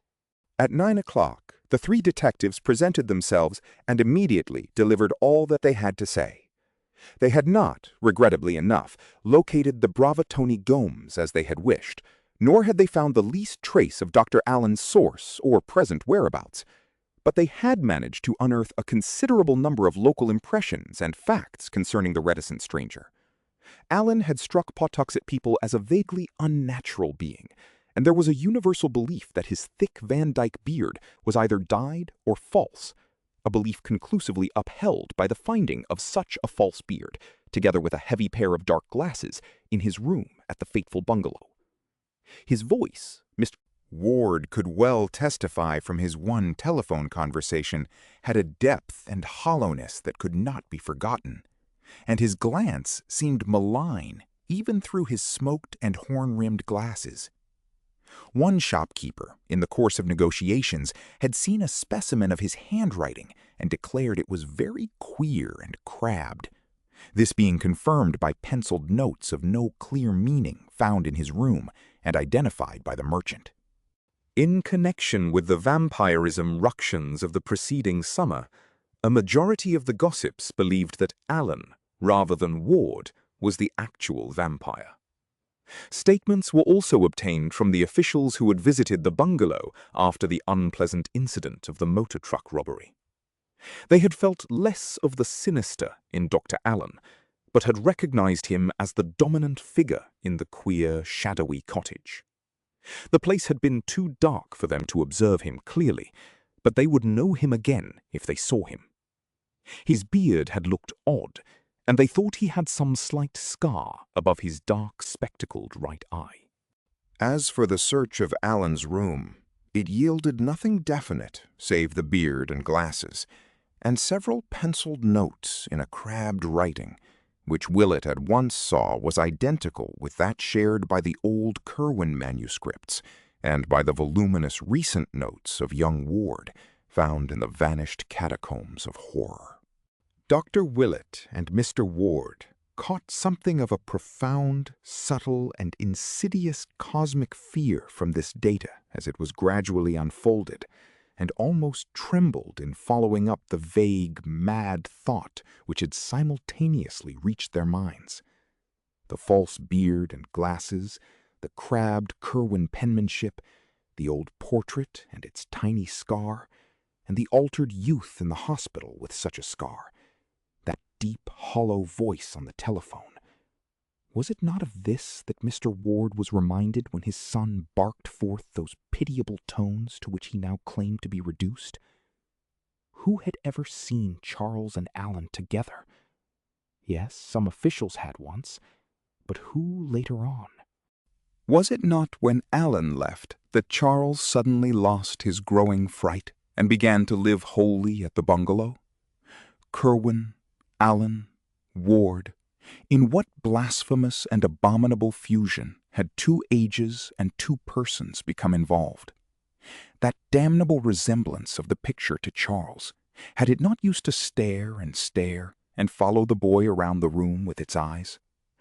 Why, too, did both Alan and Charles copy Joseph Curwen's handwriting, even when alone and off guard? And then the frightful work of those people, the lost crypt of horrors that had aged the doctor overnight, the starved monsters in the noisome pits, the awful formula which had yielded such nameless results, the message in minuscules found in Willett's pocket, the papers and the letters, and all the talk of graves and salts and discoveries. Whither did everything lead? In the end, Mr. Ward did the most sensible thing. Steeling himself against any realization of why he did it, he gave the detectives an article to be shown to such Pawtuxet shopkeepers as had seen the portentous Dr. Allen. That article was a photograph of his luckless son, on which he now carefully drew in ink the pair of heavy glasses and the black pointed beard which the men had brought from Allen's room. For 2 hours he waited with the doctor in the oppressive house where fear and miasma were slowly gathering as the empty panel in the upstairs library leered and leered and leered. Then the men returned. Yes, the altered photograph was a very passable likeness of Dr. Allen. Mr. Ward turned pale, and Willett wiped a suddenly dampened brow with his handkerchief. Allen, Ward, Curwen. It was becoming too hideous for coherent thought. What had the boy called out of the void, and what had it done to him? What really had happened from first to last? Who was this Alan who sought to kill Charles as too squeamish? And why had his destined victim said in the postscript to that frantic letter that he must be so completely obliterated in acid? Why, too, had the minuscule message, of whose origin no one dared think, said that Curwen must be likewise obliterated? What was the change, and when had the final stage occurred? That day when his frantic note was received? He had been nervous all the morning. Then there was an alteration. He had slipped out unseen and swaggered boldly in past the men hired to guard him. That was the time when he was out. But no. Had he not cried out in terror as he entered his study, this very room? What had he found there? Or wait, what had found him?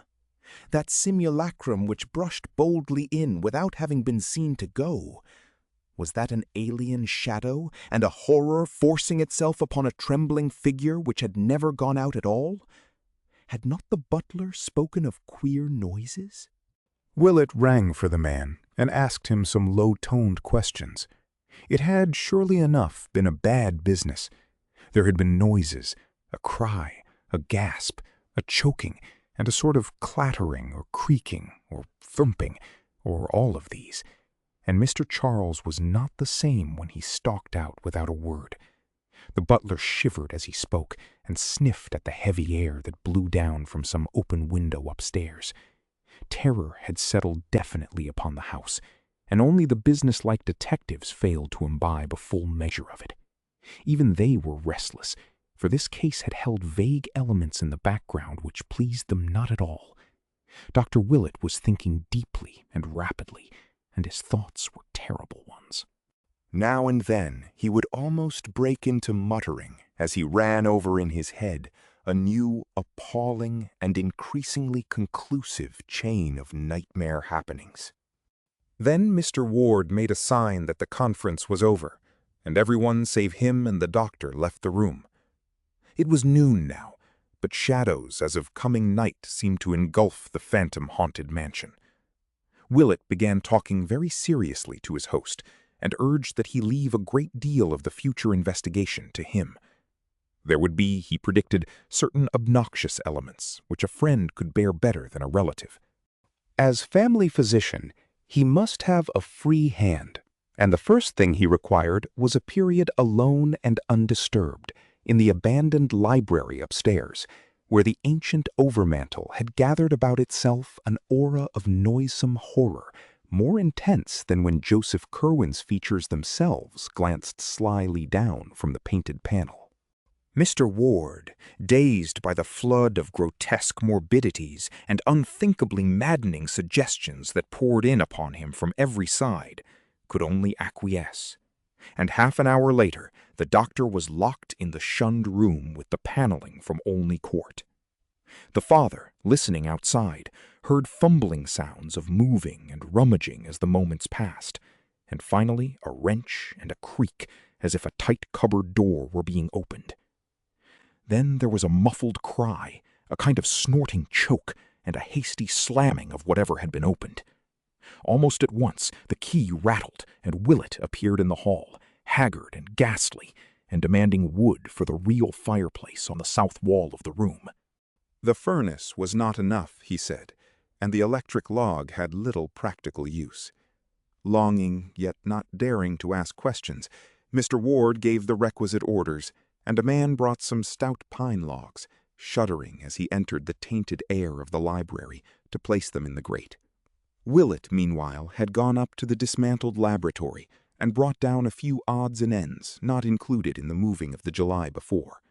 They were in a covered basket, and Mr. Ward never saw what they were. Then the doctor locked himself up in the library once more, and by the clouds of smoke which rolled down past the windows from the chimney, it was known that he had lighted the fire. Later, after a great rustling of newspapers, that odd wrench and creaking were heard again, followed by a thumping which none of the eavesdroppers liked. Thereafter, 2 suppressed cries of Willett's were heard, and hard upon these came a swishing rustle of indefinable hatefulness. Finally, the smoke that the wind beat down from the chimney grew very dark and acrid, and everyone wished that the weather had spared them this choking and venomous inundation of peculiar fumes. Mr. Ward's head reeled, and the servants all clustered together in a knot to watch the horrible black smoke swoop down. After an age of waiting, the vapors seemed to lighten, and half-formless sounds of scraping, sweeping, and other minor operations were heard behind the bolted door. And at last, after the slamming of some cupboard within, Willett made his appearance, sad, pale, and haggard, and bearing the cloth-draped basket he had taken from the upstairs laboratory. He had left the window open, and into that once accursed room was pouring a wealth of pure, wholesome air to mix with a queer new smell of disinfectants. The ancient overmantel still lingered, but it seemed robbed of malignity now, and rose as calm and stately in its white paneling as if it had never borne the picture of Joseph Curwen. Night was coming on, yet this time its shadows held no latent fright, but only a gentle melancholy. Of what he had done, the doctor would never speak. To Mr. Ward he said, "I can answer no questions, but I will say that there are different kinds of magic. I have made a great purgation. Those in this house will sleep the better for it. That Dr. Willett's purgation had been an ordeal almost as nerve-wracking in its way as his hideous wandering in the vanished crypt is shown by the fact that the elderly physician gave out completely as soon as he reached home that evening. For 3 days he rested constantly in his room, though servants later muttered something about having heard him after midnight on Wednesday, when the outer door softly opened and closed with phenomenal softness. Servants' imaginations, fortunately, are limited, else comment might have been excited by an item in Thursday's evening bulletin, which ran as follows. North End ghouls again active. After a lull of 10 months since the dastardly vandalism in the Whedon lot at the North Burial Ground, a nocturnal prowler was glimpsed early this morning in the same cemetery by Robert Hart, the night watchman. Happening to glance for a moment from his shelter at about 2 a.m., Hart observed a glow of a lantern or pocket torch not far to the northward, and upon opening the door detected the figure of a man with a trowel very plainly silhouetted against a nearby electric light. At once starting in pursuit, he saw the figure dart hurriedly toward the main entrance, gaining the street and losing himself among the shadows before approach or capture was possible. Like the first of the ghouls active during the past year, this intruder had done no real damage before detection. A vacant part of the Ward lot shewed signs of a little superficial digging, but nothing even nearly the size of a grave had been attempted, and no previous grave had been disturbed. Hart, who cannot describe the prowler except as a small man, probably having a full beard, inclines to the view that all 3 of the digging incidents have a common source, but police from the second station think otherwise on account of the savage nature of the second incident, where an ancient coffin was removed and its headstone violently shattered.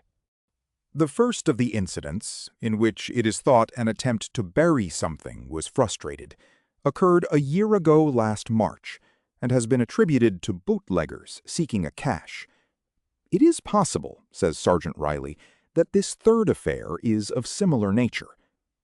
Officers at the second station are taking especial pains to capture the gang of miscreants responsible for these repeated outrages. All day Thursday, Dr. Willett rested, as if recuperating from something past, or nerving himself for something to come. In the evening, he wrote a note to Mr. Ward, which was delivered the next morning, and which caused the half-dazed parent to ponder long and deeply. Mr. Ward had not been able to go down to business since the shock of Monday, with its baffling reports and its sinister purgation. But he found something calming about the doctor's letter, in spite of the despair it seemed to promise, and the fresh mysteries it seemed to evoke. 10 Barnes Street, Providence, Rhode Island, April 12, 1928. Dear Theodore, I feel that I must say a word to you before doing what I am going to do tomorrow. It will conclude the terrible business we have been going through, for I feel that no spade is ever likely to reach that monstrous place we know of. But I'm afraid it won't set your mind at rest, unless I expressly assure you how very conclusive it is. You have known me ever since you were a small boy, so I think you will not distrust me when I hint that some matters are best left undecided and unexplored. It is better that you attempt no further speculation as to Charles's case, and almost imperative that you tell his mother nothing more than she already suspects. When I call on you tomorrow, Charles will have escaped. That is all which need remain in anyone's mind. He was mad, and he escaped.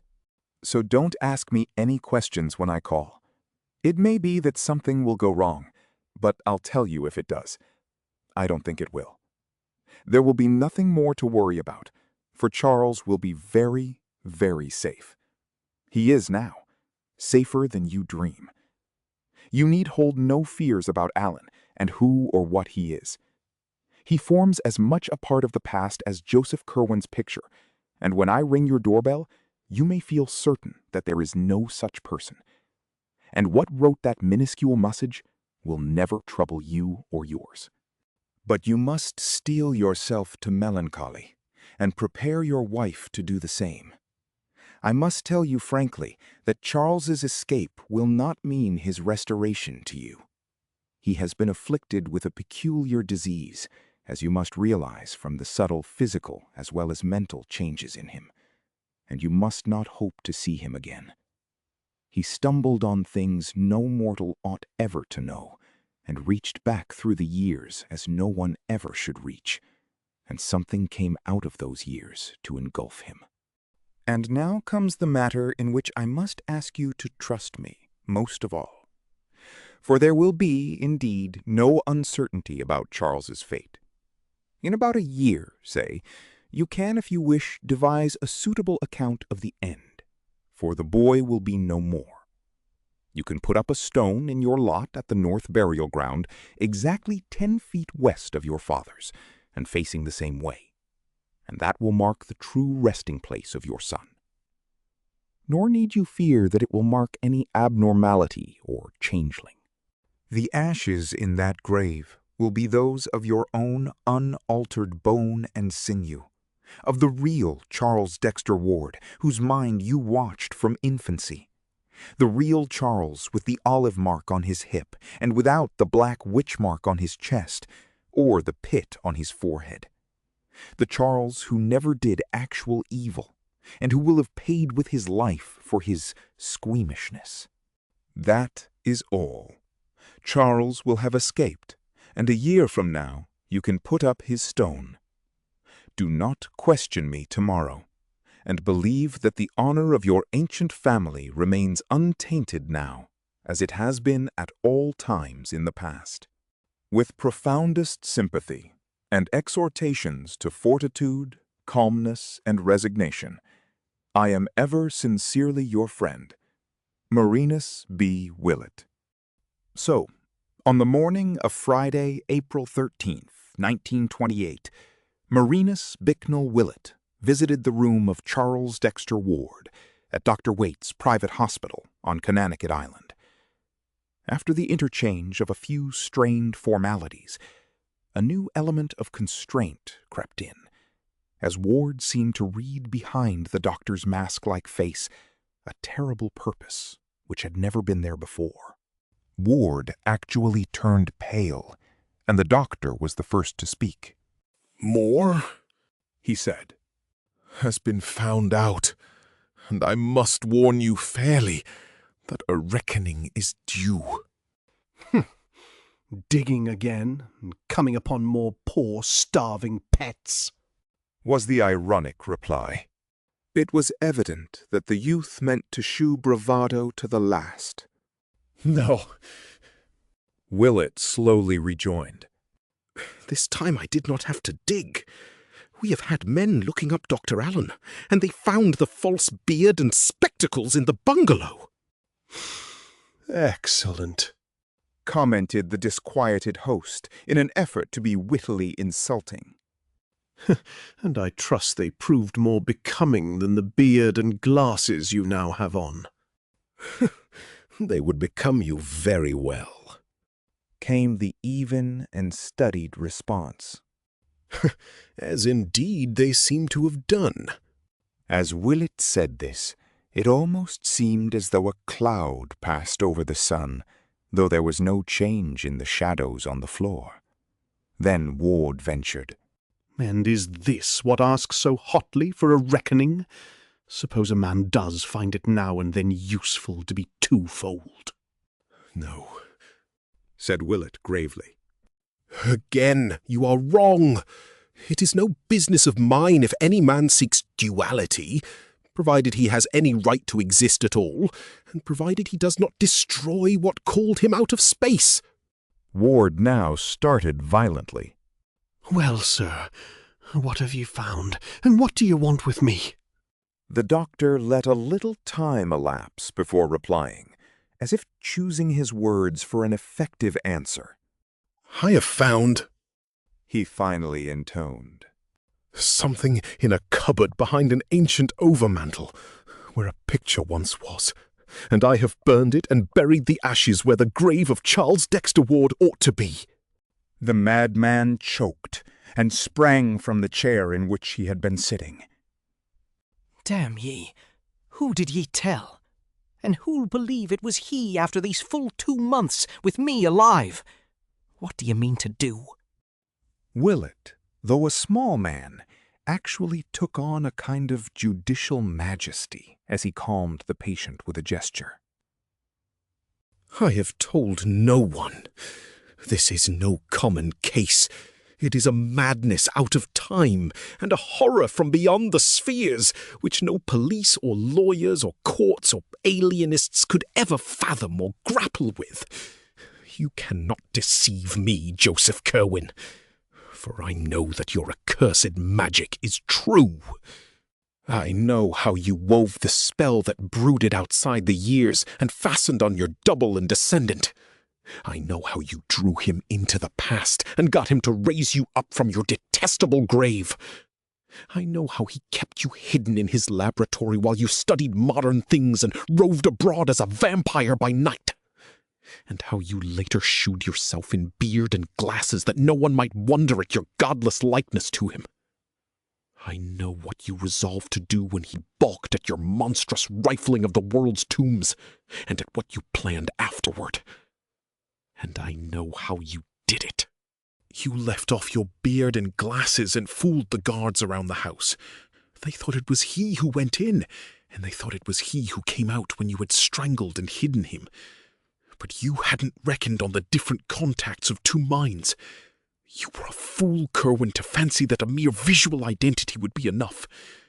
Why didn't you think of the speech and the voice and the handwriting? It hasn't worked, you see, after all. You know better than I who or what wrote that message in minuscules. But I will warn you it was not written in vain. There are abominations and blasphemies which must be stamped out. And I believe that the writer of those words will attend to Orne and Hutchinson. One of those creatures wrote you once, "Do not call up any that you cannot put down." Curwen, a man can't tamper with nature beyond certain limits, and every horror you have woven will rise up to wipe you out. But here the doctor was cut short by a convulsive cry from the creature before him.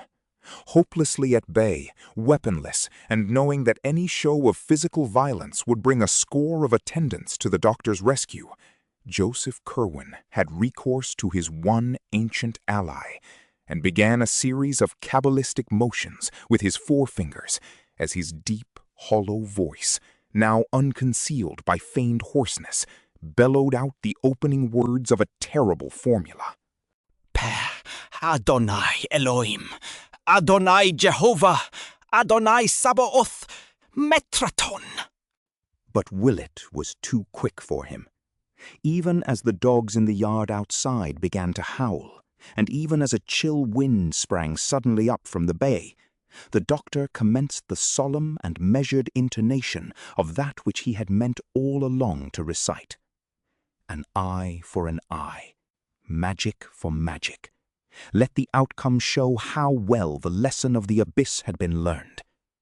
So, in a clear voice, Marinus Bicknell Willett began the second of that pair of formulae, whose first had raised the writer of those minuscules, the cryptic invocation whose heading was the dragon's tail, sign of the descending node. At the very first word from Willett's mouth, the previously commenced formula of the patient stopped short. Unable to speak, the monster made wild motions with his arms until they too were arrested. When the awful name of Yog-Sothoth was uttered, the hideous change began. It was not merely a dissolution, but rather a transformation or recapitulation, and Willett shut his eyes lest he faint before the rest of the incantation could be pronounced. But he did not faint, and that man of unholy centuries and forbidden secrets never troubled the world again. The madness out of time had subsided, and the case of Charles Dexter Ward was closed. Opening his eyes before staggering out of that room of horror, Dr. Willett saw that what he had kept in memory had not been kept amiss. There had, as he had predicted, been no need for acids, for like his accursed picture a year before, Joseph Curwen now lay scattered on the floor as a thin coating of fine bluish-gray dust. If you liked it, give it a like and subscribe to our channel, Voices Through the Centuries.